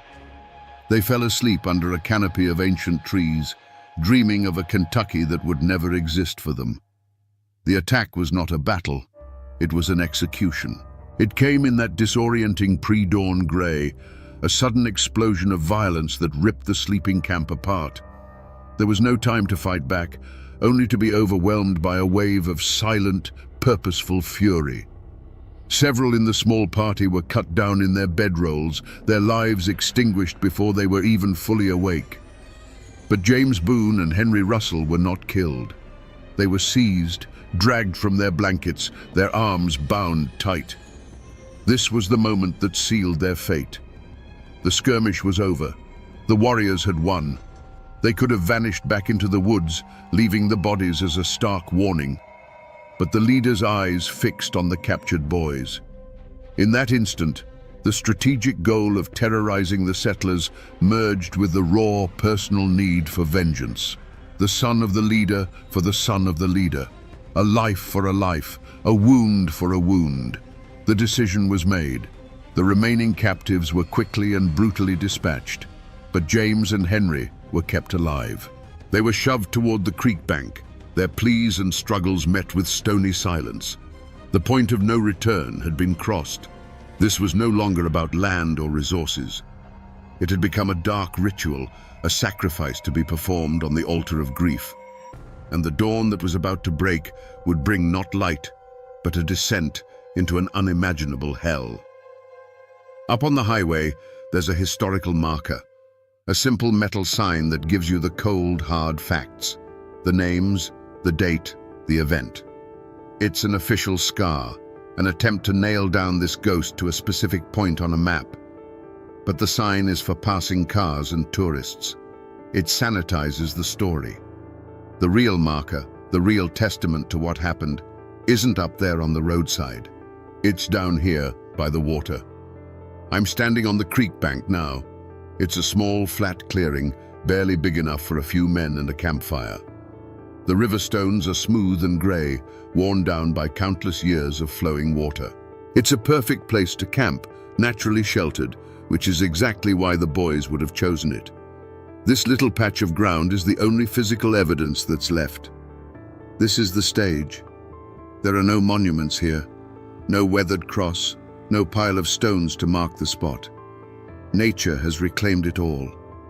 But standing here, you feel it. This isn't just a place, it's a crime scene. The silence is different. It's heavier.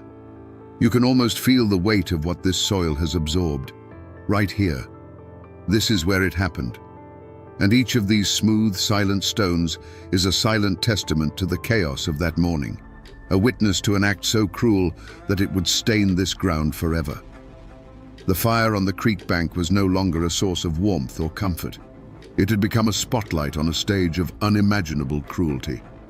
James Boone and Henry Russell were bound, the last glimmers of hope extinguished from their eyes. Their captors moved not with the frantic energy of a raid, but with a chilling deliberateness, a sense of grim ceremony. This was not going to be a quick end. This was going to be a lesson. The work began. The first sound was not a scream, but a sharp, choked cry that was swallowed by the vast, indifferent wilderness. The violence that followed was methodical. It was not the hot-blooded rage of a battle, but the cold, patient work of men intent on deconstruction. The sounds that carried across the water were not those of a fight, but of something being systematically taken apart. The fire threw their silhouettes against the ancient sycamores, long, distorted shadows that flinched and writhed in a terrible dance. The sharp, clean scent of pine from the fire was soon corrupted by something else, a smell of scorching that was deeply, fundamentally wrong, an odor of violation that clung to the damp night air. It was the smell of something sacred being made profane. The boys' voices, which had pleaded and begged, had broken. Now, the only sounds were guttural, involuntary responses to a pain beyond the limits of language. It was the sound of humanity being stripped away, layer by layer, until only the raw nerve of existence remained. The warriors worked in near silence, their movements economical and precise, as if following the steps of a dark and ancient ritual. Then, a new sound. The heavy, rhythmic impact of wood against bone and flesh. It was a dull, percussive beat in the heart of the night, sickeningly methodical.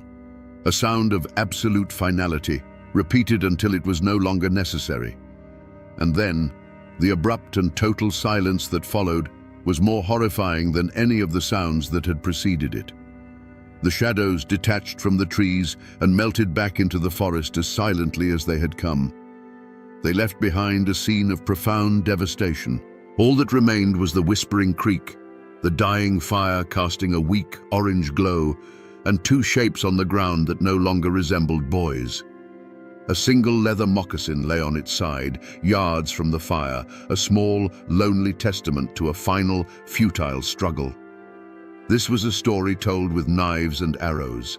Every wound was a word, every desecration a sentence, arranged to form a single, terrifying message. It was a message intended for one reader, Daniel Boone. When he and the search party finally arrived, they would not find the bodies of enemies slain in battle. They would find a carefully crafted monument to hatred, a masterpiece of revenge designed to do more than kill a son. It was designed to kill a father's soul. After the raw horror of a place like Wallen's Creek, you come inside. You go to the quiet, climate-controlled rooms of a historical society where the past is filed away in acid-free folders. You look for the official story. Here, the chaos of that October morning is flattened, pressed between pages, and tamed by the formal language of the 18th century. You find depositions, journal entries, and the same letter from William Russell, now treated as a piece of evidence. The language is always the same. It's stark, formal, and designed to strip away the emotion. A report might state that James Boone, deceased, was discovered by the search party. It lists the names of the dead as if taking inventory. It describes the state of the bodies with a detached, clinical precision that is almost as chilling as the act itself.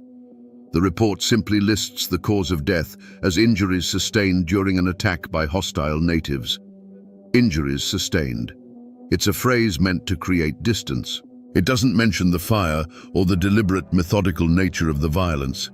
It doesn't capture the image of Daniel Boone kneeling in the dirt next to what was left of his firstborn son, a man whose heart was just ripped out of his chest. The official record has no language for that kind of grief. This is the fundamental conflict of telling these stories. The documents give us the bones, the names, the dates, the locations.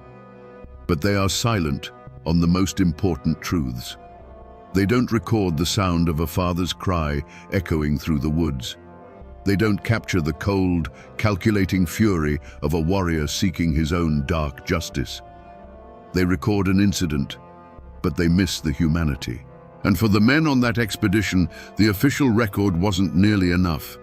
The law of the settlements was slow and distant. The law of the frontier was about to be enforced. There was no manhunt, not in the way we think of one, with a determined posse riding out in a cloud of dust, crying for vengeance. The reality was far more grim. After Daniel Boone and his men buried what was left of their sons in the cold, hard wilderness, the spirit of the expedition was broken. The message of terror sent from the banks of Wallens Creek had been received, loud and clear. They turned back. The dream of Kentucky was drowned in blood, and the retreat back through the Cumberland Gap was a silent, shuffling funeral procession. But the story traveled faster than they did. It moved from one isolated cabin to the next, a spark in dry tinder. The cold, official language of Captain Russell's letter was transformed on the lips of the frontiersmen. Injuries sustained became torn to pieces. Hostile natives became devils from hell. The names of James Boone and Henry Russell became a rallying cry, a justification for a hatred that had long been simmering. The law's pursuit didn't come from a sheriff's office. It came from the governor's mansion in Virginia. Lord Dunmore, the royal governor, saw the massacre not just as a tragedy, but as an opportunity. The dry reports from the frontier were all the pretext he needed to unleash the full force of the colonial militia. There was no courtroom, no judge, no jury. The courtroom was the War Council, and the verdict had been decided long before the trial. The hunt wasn't for a handful of warriors. It was for the entire Shawnee and Mingo nations. The following year, in 1774, Lord Dunmore's War erupted, a brutal campaign to break the power of the tribes in the Ohio Valley and force them to cede their rights to Kentucky. Thousands of militiamen were mobilized, their resolve hardened by stories like the one from Wallens Creek. The pursuit was a scorched earth campaign. The verdict was delivered at the Battle of Point Pleasant, a bloody, day-long engagement that shattered the tribe's resistance. The law of the frontier had rendered its judgment not with a gavel, but with the butt of a long rifle. The price for James Boone's life was a war that would change the map of America forever. You might think a story this important, a sacrifice this foundational, would have a marker, a stone cross, a simple plaque by the creek. But you can search the woods around Wallens Creek all day, and you will find nothing. James Boone has no grave. He was buried where he fell, wrapped in a blanket, and returned to the cold, unforgiving earth of the wilderness he had come to claim. His only tombstone is this creek bank, and his only memorial is the story itself, a ghost that still haunts this patch of ground.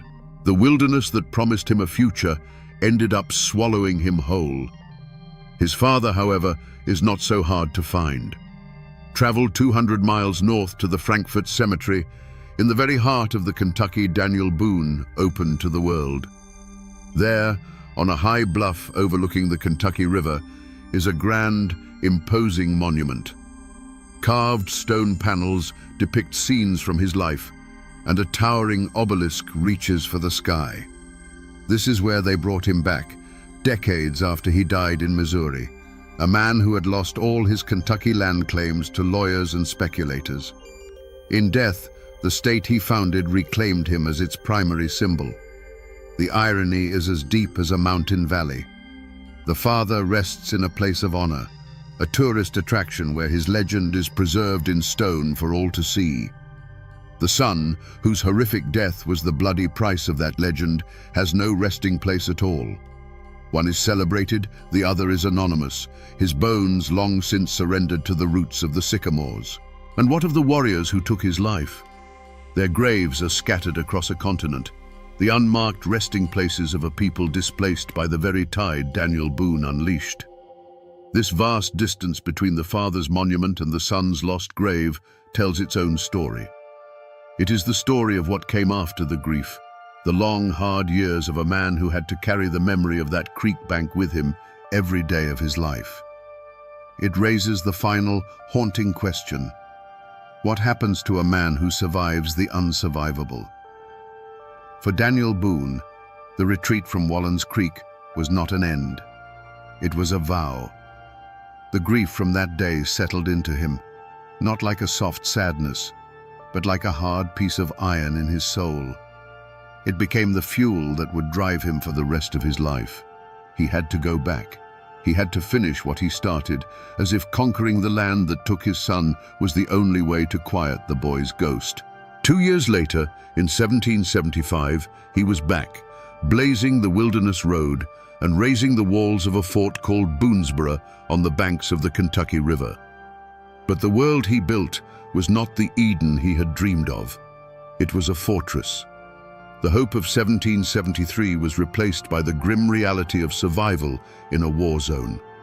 Life was lived with one ear, always listening for a sound that didn't belong, the snap of a twig, the call of a bird that wasn't quite right.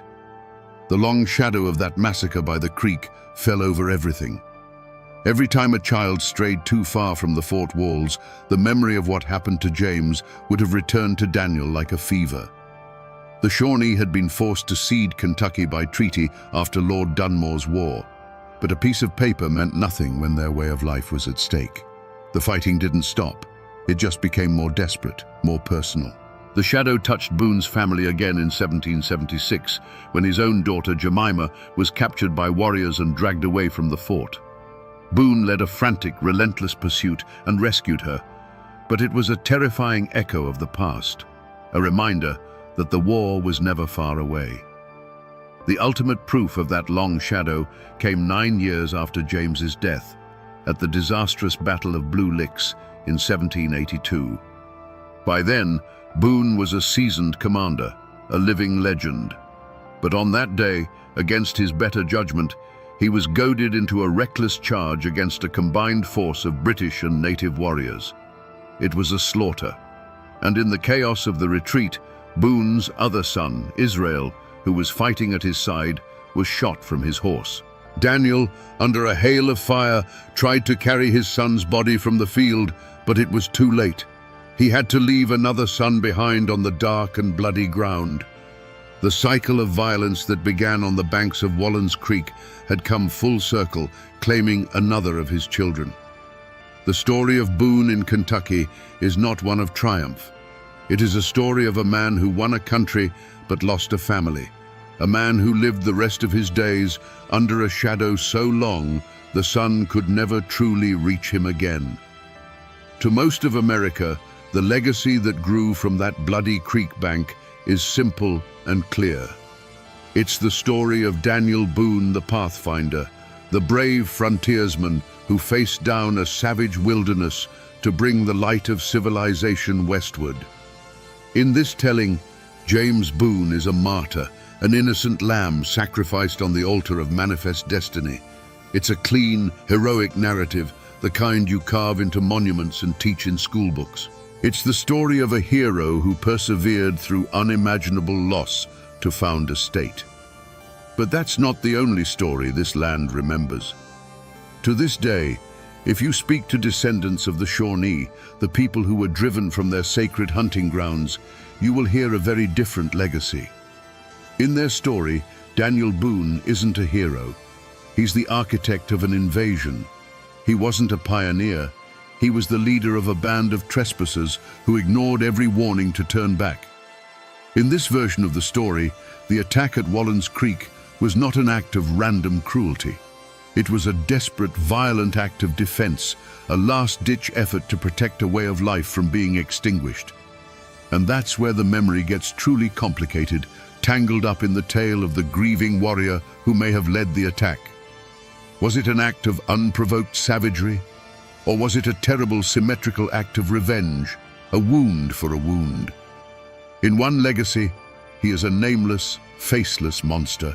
In another, he is a father, driven to madness by his own loss, inflicting the very same pain that had been inflicted upon him.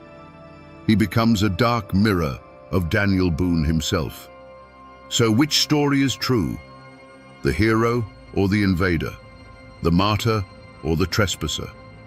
The hard truth is, The answer depends entirely on which side of the Cumberland Gap your ancestors stood. The truth is a matter of perspective. One man's pioneer is another man's destroyer. One man's tragedy is another man's last stand. The war for Kentucky didn't end when the shooting stopped. It continues to this day, fought not with rifles and tomahawks, but with the stories we choose to tell and the ghosts we choose to honor. A story this brutal can't live forever as just a set of facts. The human mind can't hold on to that much sharp-edged horror. Over time, it has to be reshaped. The pain has to be dulled, the events smoothed over, until the history becomes something else entirely, a legend.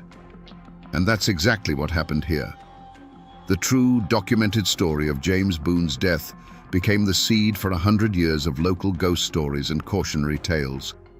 Locals will tell you not to camp by Wallens Creek, especially not in October. They say that if you come down here at dusk, when the light is failing and the mist starts to rise off the water, you have to be quiet and listen. They say you might hear something on the wind that isn't the wind, a thin crying sound. Some say it's the ghost of a young boy, forever lost, forever calling out for a father who came too late. Fishermen have talked for generations about a cold spot near the bank, a patch of air that stays chilled even on the hottest summer day. It's the haint of Wallens Creek, a permanent scar of sorrow left on the landscape. Over the decades, the story also became a tool, a boogeyman with a real name used by parents to keep their children close. "Don't you wander off," a mother would warn, "or what happened to the Boone boy will happen to you." The names might have gotten jumbled, the details blurred, but the core lesson remained. The wilderness is not your friend. Danger is silent, and it is always watching. The story became a fence, built of fear, to keep the next generation safe from the same fate. This is the final stage of a story's life. This is where history dissolves. The real James Boone, the 16-year-old boy full of hope for the future, is gone. In his place is a mournful spirit, a whisper in the trees. The complex, grieving Shawnee warrior is gone, replaced by a faceless shadow that stalks the woods. This is what happens when history is too painful to remember clearly. It gets turned into a haunting so that the community can forget the facts, but never, ever forget the feeling of that terrible morning. And so, we're back where we started, on the banks of Wallens Creek. The water still moves over the stones, and the wind still whispers through the sycamores. But it doesn't sound peaceful to me anymore. After peeling back the layers of history, of memory, and of legend, I understand what the echoes are saying now. The peace you feel here is a lie. It's just the silence that comes after a scream has finally faded. This isn't just the place where a boy died. This is the place where the myth of the peaceful frontier died with him. It's the place where Daniel Boone the man was forged, a man who would be haunted by this ground for the rest of his days. It's a story of grief, a story of revenge, and a story that reminds us that the history of this land wasn't a clean, heroic adventure. It was a messy, brutal, human tragedy, filled with fathers who lost their sons on both sides of the conflict. The next time you drive through these mountains and see a quiet little creek by the side of the road, or pass a forgotten historical marker, remember this one. Remember that these places aren't empty. They are libraries, filled with stories that are more terrible and more true than any legend you've ever been told. You just have to be willing to stop and listen to the silence. The boy is gone. The father's grief has long since turned to dust. The warrior's vengeance is forgotten. But the dark and bloody ground remembers. And the story remains.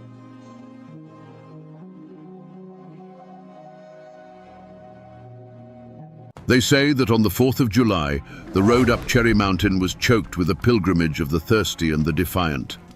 Thousands of people, judges and outlaws, preachers and laborers, climbed that steep North Carolina slope, drawn by a single promise. At the summit, a stout, smiling man named Amos Owens stood beside barrels of a legendary ruby-red liqueur, ladling it out for free to all who came. He was a moonshiner, a tax evader, an enemy of the federal government. But on that mountain, he was a king. How does a man become a legend in his own lifetime? How does a common criminal earn the loyalty of an entire region, turning his defiance into a roaring celebration that the law itself was powerless to stop? Was he a simple man breaking the law for profit? Or was he the last bastion of a fiercely independent mountain spirit? Today, we're going to pour a glass of history and trace the life of the one and only Cherry Bounce King, to understand the man who built a kingdom from corn, wild cherries, and an unbreakable will. To understand a man like Amos Owens, you have to understand the ground he was raised on. He was born in 1822 in Rutherford County, North Carolina, a place where the Blue Ridge Mountains begin to claw their way toward the sky. This wasn't just a landscape, it was a fortress. The people who settled these hollows were mostly Scotch-Irish, folks who carried a deep and abiding distrust of distant governments in their bones. They had fled kings and landlords once, and they weren't about to bow to a tax collector from Washington, D.C. Life here was a constant struggle against rock, weather, and isolation. A family's wealth wasn't measured in dollars, but in the yield of their corn patch, the health of their livestock, and the strength of their kin. Corn was life, but it was heavy and difficult to transport over rugged mountain trails. Turning that corn into whiskey was simple economics. It was a way to concentrate a year's worth of hard labor into a portable, profitable, and potent form. For these mountain families, the smoke from a copper still wasn't the sign of a crime. It was the smell of survival. This world operated on a code older than any federal law. Your word was your bond. Your family was your nation. An insult to your honor had to be answered, and a neighbor in need was to be helped without question. The law was something that existed down in the flatlands, an alien system that didn't understand the realities of mountain life. The stories of the Whiskey Rebellion of the 1790s weren't taught as a failed uprising. They were passed down as tales of righteous defiance, cementing the belief that a man had a God-given right to his own craft. But Amos wasn't just a product of the mountains. He was forged in the fires of a foreign war. As a young man, he left his secluded home to fight in the Mexican-American War. Imagine that transition, from the quiet, green solitude of Appalachia to the dusty, brutal battlefields of a foreign land. This experience hardened him. It taught him discipline. It showed him a world far beyond his mountain, and it likely reinforced his belief in self-reliance above all else. He was a veteran, a man who had served his country. When Amos Owens returned home, he came back a different man. He had seen the authority of the United States government up close, but he chose to climb back up Cherry Mountain and live by the old code. He didn't see a contradiction in having fought for the flag and then defying its laws. In his mind, the government had its place, and that place was not on his mountain, telling him what he could and could not do with the corn he grew with his own two hands. This was the crucible that created the Cherry Bounce King. He was a man of his people, steeped in a tradition of defiance. He was a farmer who understood the brutal math of survival. And he was a soldier who had learned how to stand his ground. The mountain gave him his ingredients and his fortress, but his unbending character, that was forged in the history of his ancestors and the heat of war. Long before the name Cherry Bounce King echoed through the halls of government, there was just Amos Owens, the artisan. Before the roaring crowds and the legendary defiance, there was the quiet solitude of the pre-dawn hours, the gentle hiss of the copper still, and the steady hand of a man who was a master of his craft. He wasn't just brewing moonshine, he was practicing an art form passed down through generations. He knew the corn by its feel, the fire by its sound, and the final product by a single practiced taste. His Cherry Bounce wasn't just potent, it was perfect, a testament to a pride in his work that no federal law could ever touch.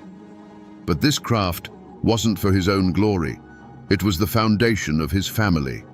The income from his hidden stills meant his wife had what she needed and his children never went to bed hungry. It meant he could afford good tools for his farm and solid shoes for their feet. His operation allowed him to build a life on that rugged mountain that was a step above mere survival. He was a patriarch in the truest mountain sense, the unwavering provider and protector of his clan.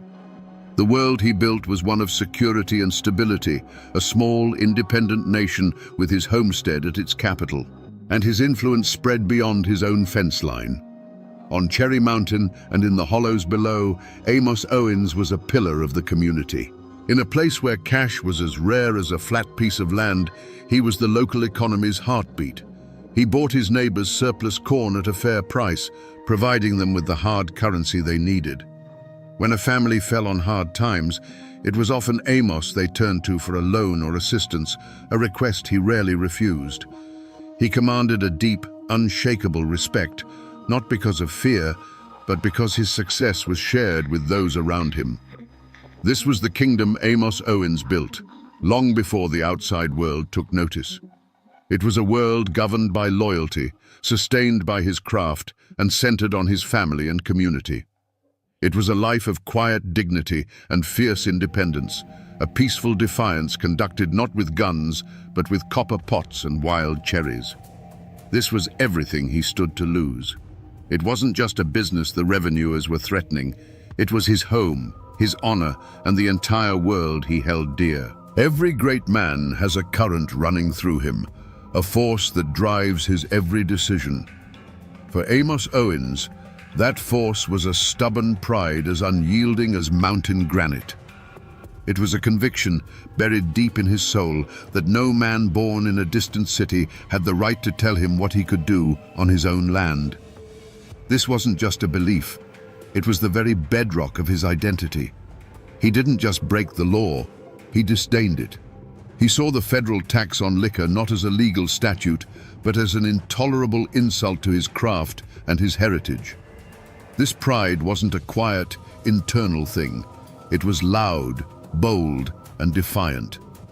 While other moonshiners operated in the shadows, speaking in whispers and moving by moonlight, Amos Owens built a lighthouse. His legendary 4th of July and Christmas celebrations, where he gave away his cherry bounce by the barrelful, were the ultimate expression of this flaw. These weren't just parties, they were public declarations. He was telling the world, and specifically the federal government, I am here. This is my craft, and I am not ashamed of it. Come and get me if you dare. There's a story, told and retold until it's become gospel in those parts, that perfectly captures this audacious spirit. After one of his many arrests, Amos was brought before a judge who, tired of their game, levied a particularly steep fine against him. The courtroom fell silent, expecting the old moonshiner to protest or ask for time to pay. Instead, Amos simply nodded, reached deep into the pocket of his overalls, and pulled out a thick wad of cash, bills still smelling faintly of corn mash and wood smoke. He counted out the full amount, placed it on the bench without a word, and walked out a free man. It was not an act of submission, it was an act of mockery. He was using the profits of his crime to pay the penalty, reducing the judge's sentence to a mere business expense. This pride, this absolute refusal to bend, was his greatest strength in the eyes of his neighbors. It's what made him a folk hero. But it was also the crack in his armor. It made him visible. It made him a target. A lesser man might have laid low after a raid, moved his still, and sold his product quietly. But Amos' pride wouldn't allow that. He would rebuild, bigger and better, and the smoke would rise from his chimney stack on Cherry Mountain like a defiant flag, a signal to the law that he had not been beaten. His flaw, then, was his inability to compromise his own code. He was a king on his mountain, and kings do not bow. This stubborn streak ensured that his conflict with the government would never be a quiet, hidden affair. It was destined to become a public spectacle, a long and drawn-out war of attrition. He was daring the lightning to strike, forgetting that in the world of federal law, the storm always gathers eventually. For years, the dance between Amos Owens and the law had a familiar, almost comfortable rhythm. A federal marshal, often a local man who understood the mountain ways, would make the reluctant journey up Cherry Mountain. Stills would be broken, a warrant would be served, and Amos would go along peacefully. It was a ritual, a game of appearances, where the law made its point and Amos paid his tax in the form of a fine. He always rebuilt, and the marshals always knew he would. There was a strange, unspoken understanding in this ongoing feud. But after the Civil War, the music changed. The federal government was nearly bankrupt, and its thirst for tax revenue became insatiable. The Bureau of Internal Revenue was empowered, unleashing a new breed of agent upon the mountains. These weren't local men playing a part. They were strangers with cold eyes and a fervent belief in federal authority. They saw the mountains not as a different world with its own rules, but as a den of tax cheats who were robbing the US Treasury. Their mission wasn't to play a game, it was to win a war. The spark that lit the fuse came on a crisp autumn morning. A team of these new, determined revenuers stormed Cherry Mountain. This raid was different. It wasn't just about the equipment. With grim efficiency, they found Amos's aging cellar, a cool space dug into the mountainside where his finished product, his art, was stored. They didn't confiscate it. With axes and sledgehammers, they systematically smashed every jug and barrel. Years of work, hundreds of gallons of his legendary cherry bounce gushed out and stained the earth a deep, bloody red. They were destroying his legacy, pouring his very soul into the dirt. Amos Owens, who had always met his arrest with a wry smile, stood and watched this sacrilege in cold silence. This was no longer a matter of business. They hadn't just destroyed his property, they had committed an act of profound disrespect. They had vandalized his art, violated the sanctity of his craft, and declared that his life's work was nothing more than contraband to be annihilated. The unspoken rules of their long dance had been shattered. For Amos, this was a declaration of war. This act was an unforgivable affront precisely because it struck at the heart of his defiant pride. To be arrested was one thing. To be treated as a common criminal whose masterpiece deserved no more respect than ditch water was another. They had challenged his status, his honor, and his identity as the king of his own mountain. In that moment, watching his life's work bleed into the ground, a decision was made. He would no longer be a mere moonshiner who got caught now and then. He would become a symbol. His operation would grow larger, his celebrations more brazen, and his name would become a banner of defiance for the entire region to rally behind. The red stain on the ground where his cherry bounce had been spilled was a line drawn in the dirt. Amos Owens' response wasn't fear, it was fury. He did not retreat into the shadows. Instead, he did the opposite. The smoke from Cherry Mountain, which had always been a steady wisp, now billowed into a column. He built new stills, bigger and more efficient. He hired more men. He doubled his production. He was no longer just supplying a thirsty region. He was building an empire in open defiance of the United States government. The warnings started as quiet whispers. His own wife, who had stood by him through dozens of arrests, saw the new hardness in the eyes of the federal men who rode through the nearby towns. She would plead with him at night, by the firelight, her voice full of a fear he'd never heard before. "Amos," she would say, "this is different now. It's not a game anymore. They don't just want a fine. They want to see you broken." He would listen, pat her hand, and tell her that a man who bows to a bully invites him to kick again. The whispers grew louder in the community. Friends who had celebrated his audacity now pulled him aside with worried looks. They spoke of revenuers threatening local farmers for information, of a new, ruthless pressure being applied to the entire area. "Just lay low for a while, Amos," they'd advise. "Let the heat die down. Make your run, but do it quiet-like." They were counseling survival, the ancient mountain art of bending like a sapling in a storm so as not to break. But Amos Owens was no sapling.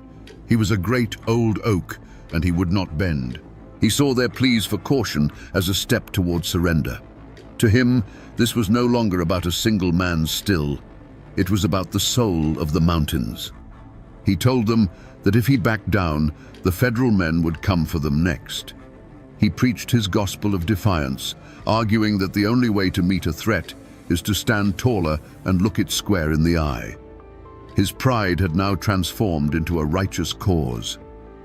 The ultimate act of defiance was his next 4th of July celebration. Where others saw a reason for caution, Amos saw a stage. He sent out word. The party on Cherry Mountain would be bigger than ever before. It became a public spectacle, an open challenge broadcast across the state. He wasn't just inviting his friends and customers. He was taunting the Bureau of Internal Revenue. He was turning his defiance into a beacon, daring them to try and extinguish it in front of thousands of his supporters. With every warning he ignored, every plea for moderation he dismissed, the path forward narrowed until there was only one way it could go. He had become a symbol, a living embodiment of the mountain spirit, and the government could not allow such a symbol to stand. He was isolating himself on a peak of his own making, a king so confident in his fortress that he could no longer see the army gathering at its gates. A violent outcome was no longer a risk. It was a certainty he himself was inviting. The day before the 4th of July dawned clear and bright over Cherry Mountain. The air was already electric with anticipation. Wagons were being moved into place. Barrels of cherry bounce were rolled out from the cellar, and the sound of hammers echoed as a stage was built for the fiddlers. This was to be Amos Owens' masterpiece of defiance, the grandest celebration he had ever hosted. But as the sun reached its zenith, a lone rider was seen making his way steadily up the mountain path. It wasn't a posse. It was the familiar, weary face of an old federal marshal, a man who had arrested Amos more than once in the bygone days of their gentleman's feud. He didn't come with warrants or weapons. He dismounted, met Amos near the Great Log Hall, and spoke not as a lawman, but as one man to another. He explained that the world had changed. The new men in charge in Raleigh and Washington saw Amos not as a local character, but as the leader of an insurrection. They were coming, he warned, not for a token arrest, but to crush him completely. "They're just waiting for this party, Amos," the marshal said, his voice low. "They'll use the crowd as an excuse. They'll say it was a riot. Men are going to get hurt."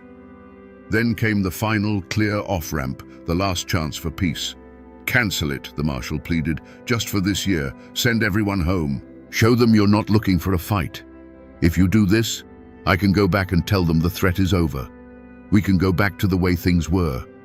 It's your last chance to put the genie back in the bottle." It was a surprisingly fair offer. It was a path away from the cliff's edge. All he had to do was swallow his pride. For a long moment, Amos Owens was silent. You can just imagine him, standing there on his mountain, the smell of his life's work all around him. He likely looked at his home, at the preparations for the festival, at the faces of his kin. He had to have felt the weight of the choice before him, the safety of his family versus the defiant code that had defined his entire life. The marshal's offer was reasonable. It was wise. But to Amos, it sounded like the clatter of chains. He finally turned his gaze from his home and met the marshal's eyes. The internal struggle was over. "A man doesn't send his guests home," Amos said, his voice as firm as the mountain beneath his feet, "just because an uninvited stranger is threatening to kick down the door. The party goes on." With that, the last bridge to peace was burned. He had been offered a truce and had chosen war. The old marshal simply nodded, a look of profound sadness on his face, and rode away, leaving the Cherry Bounce king alone on his throne, waiting for the inevitable storm he had personally summoned. The 4th of July on Cherry Mountain was a roaring sea of humanity. The fiddles screamed, the banjos rang, and the rhythmic stomp of dancing feet shook the very ground. Above it all was the booming laughter of Amos Owens, a king in his element, ladling out his ruby-red elixir. But as the afternoon sun began to dip, a different sound drifted up from the base of the mountain, the cold, rhythmic clink of metal and the steady tramp of marching feet. A long column of federal agents and deputized men, armed and determined, was ascending the slope. The music faltered, then died. A wave of silence rolled through the crowd as all eyes turned to the approaching force. The world for Amos Owens narrowed to the sight of those grim-faced men, their polished badges glinting in the sun. This wasn't a raid. It was an invasion.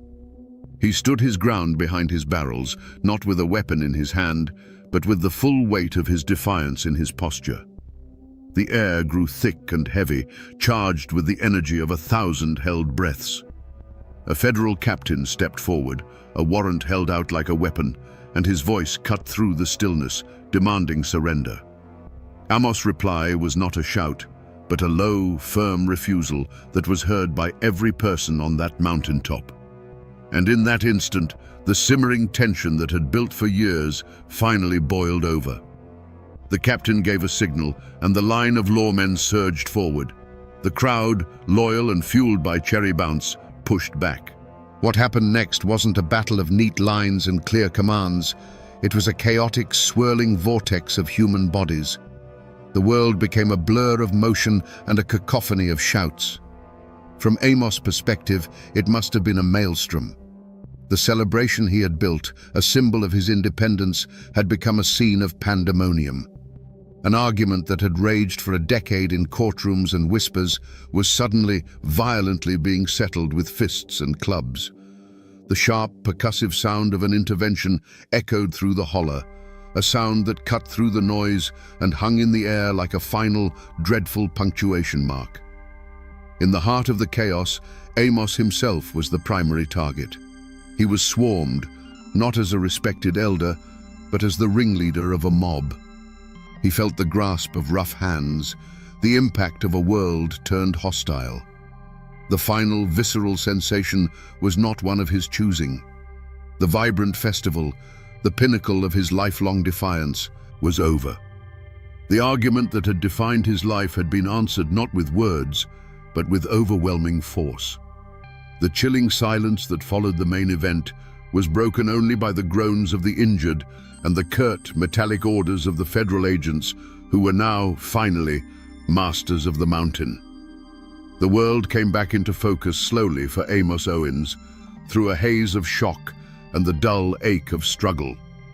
The roar of the crowd had been replaced by a grim quiet, punctuated by the sharp orders of federal officers. His great hall, a place of joyous celebration just an hour before, was a scene of wreckage. Overturned benches, smashed jugs, and the dark, sticky pools of spilled cherry bounce littered the ground. He wasn't a king surveying his court. He was a prisoner standing in the ruins of his own kingdom. There was no regret in his heart. There was no fear. There was only a cold, profound rage that settled deep in his bones. This was the ultimate violation. To be manhandled, overpowered, and subdued on his own land, in front of his own people, it was a humiliation worse than any fine or prison sentence. The final insult came with a sharp, metallic click. The cold iron of the handcuffs closing around his wrists was a sound louder and more final than any gunshot. On the very spot where he had freely dispensed his hospitality, his freedom was now completely and utterly taken away. His next move was not his own. Flanked by armed guards, he began the long walk down the mountain. This was the path he had climbed as a boy and ruled as a king, a path every stone of which he knew by heart. Now he walked it in chains. He passed his home, catching a glimpse of his wife's face, pale and stricken, in the doorway. He passed neighbors who looked on with a mixture of pity and awe. He did not lower his head. Pride was the one thing they could not take from him, and he carried it like a shield, his back straight, his eyes fixed forward. At the base of the mountain, a government wagon waited. As he was loaded into the back, he took one last look at his domain. The sun was setting behind Cherry Mountain, casting long shadows across the hollows. The crowds were gone. The music was gone. The smoke from his stills was extinguished. The king was being exiled from his kingdom. As the wagon lurched forward and began the journey toward a federal jail, Amos Owens knew this was the end of the road. His active defiance was over. All that remained were the consequences. The fall of a king is never a quiet thing, and the silence that fell over Cherry Mountain was a heavy, suffocating blanket. The wreckage left behind wasn't just in the smashed stills and splintered barrels, it was in the lives of every person Amos Owens had touched. For his wife and children, the world had been turned upside down. The provider was gone, the income had vanished, and the home that was once a fortress of local pride was now a landmark of federal victory. The name Owens, once spoken with respect, now became a brand, a name whispered in conjunction with violence, arrest, and ruin. They were left to face the cold stares of the law and the uncertain pity of their neighbors, all while trying to scratch a living from a mountain that now seemed haunted by loss. The community itself bore a deep and festering wound. Many who had attended the celebration were arrested or injured in the chaos. Families were thrown into turmoil, trying to pay fines or tend to the wounded. The raid had been a brutal lesson from the government. This is what happens when you follow a rebel. The fierce unity that Amos had commanded was shattered and replaced by a gnawing fear. Who would be next? The raid had driven a wedge of distrust into the heart of the mountain, turning a proud and defiant community into a collection of frightened individuals, wary of their neighbors and terrified of the law. The economic engine Amos had built sputtered and died. The farmers who had relied on him to buy their surplus corn were left with a product they couldn't easily sell. The men who had worked his stills were suddenly without employment, their families facing a hard winter with no income. The flow of cash that had trickled down from Cherry Mountain, oiling the gears of the local economy, dried up completely. His defiance had brought prosperity, but his fall brought a poverty that was just as widespread. He had been the trunk of a great tree, and the federal axe had not just felled him, but had left the entire forest around him to wither. The tragedy of Amos Owens was not that he was arrested. It was that his personal war had so many civilian casualties. His pride demanded a grand public stand, but it was his family, his friends, and his neighbors who were left to pay the price for it. He had built a kingdom and invited his people to celebrate within its walls, never imagining that when the walls came crashing down, they would be the ones crushed beneath the stones. The party was over, but the hangover would last for a generation. Amos Owens, the king of Cherry Mountain, was brought to a kingdom where he held no power, a federal courtroom. The space itself was an assault on everything he knew. The air was stale, the light was filtered through dusty windows, and the walls were made of cold plaster and dark polished wood, a world away from the open sky and living timber of his home. Here, he was not a respected elder or a master craftsman. He was simply the defendant, a name stripped of all honor and history. The prosecution, methodical and relentless, painted a picture not of a folk hero, but of a calculated criminal. They spoke of tax evasion, conspiracy, and most damningly, of inciting a riot and assaulting federal officers in the execution of their duties. They presented evidence, the shattered remnants of his stills, the testimony of injured agents, and the sheer scale of his operation. To the court, the case was simple. Here was a man who had grown wealthy by openly flouting the laws of the United States and had met the consequences with violence. His defense, when it came, was not a denial, but a declaration. Amos and his lawyer didn't argue the facts. They argued a whole different kind of truth. They spoke of a man's right to his own land and the fruits of his own labor. They spoke of a tradition older than the federal government itself. When asked to account for his actions, Amos' logic was baffling to the court and perfectly clear to his people. It was his corn. It was his mountain. It was his craft. He wasn't breaking the law. He was living by a different one, a code of self-sufficiency and honor that the men in their starched collars could never comprehend. It was a clash of two Americas in a single room.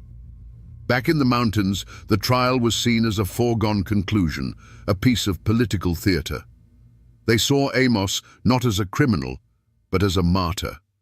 He was their champion, captured and put on display by an invading army that called itself the law. His guilt was irrelevant to them. His cause was everything. They knew the court would never understand that the real crime in their eyes had been the government's intrusion, the desecration of his craft, and the violent end to a peaceful celebration. The verdict, when it came, was swift and certain. In the eyes of federal law, there was no ambiguity. Amos Owens was guilty on all counts. The judge, determined to make an example of the so-called Cherry Bounce King, delivered a sentence meant to echo through every hidden hollow in Appalachia. A long, sobering term in a federal penitentiary. And so, the law had its judgment. A man who broke the statutes was punished according to the letter of those statutes. But was it justice? For the people of Cherry Mountain, the answer was a bitter no. A system that could not distinguish between a craftsman and a criminal, that could not understand the difference between profit and survival, was not a system of justice. It was just a system of power. The gavel had fallen, but the verdict only deepened the divide between the mountains and the flatlands, leaving a scar of resentment that would not heal for a very long time. And what of the men who brought the king down? What of the federal agents, the new breed of lawmen who had turned a gentleman's game into a brutal war? You might expect a story like this to end with them meeting some form of mountain justice, a karmic balancing of the scales. But the world, especially the world of government and law, rarely works like a folk ballad. The men who led the raid on Cherry Mountain didn't face consequences. They received commendations. From their perspective, and from the perspective of their superiors in Washington, the operation was a resounding success. They had targeted the most famous, most defiant moonshiner in the state, and had dismantled his empire in a single afternoon. They had enforced federal law, quelled a riot, and sent a clear, unambiguous message to every distiller operating in the shadows. In their reports, Amos Owens was a criminal mastermind, and they were the brave heroes who had restored order. They were rewarded with promotions, with praise, and with the satisfaction of a job well done. They were gears in a vast, impersonal machine, and that machine had just proven its power. Their victory, however, was a sterile one. They had won the battle, but in doing so, they had salted the earth of the battlefield. They didn't end moonshining in the mountains, they just made it quieter, more secretive, and more deeply entangled with a culture of resentment. They had created a martyr. For every large public still they smashed, a dozen smaller hidden ones were built in its place, their operators now working with a grim determination born of hatred for the law. The government had proven it could crush one man, but it had also proven that it had no understanding of the people it was trying to govern. The fate of the antagonist, the system, was to grow larger and more powerful, yet more alienated than ever from the heart of the nation it claimed to serve. And that, in its own way, is a kind of failure that no commendation can erase. Years passed, as they do in the mountains, smoothing the sharp edges of memory like water over stone. Amos Owens eventually walked out of the federal penitentiary, a free man, but no longer a king. He was an old man now, the fire that had once burned so brightly banked to a low, quiet coal. He returned to Cherry Mountain, but the kingdom was gone. He lived out the rest of his days quietly, a living ghost of his former self, surrounded by the silence of a legacy that was too grand and too painful to speak of aloud. The name Owens became a kind of mountain ghost itself, a name that carried the weight of both glory and ruin. His descendants were left to navigate a world that saw them as the children of a legend, and legends cast long, cold shadows. Some moved away, hoping to build lives free from the constant echo of their famous ancestors' rise and fall. Those who stayed lived quieter lives, becoming farmers and laborers, their hands in the soil instead of in the corn mash. The grand dynasty of the Cherry Bounce King ended with him. The recipe was lost to time, and the art died with the artisan. The community healed, but like any deep wound, it left a permanent scar. The great roaring celebrations on Cherry Mountain were never spoken of loudly again. They passed into the realm of myth, a story old men would tell their grandsons with a sad shake of their heads, a cautionary tale about a time when giants walked the earth and were struck down by lightning from a distant government. The open, proud defiance that Amos had championed was buried under a heavy blanket of silence. Moonshining continued, of course, but it was driven deeper into the darkest hollows, a grim business of survival, not a craft of celebration. In the vacuum left by Amos' fall, the power dynamics of the region shifted. With the king deposed, the kingdom fractured. The era of the grand festive moonshiner was over. It was replaced by a new generation who worked in fear and dealt in violence. Men who didn't command the respect of their community and saw the law not as a rival, but as an enemy to be met with deadly force. The government, in its attempt to stamp out a folk hero, had inadvertently created a landscape ripe for common criminals. They had traded a charismatic king for 100 petty warlords, and the mountains became a more dangerous, less honorable place because of it. If you go to Rutherford County today and mention the name Amos Owens, you won't be met with a blank stare. His name is as much a part of the landscape as Cherry Mountain itself, the peak that still bears his story.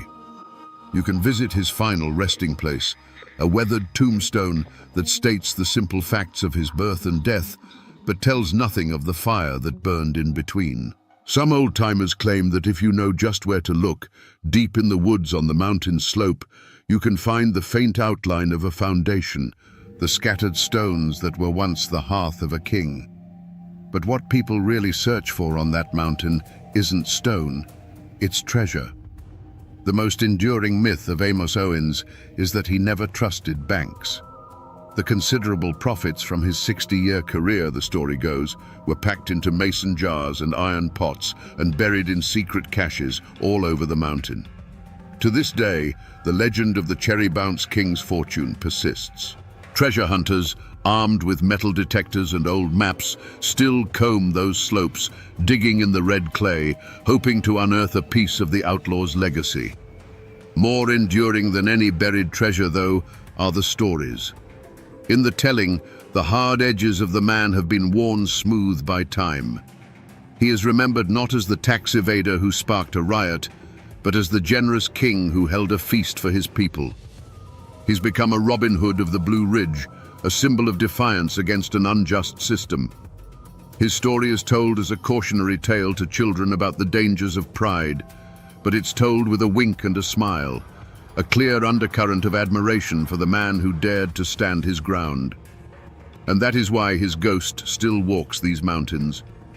It's not the spirit of a man, but the spirit of an idea. The name Amos Owens has become an echo of that old, unbending mountain code of independence. To speak his name is to speak of a time when a man could declare his own land a sovereign nation and rule it with generosity and an iron will.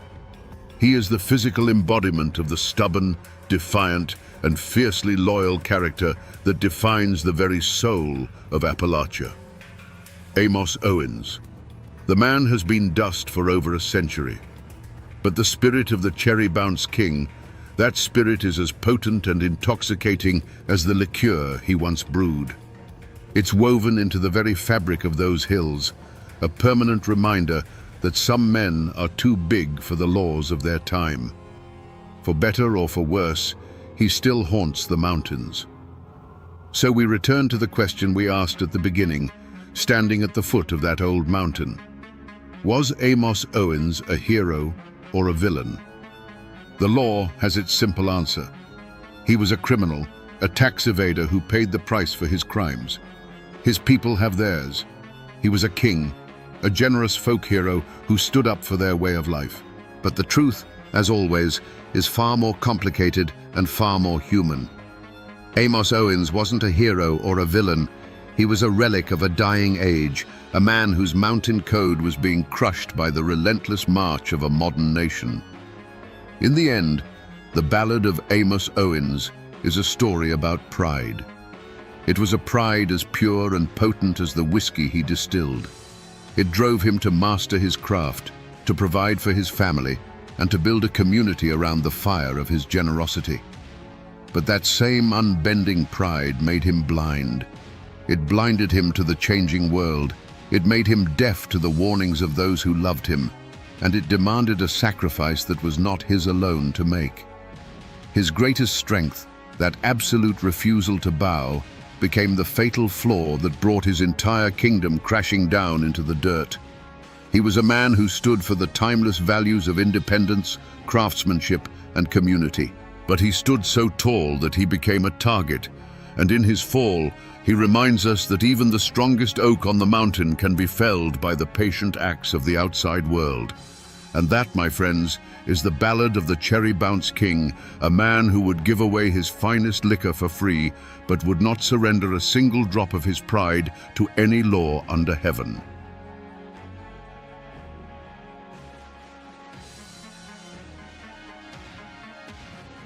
The newspapers called it the Fraterville mine disaster, a tragic number etched in history. 216 men and boys gone in an instant. But numbers are cold, and they can't tell you the real story. They can't describe what it's like to sit in absolute darkness, hundreds of feet underground, listening to the air run out as you write a final letter to your wife. They can't make you feel the horror of a father holding his dying son on his lap. They say it was an accident. But the true story of Fraterville isn't about the explosion that shook the earth. It's about what happened after, in the suffocating silence. Today, we're not just telling a story. We're going to listen to the voices of the dead, reading the last words they scratched onto paper from inside their own tomb. Imagine Fraterville, Tennessee, on the morning of May 19th, 1902. It wasn't a town so much as a collection of wooden houses clinging to the hillsides, all painted the same color by the company, all breathing the same coal-tinged air. Life here was simple and hard, governed by the rising of the sun and the shriek of the mine whistle. The mountains of Coal Creek weren't just a backdrop. They were the provider and the master, giving families their daily bread from the dark seams of coal hidden in their belly. In these small homes, a familiar ritual played out before dawn. Wives rose in the dim light to stoke the fire and cook breakfast, the smell of biscuits and coffee mingling with the ever-present scent of coal dust. Men pulled on their stiff work clothes, their faces already smudged with the shadow of their trade. These were the moments that made up a life. A quick kiss goodbye at the door, a hand ruffling a child's hair, a promise to be home for supper. For the men of Fraterville, descending into the earth was as natural as breathing. Among them was Jacob Vowell, a 47-year-old man with the steady hands and quiet dignity of a veteran miner. He was a family man, respected in the community. Walking beside him was his 14-year-old son, Elbert. In those days, boys became men in the darkness of the mines, learning the dangerous trade from their fathers. For Elbert, working alongside his dad wasn't just a job. It was a rite of passage, a step into the world of men. They were part of a brotherhood of 216 souls that morning. Husbands, fathers, brothers, and sons, some boys no older than Elbert. They walked together toward the gaping mouth of the mine, their lunch pails clanking, their carbide lamps not yet lit. The air was cool, the sky was beginning to lighten, and the world above ground was waking up to a beautiful spring day. There was no sense of doom, no premonition of what was to come. It was just another Monday. They stepped onto the man trip, the string of open cars that would carry them down the sloping shaft into the heart of the mountain. The journey into the darkness was a daily routine, the familiar rumble of the wheels a mundane soundtrack to their lives. They joked and talked, their voices echoing briefly before being swallowed by the immense, earthy silence of the deep. But the mountain they trusted was holding a secret. Deep within the labyrinthine tunnels, a pocket of methane gas, odorless and invisible, was seeping from the coal seam. It was a time bomb, silently counting down. Every foot the men traveled deeper into the earth brought them closer to the moment when their ordinary world would be torn apart by a roar from hell itself. Deep inside the earth, the men worked in the flickering glow of their carbide lamps. The air was thick with the smell of damp soil and coal. The only sounds were the rhythmic scrape of shovels against rock and the metallic ring of pickaxes striking the black seam. And then, in one of the far-flung tunnels, it happened. A miner's open flame, the very tool that let him see in the dark, touched a pocket of invisible methane gas. In that single fatal instant, the air itself caught fire. The explosion wasn't just a sound. It was a physical force, a giant fist that punched through the mine's narrow arteries. It ignited the fine, suspended coal dust, creating a secondary, even more powerful blast that ripped through the tunnels at the speed of sound. A wave of fire and pressure shot outwards, snuffing out lamps and lives without distinction. For the men caught in its path, there was no time to scream. The world simply ceased to exist. On the surface, at 7:20 in the morning, the ground trembled as if a beast had woken from a long slumber. A deep, guttural roar erupted from the mouth of the mine, a sound that rattled windows and shook the very souls of the people in Fratterville. It was followed by a geyser of black smoke, splintered timbers, and mangled machinery that shot hundreds of feet into the sky. The mine, the town's source of life, was now breathing fire and death. Within moments, the routine of the morning was shattered by screams. Wives and children, their faces masks of terror, ran toward the mine entrance. But what they found was a vision from hell. The wooden structures of the tipple were engulfed in flames, and a thick, choking smoke billowed from the shaft, blocking any hope of entry. The force of the blast had not only sealed the entrance, it had destroyed the mine's massive ventilation fan. The lungs of the mountain had been ripped out. Deep inside, in the furthest reaches of the mine where the blast hadn't reached, a few dozen men were thrown to the ground. Their lamps were extinguished, plunging them into a darkness more profound than any they had ever known. The air thrummed, and then an unearthly silence fell. They were alive, but they were cut off. The air they were breathing was now a finite resource, a dwindling supply in a sealed stone coffin. The clock on their survival had begun to tick. In the absolute blackness, the survivors gathered. The thunder of the explosion had faded, replaced by a silence so deep it felt like a physical weight. The air, once merely damp and earthy, now carried a new taste, sharp and metallic. It was the taste of afterdamp, the poisonous cocktail of gases left behind by the blast. They knew what it meant. There would be no rescue. Death wasn't coming for them with fire and fury. It was seeping toward them, silent and invisible. In this moment, faced with the end, Jacob Vowell became their anchor. He didn't preach hope where there was none. Instead, he offered them a final defiant purpose. He told any man with a pencil and a scrap of paper to write. Write to their wives, their children, their mothers. Write the words they would never get to say. In the suffocating darkness of their tomb, these men, whose hands were calloused from swinging a pickaxe, began the delicate work of writing their last goodbyes. Imagine the scene.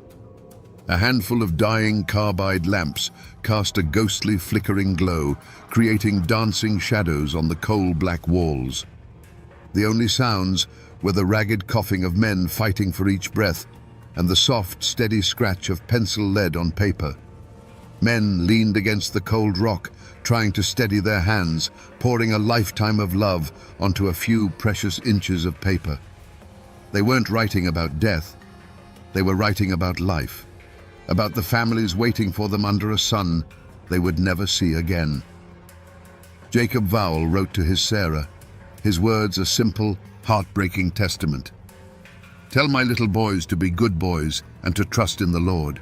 He was a father to the very end. Beside him, his 14-year-old son Elbert, his strength failing, lay his head in his father's lap. In the dimming light, Jacob watched his son's breathing grow shallow, watched him drift into a sleep from which he would not wake. Then, with a hand that must have trembled, Jacob Vowell made one last entry in the margins of his letter. He didn't describe the horror. He wrote a sentence of pure, devastating fact. "My boy Elbert has gone to sleep. He has been dead for a few minutes." It was a final act of a father recording his son's peaceful passage, a final whisper of love in a world that had turned to black. One by one, the lamps sputtered and died, plunging the chamber into a darkness that was total. The scratching of pencils ceased. The ragged breaths grew fainter, until at last there was only silence.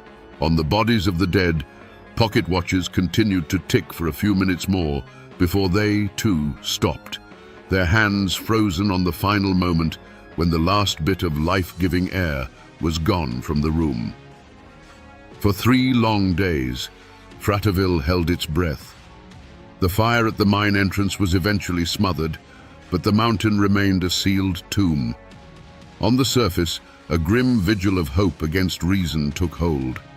Wives and mothers stood in small, silent groups, their eyes fixed on the smoking hole in the ground that had swallowed their world. The company brought in experts and rescue teams, made up of miners from neighboring towns, worked tirelessly, risking their own lives with every step they took into the poisoned darkness. The air inside was a killer, silent and patient. Rescuers had to work in short, desperate bursts, clearing rubble and shoring up collapsed tunnels, all while battling the suffocating afterdamp. With each foot they gained, the hope of finding anyone alive dwindled, replaced by the grim determination to at least bring the men home for a proper burial. They found the first bodies near the entrance, victims of the blast's initial violent fury. But the deeper they went, the more the destruction gave way to an eerie, undisturbed silence. Finally, they reached the crude barricade of rock and clothing. They knew men were behind it. Carefully, they dismantled the wall, stone by stone. The first beam of a rescuer's lamp cut through the darkness and fell upon a scene that would haunt them for the rest of their lives. 26 men were lying on the ground. There was no sign of a struggle, no panic. They looked as if they had simply laid down to rest, many with their arms around each other in a final, brotherly embrace. And then they saw the letters. Tucked into pockets, clutched in hands, or placed carefully on their chests, were the final messages from the dark. As the bodies were solemnly carried out into the daylight, the news of the letters spread through the grieving crowd like a whisper. This tragedy now had a voice. These were not just numbers in a death toll. They were husbands and fathers who had spent their final moments thinking only of love.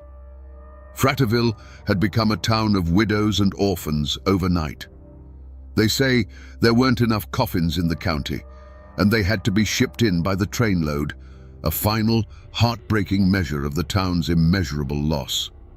There was no villain in a black hat to put on trial. There was only a company, a mountain, and 216 fresh graves. But the law demanded an answer, so a coroner's inquest was convened. It wasn't a grand trial in a stone courthouse.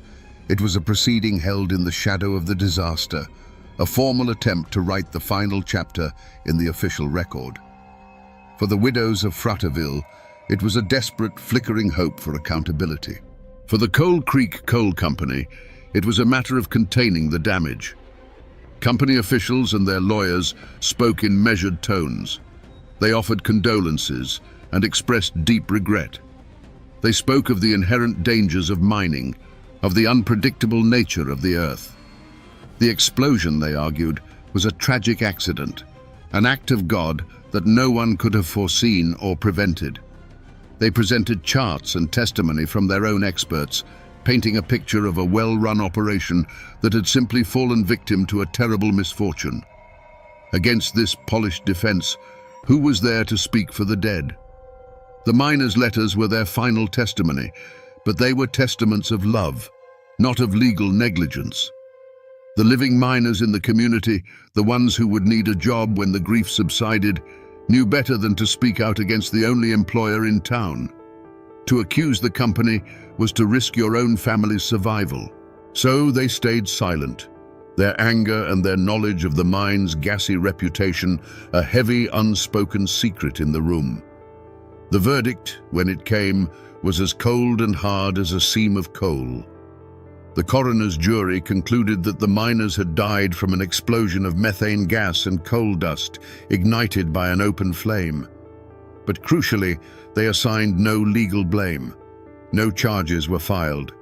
The company was officially cleared of any criminal negligence. They offered recommendations for the future, the use of safer lamps, better ventilation, but these were suggestions, not punishments. Was this justice?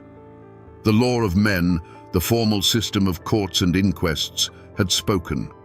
It had rendered its verdict in clean, legal terms. The company was not a murderer, but a victim of circumstance. But for the people of Fratterville, for the women who now had to raise their children alone, the verdict was just another form of violence. It was a confirmation that the lives of their husbands and sons were worth less than the cost of implementing stricter safety measures.